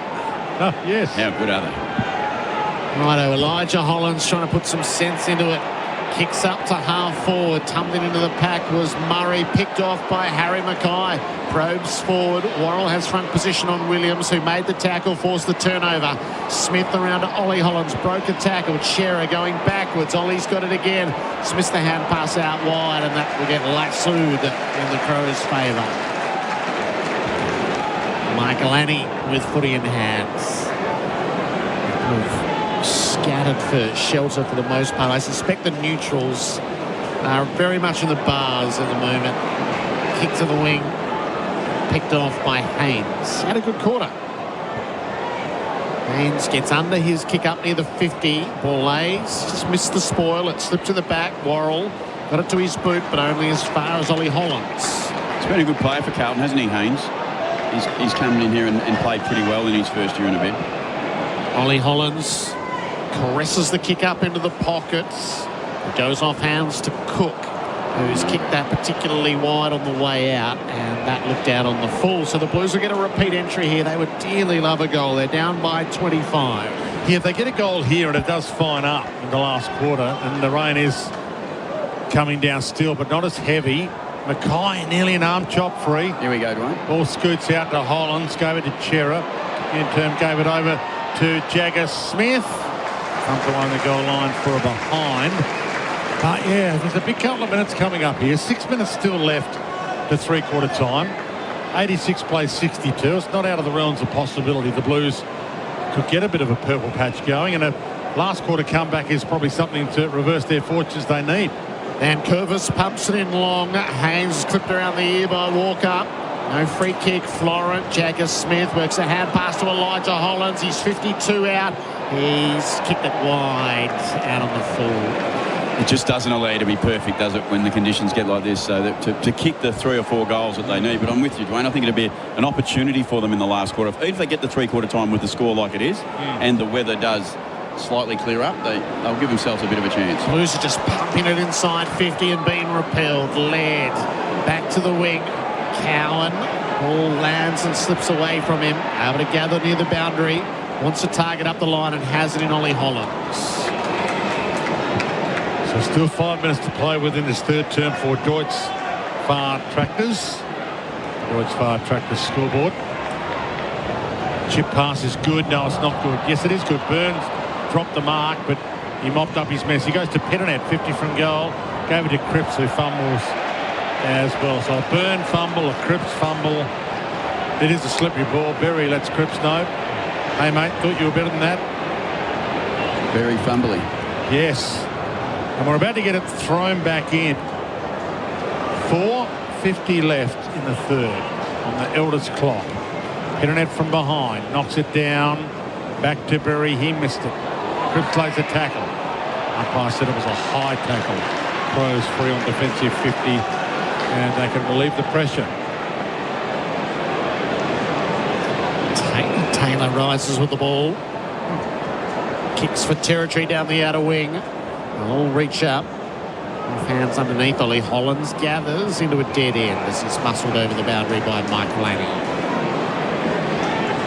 We were a bit spoiled in the first half, weren't we? We had some great scoring and some great football, and certainly the conditions have made it a much more trying game for both sides. I don't think you can expect too much better than that when it's as wet as it's been for the last quarter. At the throw in. Comes to the front. Rochelle hand pass blindly. Chera, Cripps, Jagger Smith ducks back inboard. Carlton another inside 50. Mackay can't quite complete the mark. He set his hands to a few. Burn tackled. Ball slips goal side. Elijah Hollands tries. Can't get it any further. Laird hand passes it wide of the play for a throw in. I do feel the most sorry for those who decided on the Riverbank Grandstand roof walk at the start of this quarter. Are they stuck up there? It would be hard to get down. Well, in these conditions. It's not something I've done much of, manage the roof walk, but I think it'd be a bit slippery. There are a few still up there, so we'll keep an eye on them as we're keeping an eye on the footy. As long as they stay up there. Nankervis, well, he's caught by the shoe there. Umpire says, I'll have it. Good spot for a ball up here for the Blues. 20 metres directly out from goal. They've owned possession in their half, essentially. Ball knocked down, Pitternet to Cripps. He didn't have it and he was slung. Could have got a free. Frankie Evans had it. Couldn't get his boot on it. Ball came to Cumming. He tries to hammer it out. Cook flies. Missed the lot. Carroll gave it up. Chera. Oh, good tackle. Just as he thought he was going to have a flying shot at goal, Rankin wrapped him and ball. That is a tackle of the day for Bar Crusher Boats. Tackle your next fishing adventure in a Bar Crusher. Speaking of tackle, he nearly pulled his shorts right down there. He should have pulled his shorts off because he ignored his teammate who was running by. Cook got it from Rankin, kicks it up the line. Thilthorpe brought it to ground. Young, though, ended up with it. Dirksen coughed it up. Hand pass picked off. Hinkley works it to half forward. They fly, and the ball got to the back. Tex is there, needed support in board. Boyd did well, stuck the tackle, wins. He didn't pay holding the ball. Olby. He faked the handball, Tex, and got tackled. Clearly took him on. Yeah. Tackled to a standstill. Rankin's on the fly through the stoppage, went without it. Walsh knocked over the boundary. It's become a very basic game in this term. The Deutz Far Tractors scoreboard stubbornly refuses to move. Walsh has had 20 for the game after having 15 in the first quarter. Back into play. McAndrew slaps it down but couldn't find a teammate. He found Cripps, who wobbles it back outside defensive 50. Miller puts it back inside attacking 50. Tex claims he was held. Umpire says no, and we'll get a ball in 35 metres around from the Adelaide Crows goal. So 28 gone. Third time on the Elders clock. Elders looking for an agent you can rely on. Trust the team at Elders Real Estate. A goal either way here would be pretty big. Closing in on three-quarter time. Dawson tried the big thump on. Berry goes and gets it. Gave it to Miller. He dropped past a couple. Two side steps. To the right, and right to the teeth of goal. Off hands, Taylor, he tried likewise. To Keys, he tried likewise. To Thilthorpe, who kicked it across the face and on the full. Looked like about 3 times it was going to be in through the goals and then ends up out in the full. So what looked like a simple goal turned into a pretty ugly kick. He's kicked 1 3 and 1 out on the full. Riley Thilthorpe tonight. Crows by 24. Bendix breaks, big moment. Bendix, the best known breaks. Kick in long, knocked away from Harry Mackay. Neil Bullen socketed off the turf. Boyd knocked it to Elijah Hollins. Oh, that's a risky hand pass in defence in wet conditions. Thilthorpe towed it away. Cook couldn't quite get it to a teammate, so went again. Berry left it behind.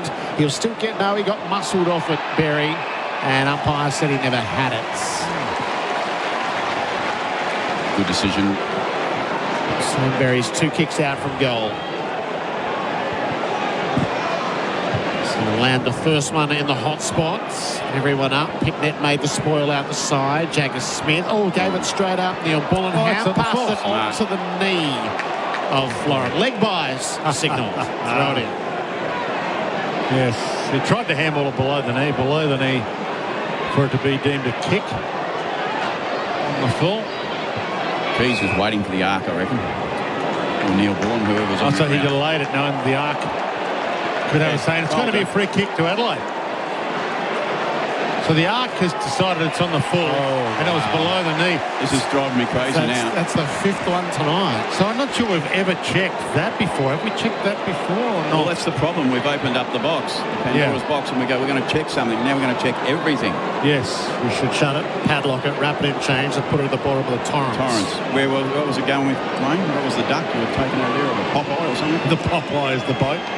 Alex, Neil, Bullen kicks a goal. Oh, that hurts. If you're a Blues fan watching at home or driving home in your car, that's almost a dagger to the heart. You slave away to try and stay in the game, and the arc pays a free that wasn't there. The umpires didn't see it. Wasn't there to the naked eye of the 4 out there, but the arc says it was there to their eye, and that's all that matters now. It's in the book, 14-8 to 9-8, with a matter of seconds left to three-quarter time. Yeah, I'm not going to talk about the goal, I don't think, even though it was a good finish at the end. I'm going to talk about why we are doing this to the game.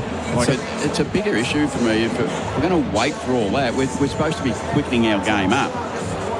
One scoring high makes the game slower. Now we've added this in, it's going to make the game slower again. Look, I get it. Everyone will say, enough people out there will say we should get it right. That's the most important thing. I'm a little bit more old school and say just let the game flow a bit more. It's such a big change to the game, and it's been graphically illustrated tonight. There's a throw in the middle as the Crows threaten to come forward against Dawson.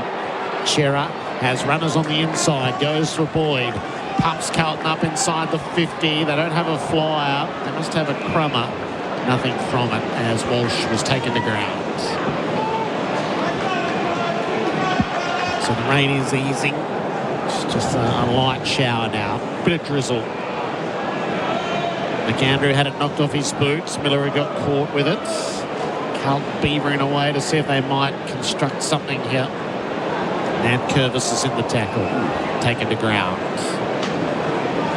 Has backed off the rain, thankfully. The reservoir was going to open the gates. 50-odd seconds to go in the third term. Miller up over the top of it. Walsh over the top of him. Ball spills goals. Picknett, that's so dangerous. He threw his boot at it. Now Curvis had his fingers kicked. No kicking in danger. Miller had cleared the area. Keys to Walker. Just second-guessed himself and got caught as a result. That's holding the ball. Keys' ground ball was a fantastic take, but Tex was thinking he was free. So Elijah Holland stumps it long, gets it inside 50. Out comes Harry. Can't mark it. Berry gathers the crumb, gets it on his boot. Jackie Chan style before he even hit the deck. Newman goes and gets it. Gave the handle up to Walsh. His handle a little too slick for Elijah Holland's. Keys kicks it off the carpet. All the way, though, to the waiting Boyd. He was clever. He wore the long sleeves before everybody else even thought of it. Got the possession. Goes long. Full forward. Pitternet. Oh, right on the siren. He dropped it. It was a juggler. He nearly grabbed it on the third attempt. So three-quarter time here at the Adelaide Oval in driving rain. It's been a bizarre kind of game. The first quarter was played at a slick pace. Goals are plenty. I think 13 of them in the opening term. But dried up, probably not the term, but it has sort of dried up since then. And it's 92-62 at three-quarter time in favour of the Crows. Multiple goal kickers. Rochelle 4, Keys 3, Neil Bullen 2. 2 each for McGovern and for Ainsworth. Crows by 30, AFL Nation for 4 and 20 pies. And we're at Gather Round for Toolkit Depots. Auto sale on now. That quarter on AFL Nation was for the Deutz-Fahr Warrior range. It's Deutz-Fahr Evolved.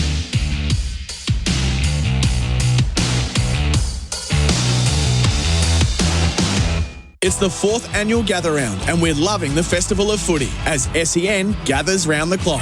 With thanks to our presenting partners, Toyota, good for footy. Support your local club. This footy season, it has to be Heinz. And Mega Rewards. Unlock your mega moment. Don't just get any old mattress and cross your fingers. There's only one award-winning Sleeping Duck mattress that Australia loves and comes with a system to get the comfort perfect for you in your very own home. Get it perfect at sleepingduck.com. That's the sound of a cricket bat being shaped. Concrete mixing. Socks being stitched. Made right here in Australia. And when you look for products certified with the green and gold kangaroo, you can be confident you're buying an Australian-made product. You're backing local businesses, jobs, and our economy. Look for Australian-made and buy Australian. G'day, it's the Ox here. If you or your loved ones have tried to beat addiction with no success, then MyHab is the place for you. Our qualified staff have all been there, so they know the process and the path needed for recovery. MyHab focuses on 3 vital areas: understanding any trauma associated, the addiction itself, and the process of staying in sobriety. MyHab will be with you every step of the way. Call Cheryl on 1300 190 370 or go to myhab.com.au. It's tea time, Dusty. I know. I'm in the Future Golf app, booking a tea time right now. No, not that tea time, mate. It's tea time on SEN with you and I. Don't miss Future Golf's Tea Time on SEN tonight at 5:55 p.m. Hear about Miles Fitzner's journey as he explores the huge variety of courses and Future Golf membership offers. Joined by Dusty from Future Golf. They chat courses, events, and all things happening at your local track. Future Golf's major season sale is on now. Download the Future Golf app now with tea time bookings and get up to 50% off for a limited time only. Audio. It's more powerful than you think. What you hear can take you far from here. It can move you to dance, to run, to tears. It's all in your ears. For advertising with real power, start with commercial radio and audio, where brands are heard. CRA.au. Hi, I'm Caroline Wilson. Join me weekly for the Don't Shoot the Messenger podcast, sponsored by 100% Aussie-owned Red Energy. Red Energy has plans to suit every household and an award-winning Aussie-based customer service team. Make the switch today and visit redenergy.com.au. So, you've had a car accident and it's not your fault? Now is the time to take control. Just call Sheen Panel Service. Questionable insurance companies equal questionable repairs. Come to Sheen to get the right advice. We'll provide an accident replacement vehicle and a lifetime guarantee on all repairs. Plus, we pick up and deliver 24 hours a day from 27 locations across Victoria. Questionable insurance companies equal questionable repairs. Call Sheen first. 1300 Repair. Sheen Panel Service. When an inspector walks on site, will they find safety or shortcuts? The WorkSafe Construction Pocket Guide helps you nail the basics: scaffolds, trenches, manual handling, crystalline silica and more. It's packed with clear checklists to help you meet your obligations on site. If you haven't read it, you're not inspection ready. Don't wait to be caught out. Search WorkSafe Victoria Construction Pocket Guide. It's the 4th annual Gather Round and we're loving the Festival of Footy as SEN gathers round the clock. With thanks to our presenting partners, Toyota, good for footy. Support your local club. This footy season, it has to be Heinz. And Mega Rewards. Unlock your mega moment.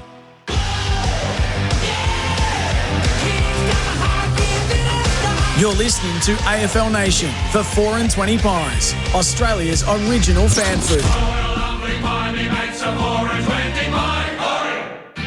Alex Neil Bullen kicks a goal. Oh, that hurts. If you're a Blues fan watching at home or driving home in your car, that's almost a dagger to the heart. Maccas, I'm loving it moments. Never miss a moment of footy with McDelivery. Crows by 30. Ken Hinkley for Power Bay, premium energy solutions for sustainable Australian homes. Yeah, it was a tough third quarter to watch and to go through, and there's not too much that you can really talk about the quarter. It was a pretty low-scoring quarter, clearly because of the conditions. 2 goals to the Crows, to 1 goal to Carlton. It was a non-event really once that rain came down, and it was a real territory battle. Carlton actually pretty solid in the territory. They went 19-14 for entries in their favour, so that gave them an opportunity to make some scoring opportunities present, but they didn't actually turn them into too much. Contested possession, the Crows were plus 10, so an area that we hoped and thought that Carlton might be okay. In the conditions, pressure goes up for both teams. They're both above 2, so it wasn't a massive highlight quarter of football to watch, but what can you expect when the conditions turned the way they did? I think both teams were pretty solid in their effort to at least do the basics well. Adelaide by 30 points. Rain. Just a gentle drizzle falling at the start of the final term. AFL Nation for 4 and 20 Pies. Crows 5 goal leaders. Rucks crash into each other. Needs to be one underneath. Cripps with a hand pass to Chera. Walsh was reaching for it. Berry worked him over. Rankin won the footy. Hand pass to Taylor. Hand passed over his head. Florent cut it off, kicks the Blues to half forward. Miller has been able to rebound consistently and does so again to half forward. Haynes brought it to ground in defence. Taylor, though, knocked it on. Neil Bullen works it up near Peatling. Tackled, got it forward. Cripps took an extra yard. Cut off by Florent. Hand pass to Newman, knocked it on. Crows get numbers around it again. Peatling and Berry combined. Up to full forward. Almost marked in front by Maley. Chop of the arm. Yeah, it looked pretty clear, Gerard. It looked like a definite arm chop from there, and that's just what the umpires have to pay. It's so obvious. And Miller has gone to the leading disposal winner on the ground. Now he's been solid. You said in the call, he's been really strong. So ended up with 22 disposals at 82%, which is pretty good going. And this part for Finbar. Yeah, it's the test, isn't it? He's put his hands up and looked really nice. Now for you to call it home. Stats from Australian made right here. So this would make it incredibly hard. Finbar Maley kicks the goal. He does love a celebration too. He wails into the air. And that is a 6-goal lead now for the Crows. That is your proverbial big moment for Bendix Brakes. Bendix, the best known brakes. Was that his first goal for the Crows, or was he kicked one? No, he kicked one in the pocket. Oh, that's right, he did. It was a great goal. It was a banana, I think, in the goals, in the square. Sorry, in the forward pocket. So he did a great job. It was good to see Rankin start in the centre bounce too and get his hands on that first ball. But he's in there again now, so that'll be nice to see him go to work in this quarter. And you were joking about Swanee earlier on. I think he heard you. He's not coming on your show tomorrow. He's going to Fireball. He's doing the boys in the morning on SEN. So if you do want to hear from Greg Swan in the morning, SEN breakfast as well, you hear him. I think he was going to do Gerard Whateley, but he just decided to change and get down to the OB a bit earlier. So from the ball up, McAndrew got a palm down to Berry, who tried to fend off on Pitnet, and he got caught. Big Pitnet, the free. Berry's hobbling. I think the tackle slipped down and caught a bit of his leg. Campbell to Cowan. Hand off to Florent. Has a bounce on the slippery deck and then left it behind. That's the trouble with bouncing on the slippery deck. Berry comes up with it, flicks it out, hoping for Taylor. Knocks it to his own disadvantage, really. His players slipping over left, right and centre. Cumming gave it to Berry, gave it back to Cumming. Up against the boundary, out of side. Long ball, and Young was caught out nicely in the end by Dirksen. He's got it at half-back for the Blues. Kicks on the 45 effectively to Walsh. Brings it wide to the wing.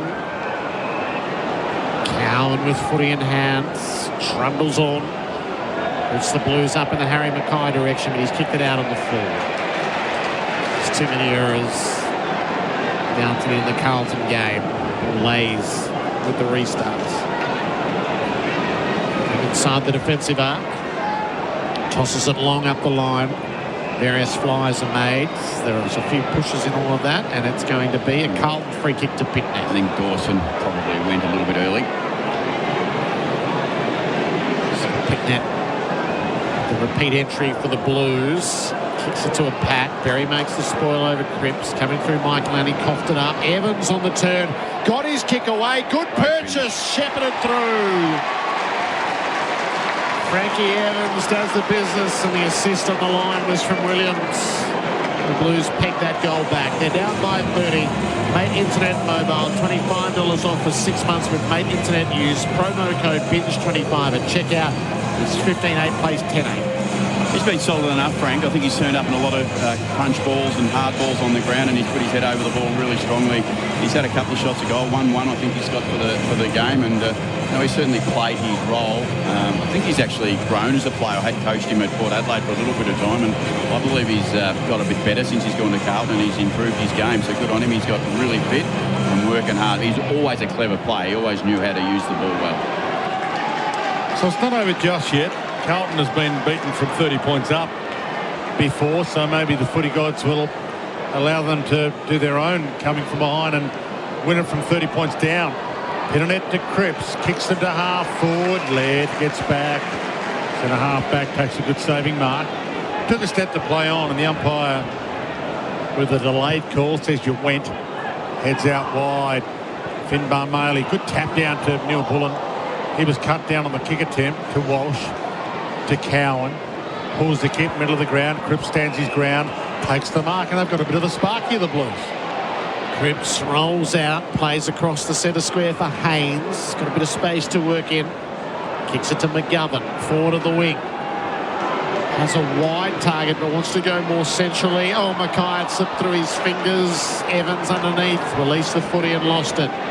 Laird near Bullen. Keys working in defence, and now Dawson steers the pass up the line. It found its way to Philthorpe, who brings it to an open forward setup.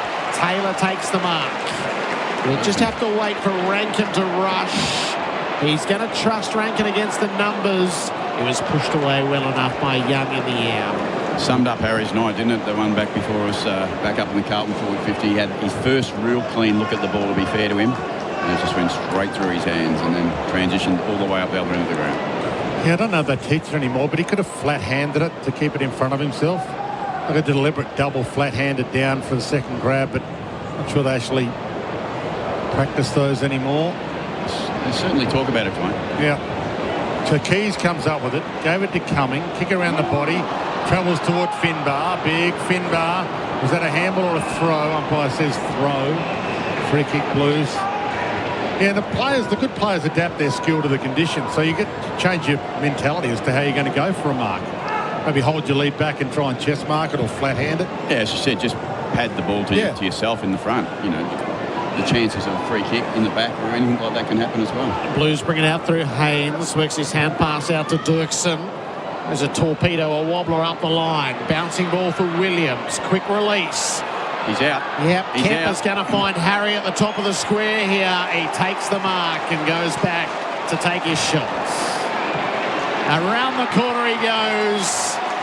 Harry Mackay finally on the board. The Blues peg it back to 24. We're 7 minutes into the final term with the Mate Internet mobile scoreboard, 11-8-74, chasing Adelaide 15-8-98. He's had a tough night and he got his opportunity, and good on him for finally putting one on the board for the team, and gives them a chance. She said the game's not over. I mean, it is dry enough out there now, and you've seen that bit of transition play. If you can move the ball with a bit of clean hands and a bit of good kicking, you can actually still score now, and the game might be a little bit more interesting until we get to the later parts of the quarter. I hope for Carlton's sake they actually do really challenge now. Mate Internet and mobile, $25 off for 6 months with Mate Internet. Use promo code BINGE25 at checkout. So 7 minutes gone, final term. Still 16 minutes and change left on the eldest clock. Berry Court got a handball away. McAndrew got a toe on it. It rolls its way to Rankin. Good clean-handed and shrugged the tackle. Pokes the pass, hoping for Keys. Got him. Keys' fend off was good. Gave it back to Isaac. Not quite the kick that he was after. It travelled off the side of his boot about 5 metres. Blues getting players back in the hole. And accidentally off Isaac's boot. It's out of play. And we'll get a ball in. And there's a few journalists that have to change their story if this comeback continues. It's the woe is us Carlton story changed to the woe is us. What's going on with Adelaide story if they get beaten from here? Rankin just a little limp as he comes back into play. 30 out. Oh, he's come straight through the stoppage. Rankin got his kick away, and it's knocked on the line by McGovern. You just feel every time he goes near it, there's something exciting is going to happen. He's got that quality, and you know, just you'd like him to, if he lights up and starts lighting up in the next few weeks, that will make Adelaide a much better side. So gives the ball back to the Blues. Quick kick into McGovern. He runs to defensive 50, kicks to the wing. Didn't really look. McAndrew had enough of it to be paid the mark, and one umpire paid it. The other one thought better of it. Hands it off to Miller. Thumps it long. Tex is down there. Can't mark it. Knocked it to Keys. Caught. Ball up 30 directly out from the Adelaide Crows, but they haven't landed the knockout blow just yet. 10 minutes gone. Maybe the clock will land the blow here. Just continue to eat down the minutes. Jagger Smith kicks it outside defensive 50. Two Crows combined to mess it up. Mopped up by Alex Neil-Bullen.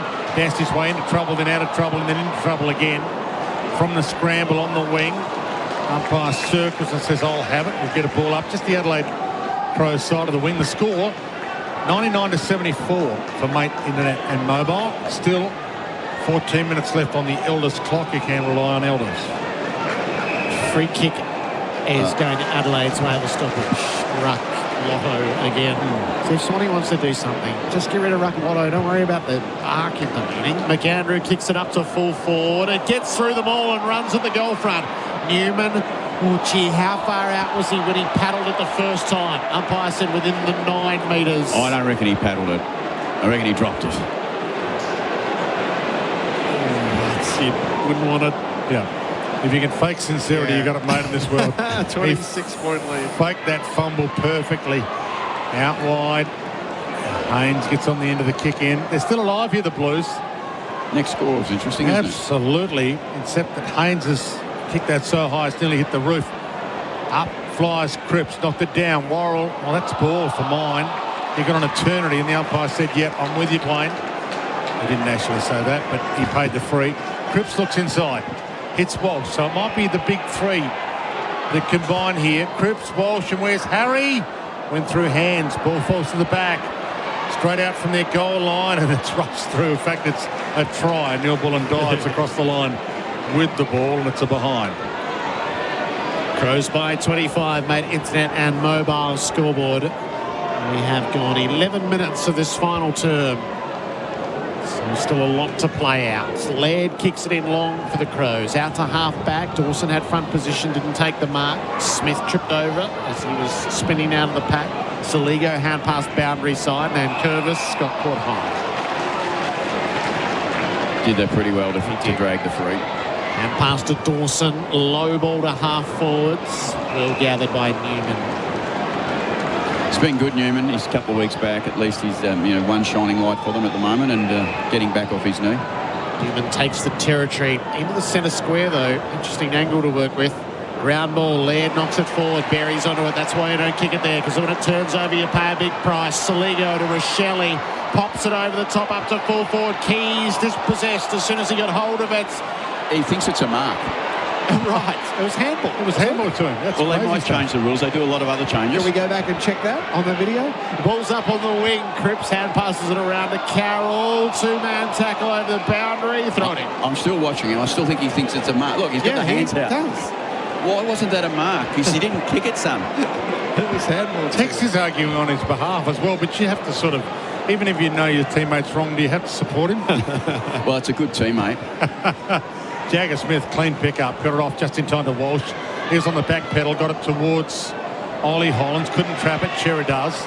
Handballed it out wide, they gain a bit of ground. Kemp and Murray go to ground, scoop up, found Nankervis. Well, he ran into a roadblock, did get a handball away, and it'll be a ball up with Jagger Smith laying the tackle. About 85 from Carlton's goal, and they're still not cooked yet. 15-10 plays 11-9. You're doing your best work, Dwayne, to keep minute, I reckon. Coming to the back of the stoppage, ran that straight over the boundary, and quite rightly got knocked off for it. Ollie Hollands. Here's your chance. He's going to kick it to a big pack. Top of the square. Harry leads out. Oh, he had it for moments. A generous umpire would have paid it, then he dropped it. Stone cold holding the ball. I'm with you, I reckon. Well, he can't be holding the ball if he never had possession. Either he possessed it and it's a mark. No, he got it off the ground. Dropped it after, okay. Evaded, tried to evade. Long kick. I like your support. Through hands. Little toe off the deck. Rankin picked it up, gave it to Dawson. Here they go, the Crows. Dawson to Taylor. They run the middle. Oh, bad handball. Put Newborn under the hammer. And that's team prior opportunity. Free kick, Blues. So what's McGovern want to do here? Middle of the ground.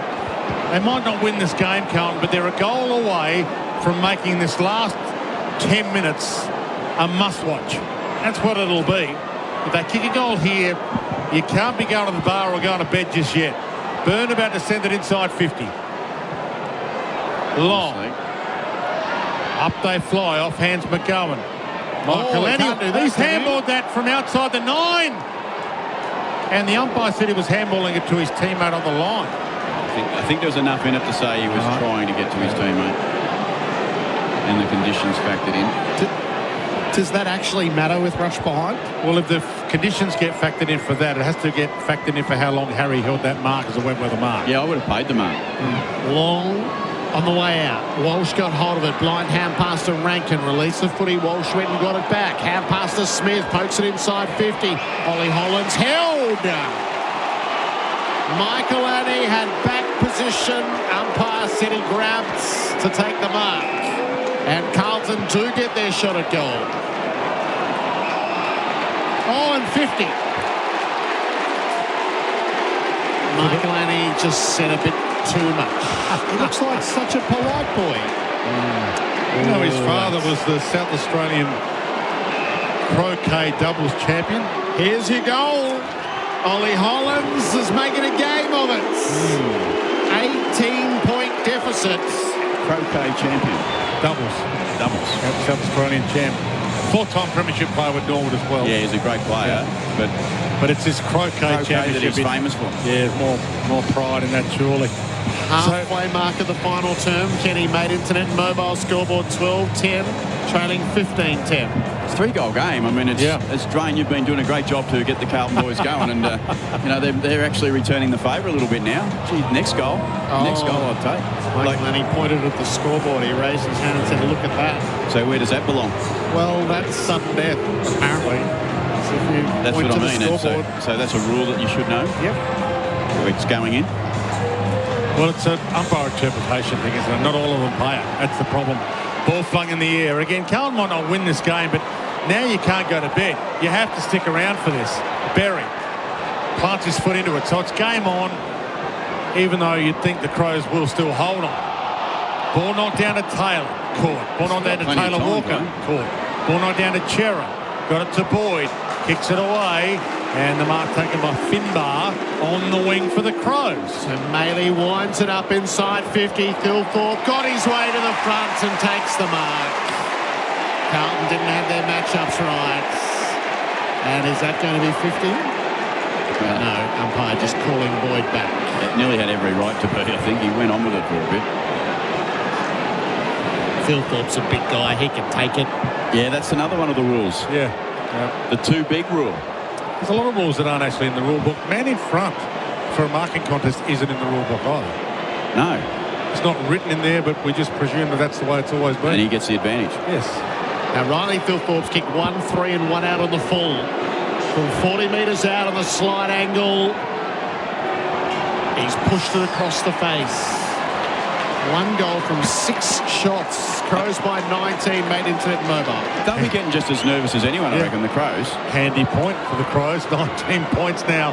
3-goal one. Good mark taken by Nankervis on the wing. And he takes some seconds off the clock and some time to assess it. Kicks it long towards Tex. Will he get up there, Walker? He doesn't. Young thumps it to the boundary and will get a ball in. Their ins have been pretty good for the Crows. Laird had 21. Cummings had 20. Who'd say Nankervis has had 17 as well, so they've brought in some decent players that have certainly made a difference for them. Hinge unfortunately went out with 10 early with his hamstring, I think we said. So Rankin's lurking. Pinnernet wins the knockdown, knocked it straight to Peatling, who hammers it around his body, and he kicks a ball that bounces across the boundary line, and it's a ball in. Perfect result for Adelaide. They lead by 19 and they've got a ball in forward pocket. We're at Gather Round for Toyota. Good for footy. Support your local club. 19-point margin in the Crows' favour. They're deep in attack. At the throw-in, Pitnet won it down underfoot. Haynes paddled it wide. Smith committed himself. Didn't do a whole lot with it. Cripps trying to hold it to a standstill. It's still in motion, which is dangerous for Carlton. Chera backwards. Florent caught. Tex got him. No whistle. They still appeal. Cowan and Cripps clear the area. High on the way out. Harry committed himself. Pulls in the big mark. Blues break. Evans to the wing. Hold up for a tick. Got to get some white jumpers deep. Evans wheels out onto the right. Blast the Blues inside 50. McGovern was deep in the pack. Kemp at the front. Ended up at the footy. Held to him by Nankervis. The ball up. Yep, still can't reach for your car keys if you're here at the Adelaide Oval just yet. They're close enough. It might not happen, but it's still getting scary. Cripps caught. Pinnernet caught. Top of the goal square. Had to be a free for high for Byrne. Not paid. Umpires put the whistle away. Kicked across the face of goal. Forward pocket. It rolls, it tumbles, and it rolls out. Got something going on, isn't it? Got a bit of energy in this game right now. It's plenty happening. Blues fans can change their world. If they come from 36 down in the last quarter and win this game, then the narrative completely flips. Left forward pocket for Carlton at the throw-in. Pitnet, clean tap. Chera gathered. Hand pass to Florence. Wobbled the kick forward. It was touched on the way through. Evans committed himself. Hand pass to the goal front. Miller is swamped by the tacklers. Ball it up. It's got the feel of a Carlton goal. We've just ticked into time on. There's still 7 minutes remaining, though. Ollie Hollands roving the back of the pack. Couldn't get enough curl on the snap. Misses near side. So it makes it 18 points neat. We got back that handy point. Yep. 3 goals. Handy points all. 3 goals, 7 minutes. That's the equation. Crows lead. Miller kicks out towards Tags, who gets there. Can't mark it. Crumb by Florent. Handballs at Jagger Smith. High kick. Where's Harry? Got up there. Got a hands on it. Hit the deck. 45 from Carlton's goal. And the umpire says, I'll have it. So 15-11 plays 12-11. 21 Smith gone. Jagger Smith's done some really good, clean things in tight, I reckon, as a young player. Up the Blues way initially. Evans through the pack, hand pass to Pitnet, squeeze the kick forwards. Curvis stood his ground well. And repels near the last line. Across the face of goal to Rankin. Gets moving and clears the defensive area. It is a game of territory to plenty of degrees. McAndrew had it stolen by Boyd, so straight back inside, and it worked. The lunge from Kemp. He's got it 50 out from goal. Don't jinx him. But he is a very good long kick. What's he thinking? He's now going to go back directly over the mark and size it all up. You reckon he's got a kick in him? Do you reckon he practiced pre-game to work out whether he's got the kick in him? Well, if he did his rule at the start of the game and figured out how far he can kick, your Choco rule. So Williams rule. Yeah. He has got a pretty good kick on him. Brodie Kemp wide out on the left. Kemp lets fly from 51. Contact was sweet. It needs to fly. Not quite enough. It didn't go through initially. So Murray just ran it across the line. We're going up. Cripps is saying, come on, come on. Now the umpire wants to check where the ball was against the goal line. Didn't look like it went through, did it? No, it didn't feel like. Then there looked like there was no pressure at all on the Crows who handballed it through. How far do you want to take your review here, Dwayne? Knock back into the field of play. We're going to roll to see what Murray did. Review complete. Look at this. Looking at this angle, we can see the ball crosses the back of the goal line and does not cross in the first instance. Decision on scoreboard. So it was taken through by Murray. So that's the paid point. Murray got the kick. Yeah, the rush point. Yeah. So 17 points down now, the Blues. Made incident mobile. All right, I've got to say it. Handy point. Handy point. So 3 goals and they lead, and they've got 6 minutes to get them for the most unlikely steal. Wide ball. Tex! Hands it off. Peedling off and running. They can land a knockout blow here and now, Adelaide. Saligo looks up. He's got the runner out wide. Finbar, of all people. It's Finbar. 45-degree angle. Yeah, I wouldn't rush it if I was Finbar. Well, if he doesn't kick the goal, it'll be a handy point. Or he misses. That's right, misses the lot. So Finbar looks inboard just to confirm that there's nothing on. I've got to go for this. He kicks this. It'll be 4 minutes left. And it is just about over.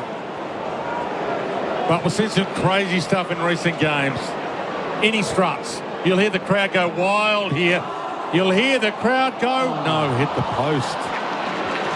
So we're back to 3 goals neat. With 4:30 left. In the last quarter, brought to us by Mate, Internet and Mobile. The Blues are going to take a lot of chances now. Florent kicks into centre field. Cripps couldn't hug the mark. Crows have numbers at the drop. Cook fed it out the back to Worrell. Kicks up to full forward. Finbar's having a fly. Rankin's lurking underneath. Saligo held without it. Big battle in the middle, wasn't it? Captain on captain. Cripps and Dawson, Dawson managed to get it to the ground, and that was enough to get it back inside 50, build pressure. And it's such a tight margin for Carlton. One mistake was obviously going to be critical. So Dirksen just took hold before Saligo had the footy. The 30-second shot clock aids the Crows. Any score furthers their cause. This is probably the score that seals the game. Jake Saligo, 40 metres out, right foot drop punts, finishes off the Blues. 24-point leaders late. I think the Hill have decided that the Blues are done. They're starting to move up there and they're moving their way out. And it's been an improved performance, though. Everyone would have to sit back and go, well, Carlton have showed something tonight. Crows are, considered to be a top 6 side at the start of the year, and Carlton have found a way without Wiedering down back, who's really important to them. The conditions maybe helped and not miss him as much. So they've done a pretty good job, Carlton. I hope they just finish off strong and for the last 2 or 3 minutes, and they can go. They'll be able to go home thinking that they've made some ground.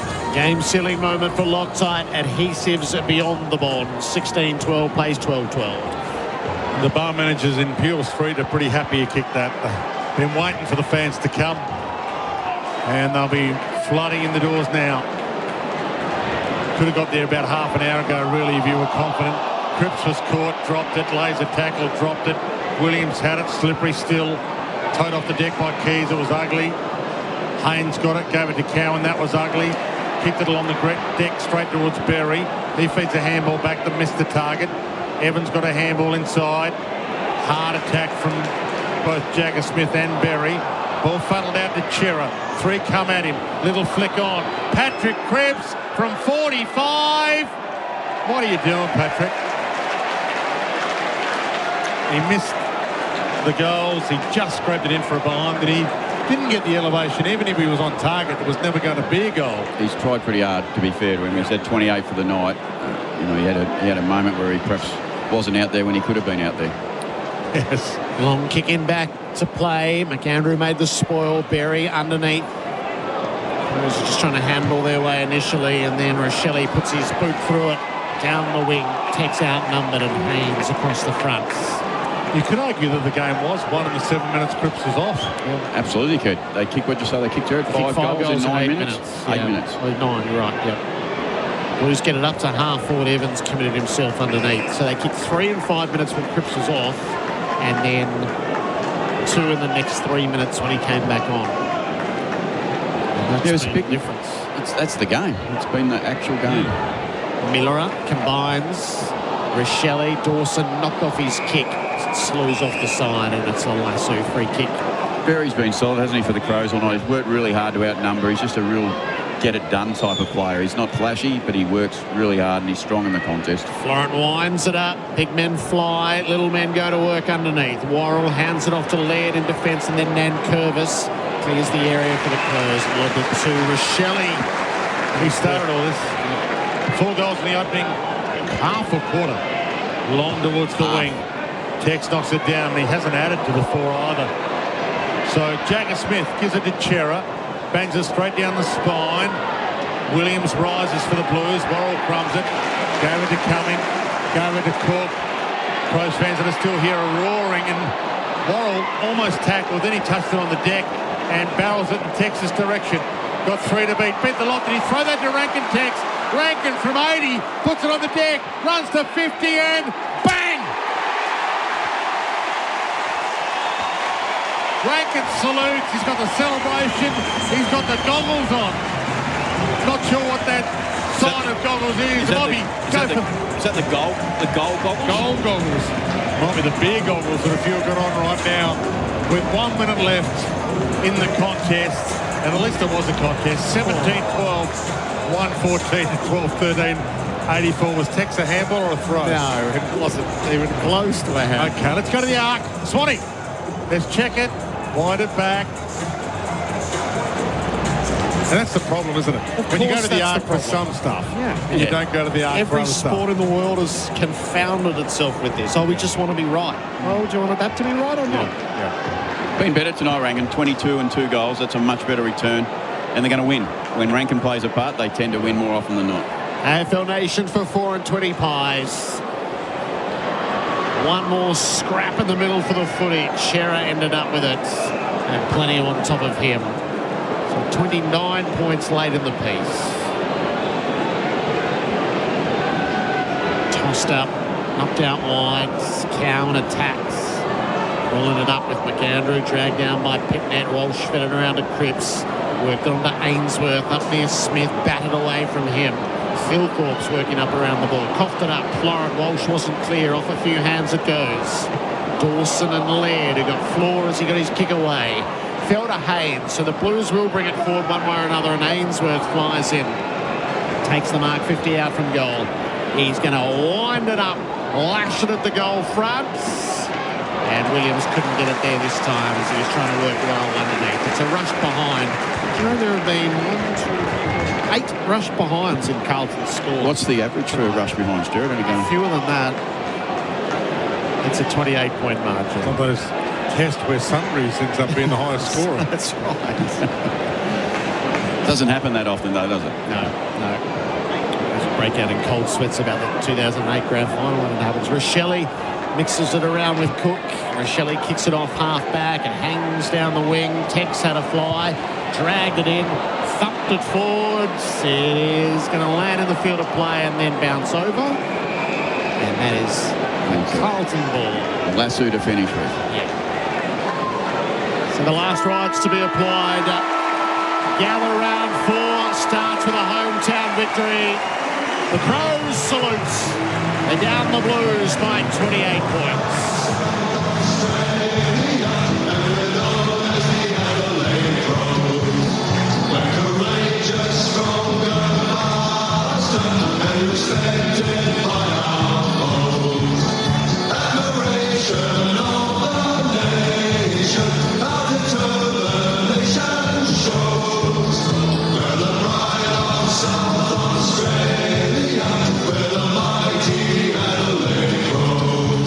Carlton led at quarter time by 7, but then it was Adelaide by 24 with a powerful 6-goal turn. 30 at three-quarter time and 28 at the close. The final score at Adelaide Oval, the Crows 17-12, 114 defeat Carlton 12-14, 86. For the winners, Rochelle booted 4, Keys kicked 3. There were 2s for Rankin and Neil Bullen. Singles to Bilthorpe, Dawson, Walker, Saligo, Maley and Cumming. For Carlton, 2 each to McGovern and Ainsworth, with singles to Ollie Hollands, Chera, Williams, Mackay, Florence, Elijah Hollands, Carroll and Evans. The Crows go 2 and 3. The Blues fall to 1 and 4. Adelaide, 28-point winners over Carlton. Ken Hinkley is our expert for Power Bay, premium energy solutions for sustainable Australian homes. Yeah, I just watch both the television stations go to work out there, and they go to Rankin, they go to Rochelle. And that's pretty fair, I reckon. You go to the difference in the game, and the difference was 6 goals by their 2 elite, talented players who play forward and mid. And they certainly made the difference in a game that was pretty challenging after half-time. But the first part of the game was, it was a great first quarter. We had a lot of goal scoring, plenty of free-flowing stuff. And then in the first half, it became really, really important to make your chances and make them certainly really count. What Crows kicked, they kicked 12 goals, 6 in the first half. And Carlton ended up with the 8 goals, 6. As we spoke about on air, just that patch of 8 or 9 minutes, just the separation of the two teams. Because the second half was pretty even. What the Crows kick in the second half, 5 goals, 6, and Carlton have kicked 4 goals, 8. So it was a pretty even second half, and understandably, it was a much lower scoring game because of the conditions that was played out in the whole match. So the Crows will go home reasonably happy. They got the win they needed. They win in contested possession. Carlton win the territory battle because they end up with 60 entries in the game to 56, which is not what's been their strength this year. They're just in front in the clearance.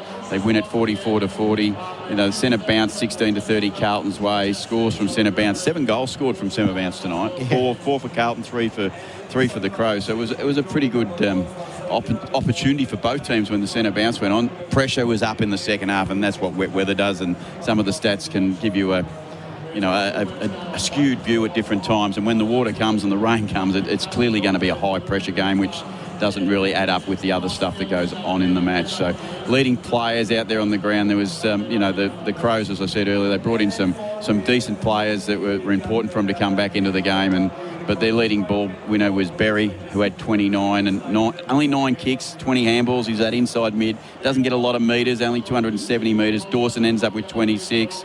And Rochelle with 26. Rochelle with 26 and 4 probably gets the best on ground vote almost, based on the fact that the 4 goals that he kicks. I thought Berry probably over 4 quarters was the more solid player, but it's hard to go past someone who kicks the 4 goals. Malira was really good.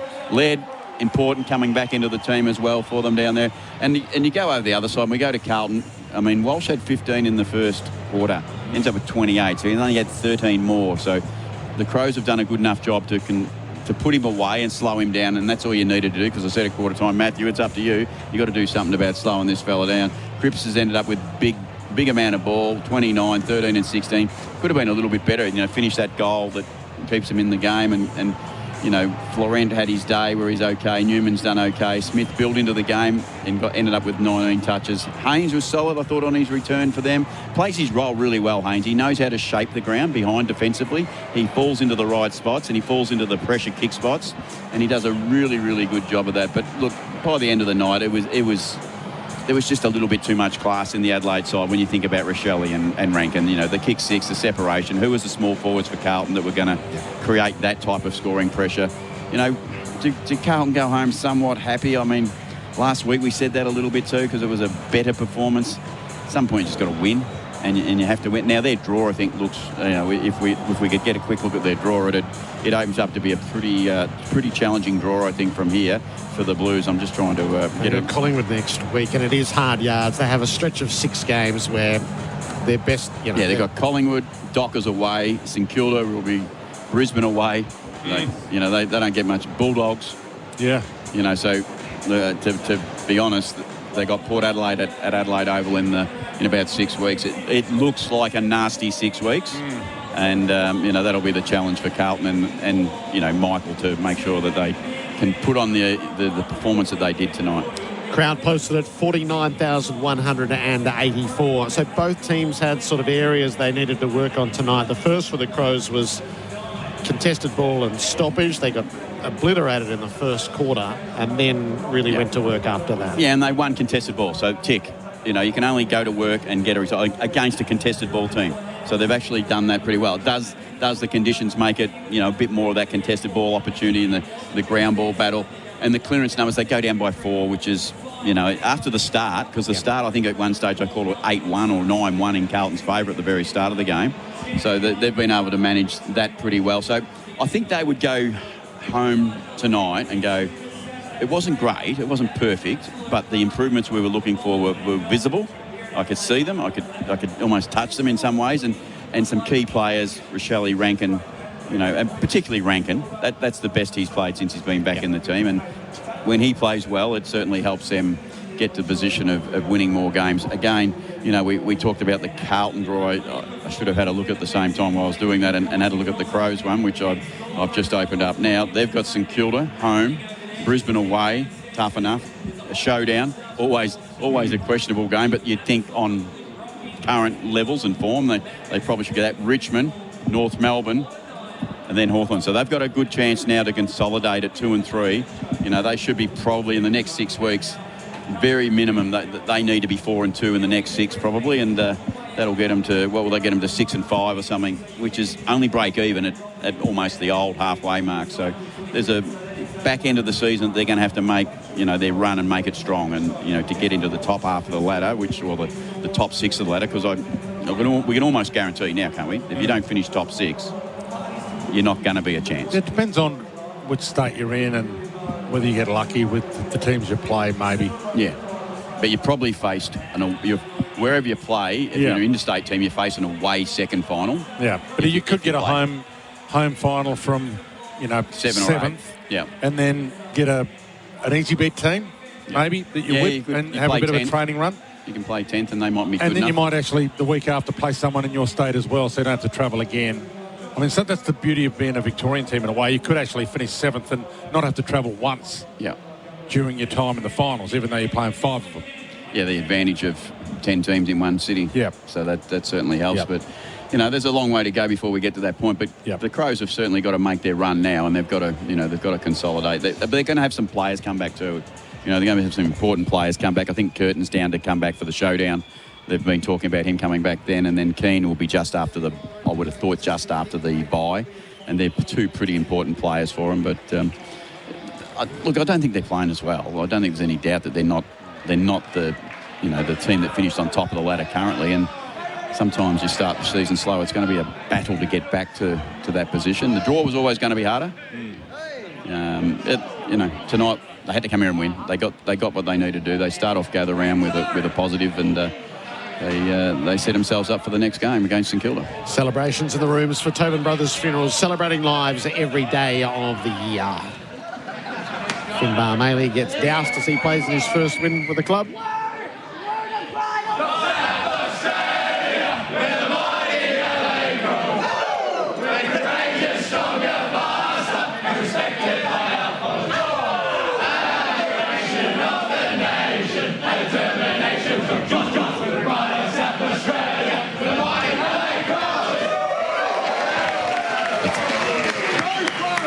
Crows by 28 points over Carlton. Can I tell you what is sweet? Thursday night victory. Because you've got the rest of the weekend to relax. You get the rest to be happy, and you get to go, and you think about the other 8 games to play out. There's 8 losers. So you get to sit back and say, well, they lost. That's no good for them. But Thursday's a great night when you get the victory. Once upon a time, it used to be Friday night footy, but now because we do Thursday night footy, it's the game of the round that you want to win the most, so you can enjoy it. Because if you're in Melbourne or you're in opposition, you go and watch the opposition. You walk in as a winner. You walk into the stadium and everyone, you're feeling pretty good about yourself. So not very often you get to feel good for 4 days in AFL footy. You're straight back into the mess. And as our radar man still fails us because the rain comes down again. Rain's intensifying. 17-12, 114 Adelaide over Carlton. 12-14, 86. Rory Laird's going to join us in a few moments' time as we share in the spoils of victory with Adelaide. That makes their record 2-2 at Gather Round. So they won the inaugural game against Carlton, and they lost to Melbourne and Geelong in consecutive years, and they win against Carlton again. So, and you've got to be, if you're going to get the advantages of having this carnival in your home state, you've got to be winning, as well as the status of it all as well.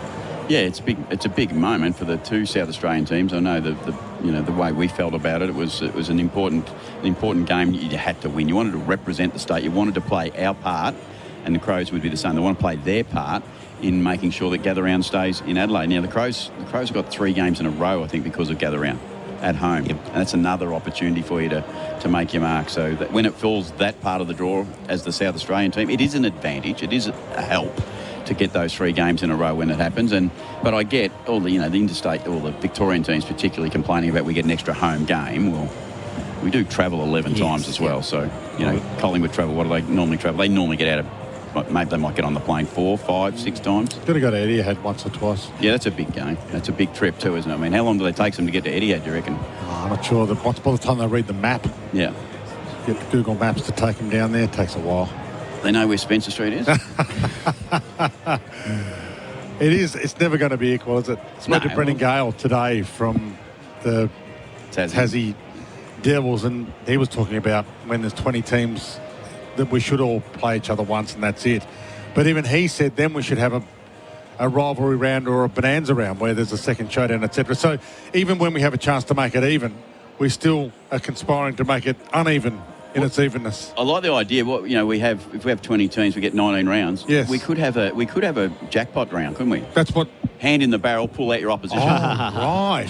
Pull out your opposition. A big draw. Yeah, pull it out. Yes. Just say, okay, we pull it. Oh no. Yes. We got Brisbane Lions. Maybe the AFL could have a funding round, and the rich clubs can pay to choose which club they'd like to play, so the AFL can make a lot more money that way. It's about revenue, isn't it? Chris. I mean, Dwayne. Yeah, no. Well, there's so many things in this game and this competition that are uneven, and that's okay. They do the best with the numbers that we have. 18 teams is never going to make it work. Can we just go back to the first quarter? How many minutes did we play? 37. 37. Yeah. Which is crazy, isn't it? Well, it was once upon a time you had to play for the full 100 minutes, and then we all accepted that the game goes 120. But if it's going to 140, 144, then surely fans aren't going to be upset if it gets cut back to 125, which is what they're probably planning to do. All right, let's head down into the Adelaide rooms. The Tempur Sleepwell player wins a Tempur pillow. A great night's sleep with Tempur. The difference is Tempur. That is Rory Laird. Rory, congratulations. Great to have you with us on AFL Nation. Hey, boys. Thanks for having me on. What's your overall thoughts as to how that unfolded? I was a little bit nervous early on, to be honest. They were absolutely on fire, and it felt like they sort of had a lot of the contest going their way. I said a bounce work wasn't up to scratch, and Nixie didn't really yell at quarter time. He just gave us a really stern talking to, which I think really kicked us into gear. And Amid's had a fantastic second, third and fourth quarter, and we're able to sort of arrest that momentum back and kick a few goals. Rory, what was the discussion at quarter time? It was controlled, you said, by Nixie. What was the main focus? What was he talking about the most? Contest. It was all about contest. They were beating us inside the contest and getting it on the outside. And then as backs were giving their forwards too much space. And, credit to Carlton. That's why they've been in every game they've played. Their hands were very sharp and they were able to use the ball around the contest. And, they had a lot of shots at goal. So for us to give up 7 goals or 6 goals in the first quarter is completely against our sort of motto and, style of play, and we're able to rectify it after quarter time. And you would have been pleased to see Isaac's game tonight. He was back in a bit better form. Yeah, I think it's just a couple of, working edge with Isaac working back into it. Obviously a bit of a layoff, and I think he's just got such high expectations, and there's a lot of, pressure on him at all times to be this, superstar player. But he worked into the game really well tonight, and his role just sort of allows him to play freely. And when you give him a bit of time and space, he's pretty exciting, and I thought he had a really strong game. Yeah, he did. And one final one from me, mate. Your own body, your calf, how did you get through the game? Because those conditions in the second half, they turned pretty ugly in Adelaide. Oh, my God, I could not believe the rain. You couldn't even see it for, across the field for a point of time. No, I'm just getting old, mate. It's just what happens. I sort of did a bit too much in the pre-season. Maybe I might have to tell him maybe just cut me back next year, a bit less running and ease myself into it. So, no, I feel good, mate. Couple of weeks off, just put the feet up, let the boys go to work, and it's always good to be back out there. Gather around so good for SA, and to play on Thursday night's amazing. So, a really good win. And what's the draw? What for you now coming up? You got St Kilda next. What's the rest of it? Because you got, Thursday night game. What do you do now for the next few days? Yeah, it's actually nice. We've had a bit of a jam-packed schedule recently, a lot of 6-day breaks and a lot of Thursday and Friday. So a little bit of an extended break. I think a few guys really get to enjoy the gather round now. We actually go and have a look at the few games. There's a lot going on. I know we've got a lot of appearances and stuff tomorrow. Then we'll be able to relax and take some time just to put the feet up and spend a bit of time with each other over the weekend, which would be great. So in saying that, we got a few sore boys, I think, a bit of a contested game. And, as I said, back-to-back short breaks. Give us your ranking as to who's most watchable. Who are you going to watch, Rory?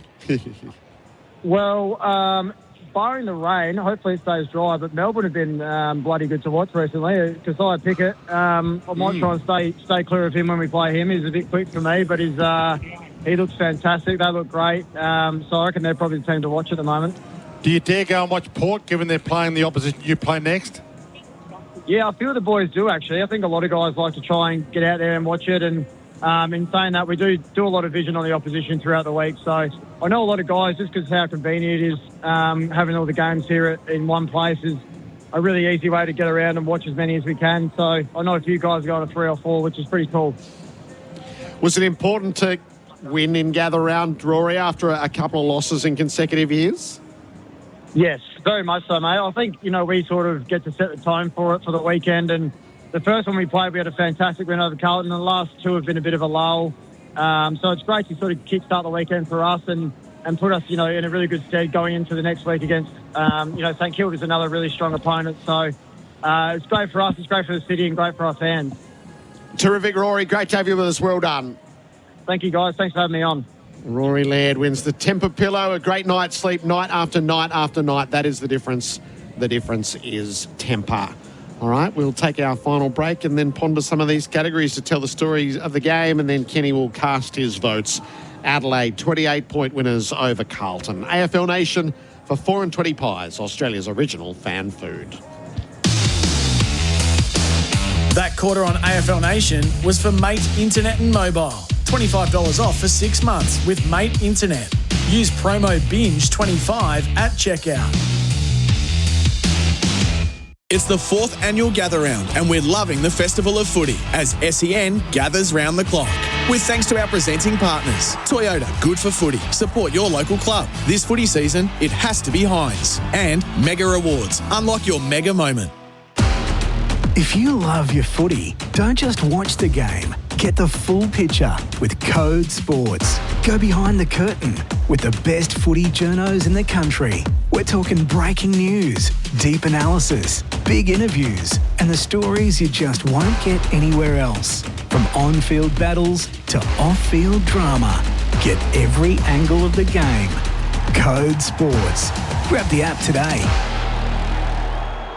G'day, Nathan Buckley here. Did you know that Australia's largest prestige car dealership has landed in the Docklands? Cavallo Prestige has an unmatched range from everyday luxury SUVs through to exotics and collector classics. Enjoy a barista-made coffee from Roasting Warehouse on site as you browse over 250 incredible cars. Open 7 days. See Haas and the team at 99 Lorimer Street, Docklands, or visit cavallo.com.au. Cavallo Prestige. Expect the extraordinary. LMCT 12904. Stop what you're doing. Chemist Warehouse is packed with deals you don't want to miss. Hydrate with Barocca Energy Orange 60 effervescent tablets, only $14.99. Top up on Sonova Sugarless C 500mg 500 chewable tablets for just $19.99. For your second brain, try LifeSpace Probiotic for 60 plus years, 60 capsules for $29.99. And there's also Swiss Beauty Collagen Glow with collagen peptides 120 tablets, now $35.99. Chemist Warehouse. Great savings every day. G'day, it's David Zaharakis here. These days, I've swapped my footy boots for triathlons. And trust me, the right gear still counts. Whether I'm running marathons, chasing a personal best, or just getting the training miles in, I only wear Underworks sports socks. They're engineered for performance, designed for comfort, and, most importantly, built for the long run. Underworks, the number wonder down under for socks. Find them at all leading retailers. You top it, you shank it, you chunk it, you yell a lot. But then, that one pure shot, a drive down the middle, a wedge that actually checks up, a putt that drops when you least expect it. That's why you keep coming back, because there's never enough golf.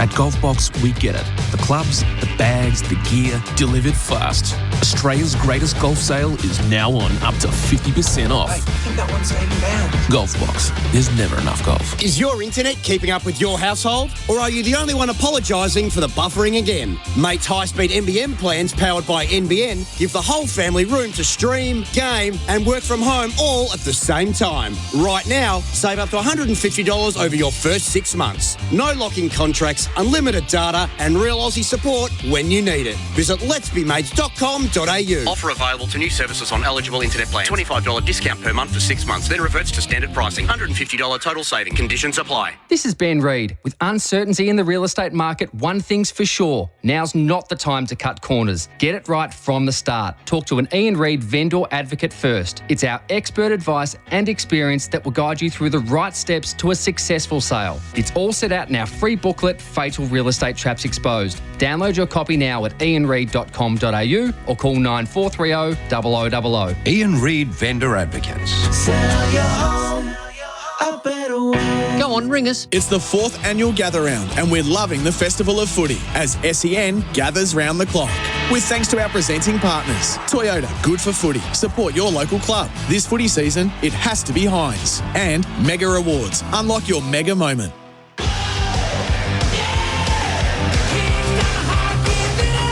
You're listening to AFL Nation for 4 and 20 Pies, Australia's original fan food. Adelaide defeat Carlton by 28 points on the Thursday night of Gather Round. We're at Gather Round for Toyota. Good for footy. Support your local club. And AFL Nation for 4 and 20 Pies, Australia's original fan food. Ken Hinkley, let's have a little play with a few of our categories here. The most flexible player for Cooper's Flexalt. Flip it with Flexalt, the flexible oral sheep lice treatment. Oh, it's a hard one tonight in the flexible player range, but Berry was, I thought, very, very good all night for the Crows, and he could go inside. At moments he was going to Walsh for little bits of the game as well, so he was able to play a number of roles that were really important to him. I think he was their hard-working player as much as anything. He turned up in the diesel tractor and he just kept going to work. So, as flexibility goes, perhaps not as flexible, but at least he did his role, I thought, and he kept turning up, and that makes you flexible. The tackler of the game for Bar Crusher Boats, Australia's ultimate fishing weapon. Oh, there was a few out there that were. Peatling was certainly very strong and is strong in his tackles, so he gets the tackling player of the round. The growth player for Nutrient Water, your irrigation, pump and filtration specialists. Yeah, I liked a few of the Crows. Look, to be honest, I like Rankin for growth. I mean, it sounds a bit silly, the talent that we're talking about, but his growth from his previous game, which I watched, and this game was certainly significant. And, and for the Crows mainly, they need his growth and they wanted his growth, and he provided it tonight. The game-sealing moment for Loctite. Loctite, fast, strong and reliable adhesives that go beyond the bond. Oh, it was Finbar's point, wasn't it, when he hit the post? Yes. that lucky, what was it, Dwayne? What would you call it? The good point? The lucky point? Yeah, so there was a handy point. So he certainly had some moments in the game. The Loctite adhesives beyond the bond. Who ran the most kilometres tonight? OMF. Better sleep for better recovery at the home of mattress, bedroom, bedding and furniture. It's not loading. No, I don't think the GPSs were working tonight, but I imagine it was Ollie Hollins. So we'll give him a... You're going to give it to Ollie? Yeah, sure. Unmissable moment for Drinkwise. You won't miss a moment if you drink wise. Well, which one of Rochelle's did you want? I mean, the second quarter, wasn't it? The second quarter, and he had some great moments. But either of those two, I wouldn't separate them. I was very happy with both. All right, let's see what they've gone for as the goal of the day and goal of the year contender for hard flooring at Beaumont's hybrid engineered timber laminates. The goal of the day for Beaumont's. Discover hard flooring at Beaumont's. Hybrid, timber and laminate for every home and budget.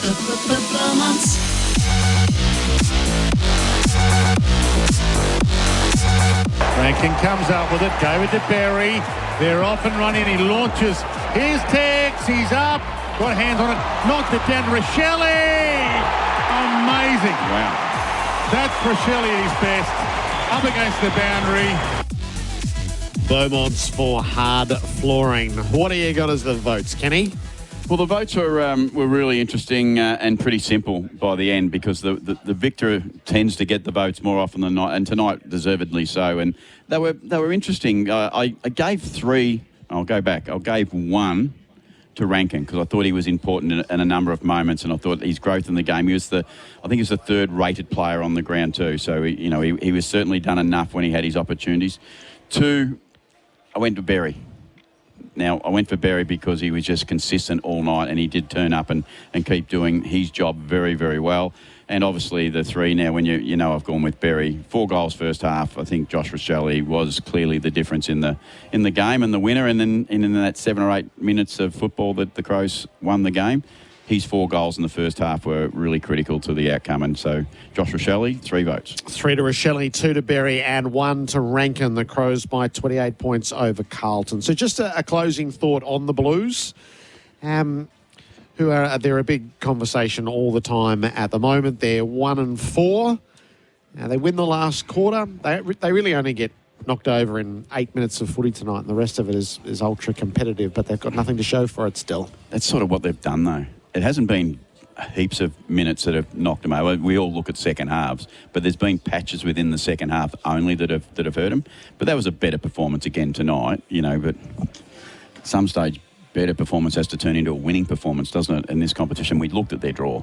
I'm not sure many of us are sitting in the box thinking there's too many W's coming Carlton's way in the draw that they've got in the next 5 or 6 weeks. So they'll go home a little happier that their performance was somewhat near standard, but it didn't give you a win. So you can't clearly be very happy.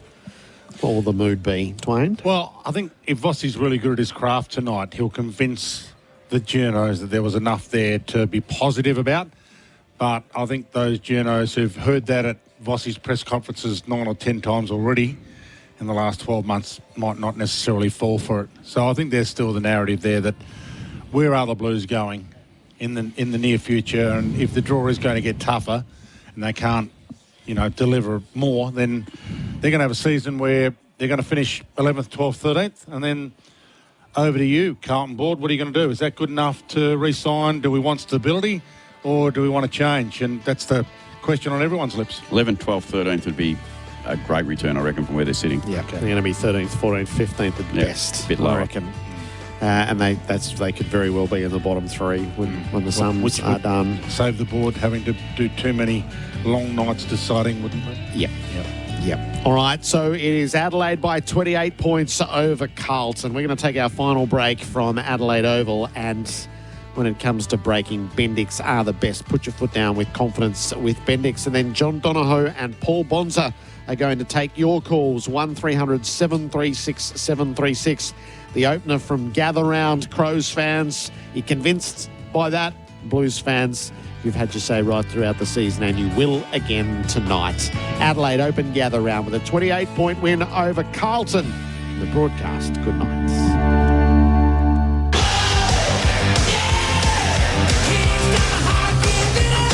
You're listening to AFL Nation for 4 and 20 Pies, Australia's original fan food. It's the 4th annual Gather Round, and we're loving the Festival of Footy as SEN gathers round the clock. With thanks to our presenting partners. Toyota, good for footy. Support your local club. This footy season, it has to be Heinz. And Mega Rewards. Unlock your mega moment. More range, more savings, more reasons to run into Chemist Warehouse. This week, find relief from heartburn and acid reflux with Nexium 14 tablets, just $11.99. Difflam Plus Anaesthetic Honey and Lemon 32 lozenges, only $17.99. And Claritine Hay Fever and Allergy Relief 110 tablets for $39.99. Support your health with Nature's Own Concentrated Fish Oil Omega Ultra 90 capsules, just $44.74.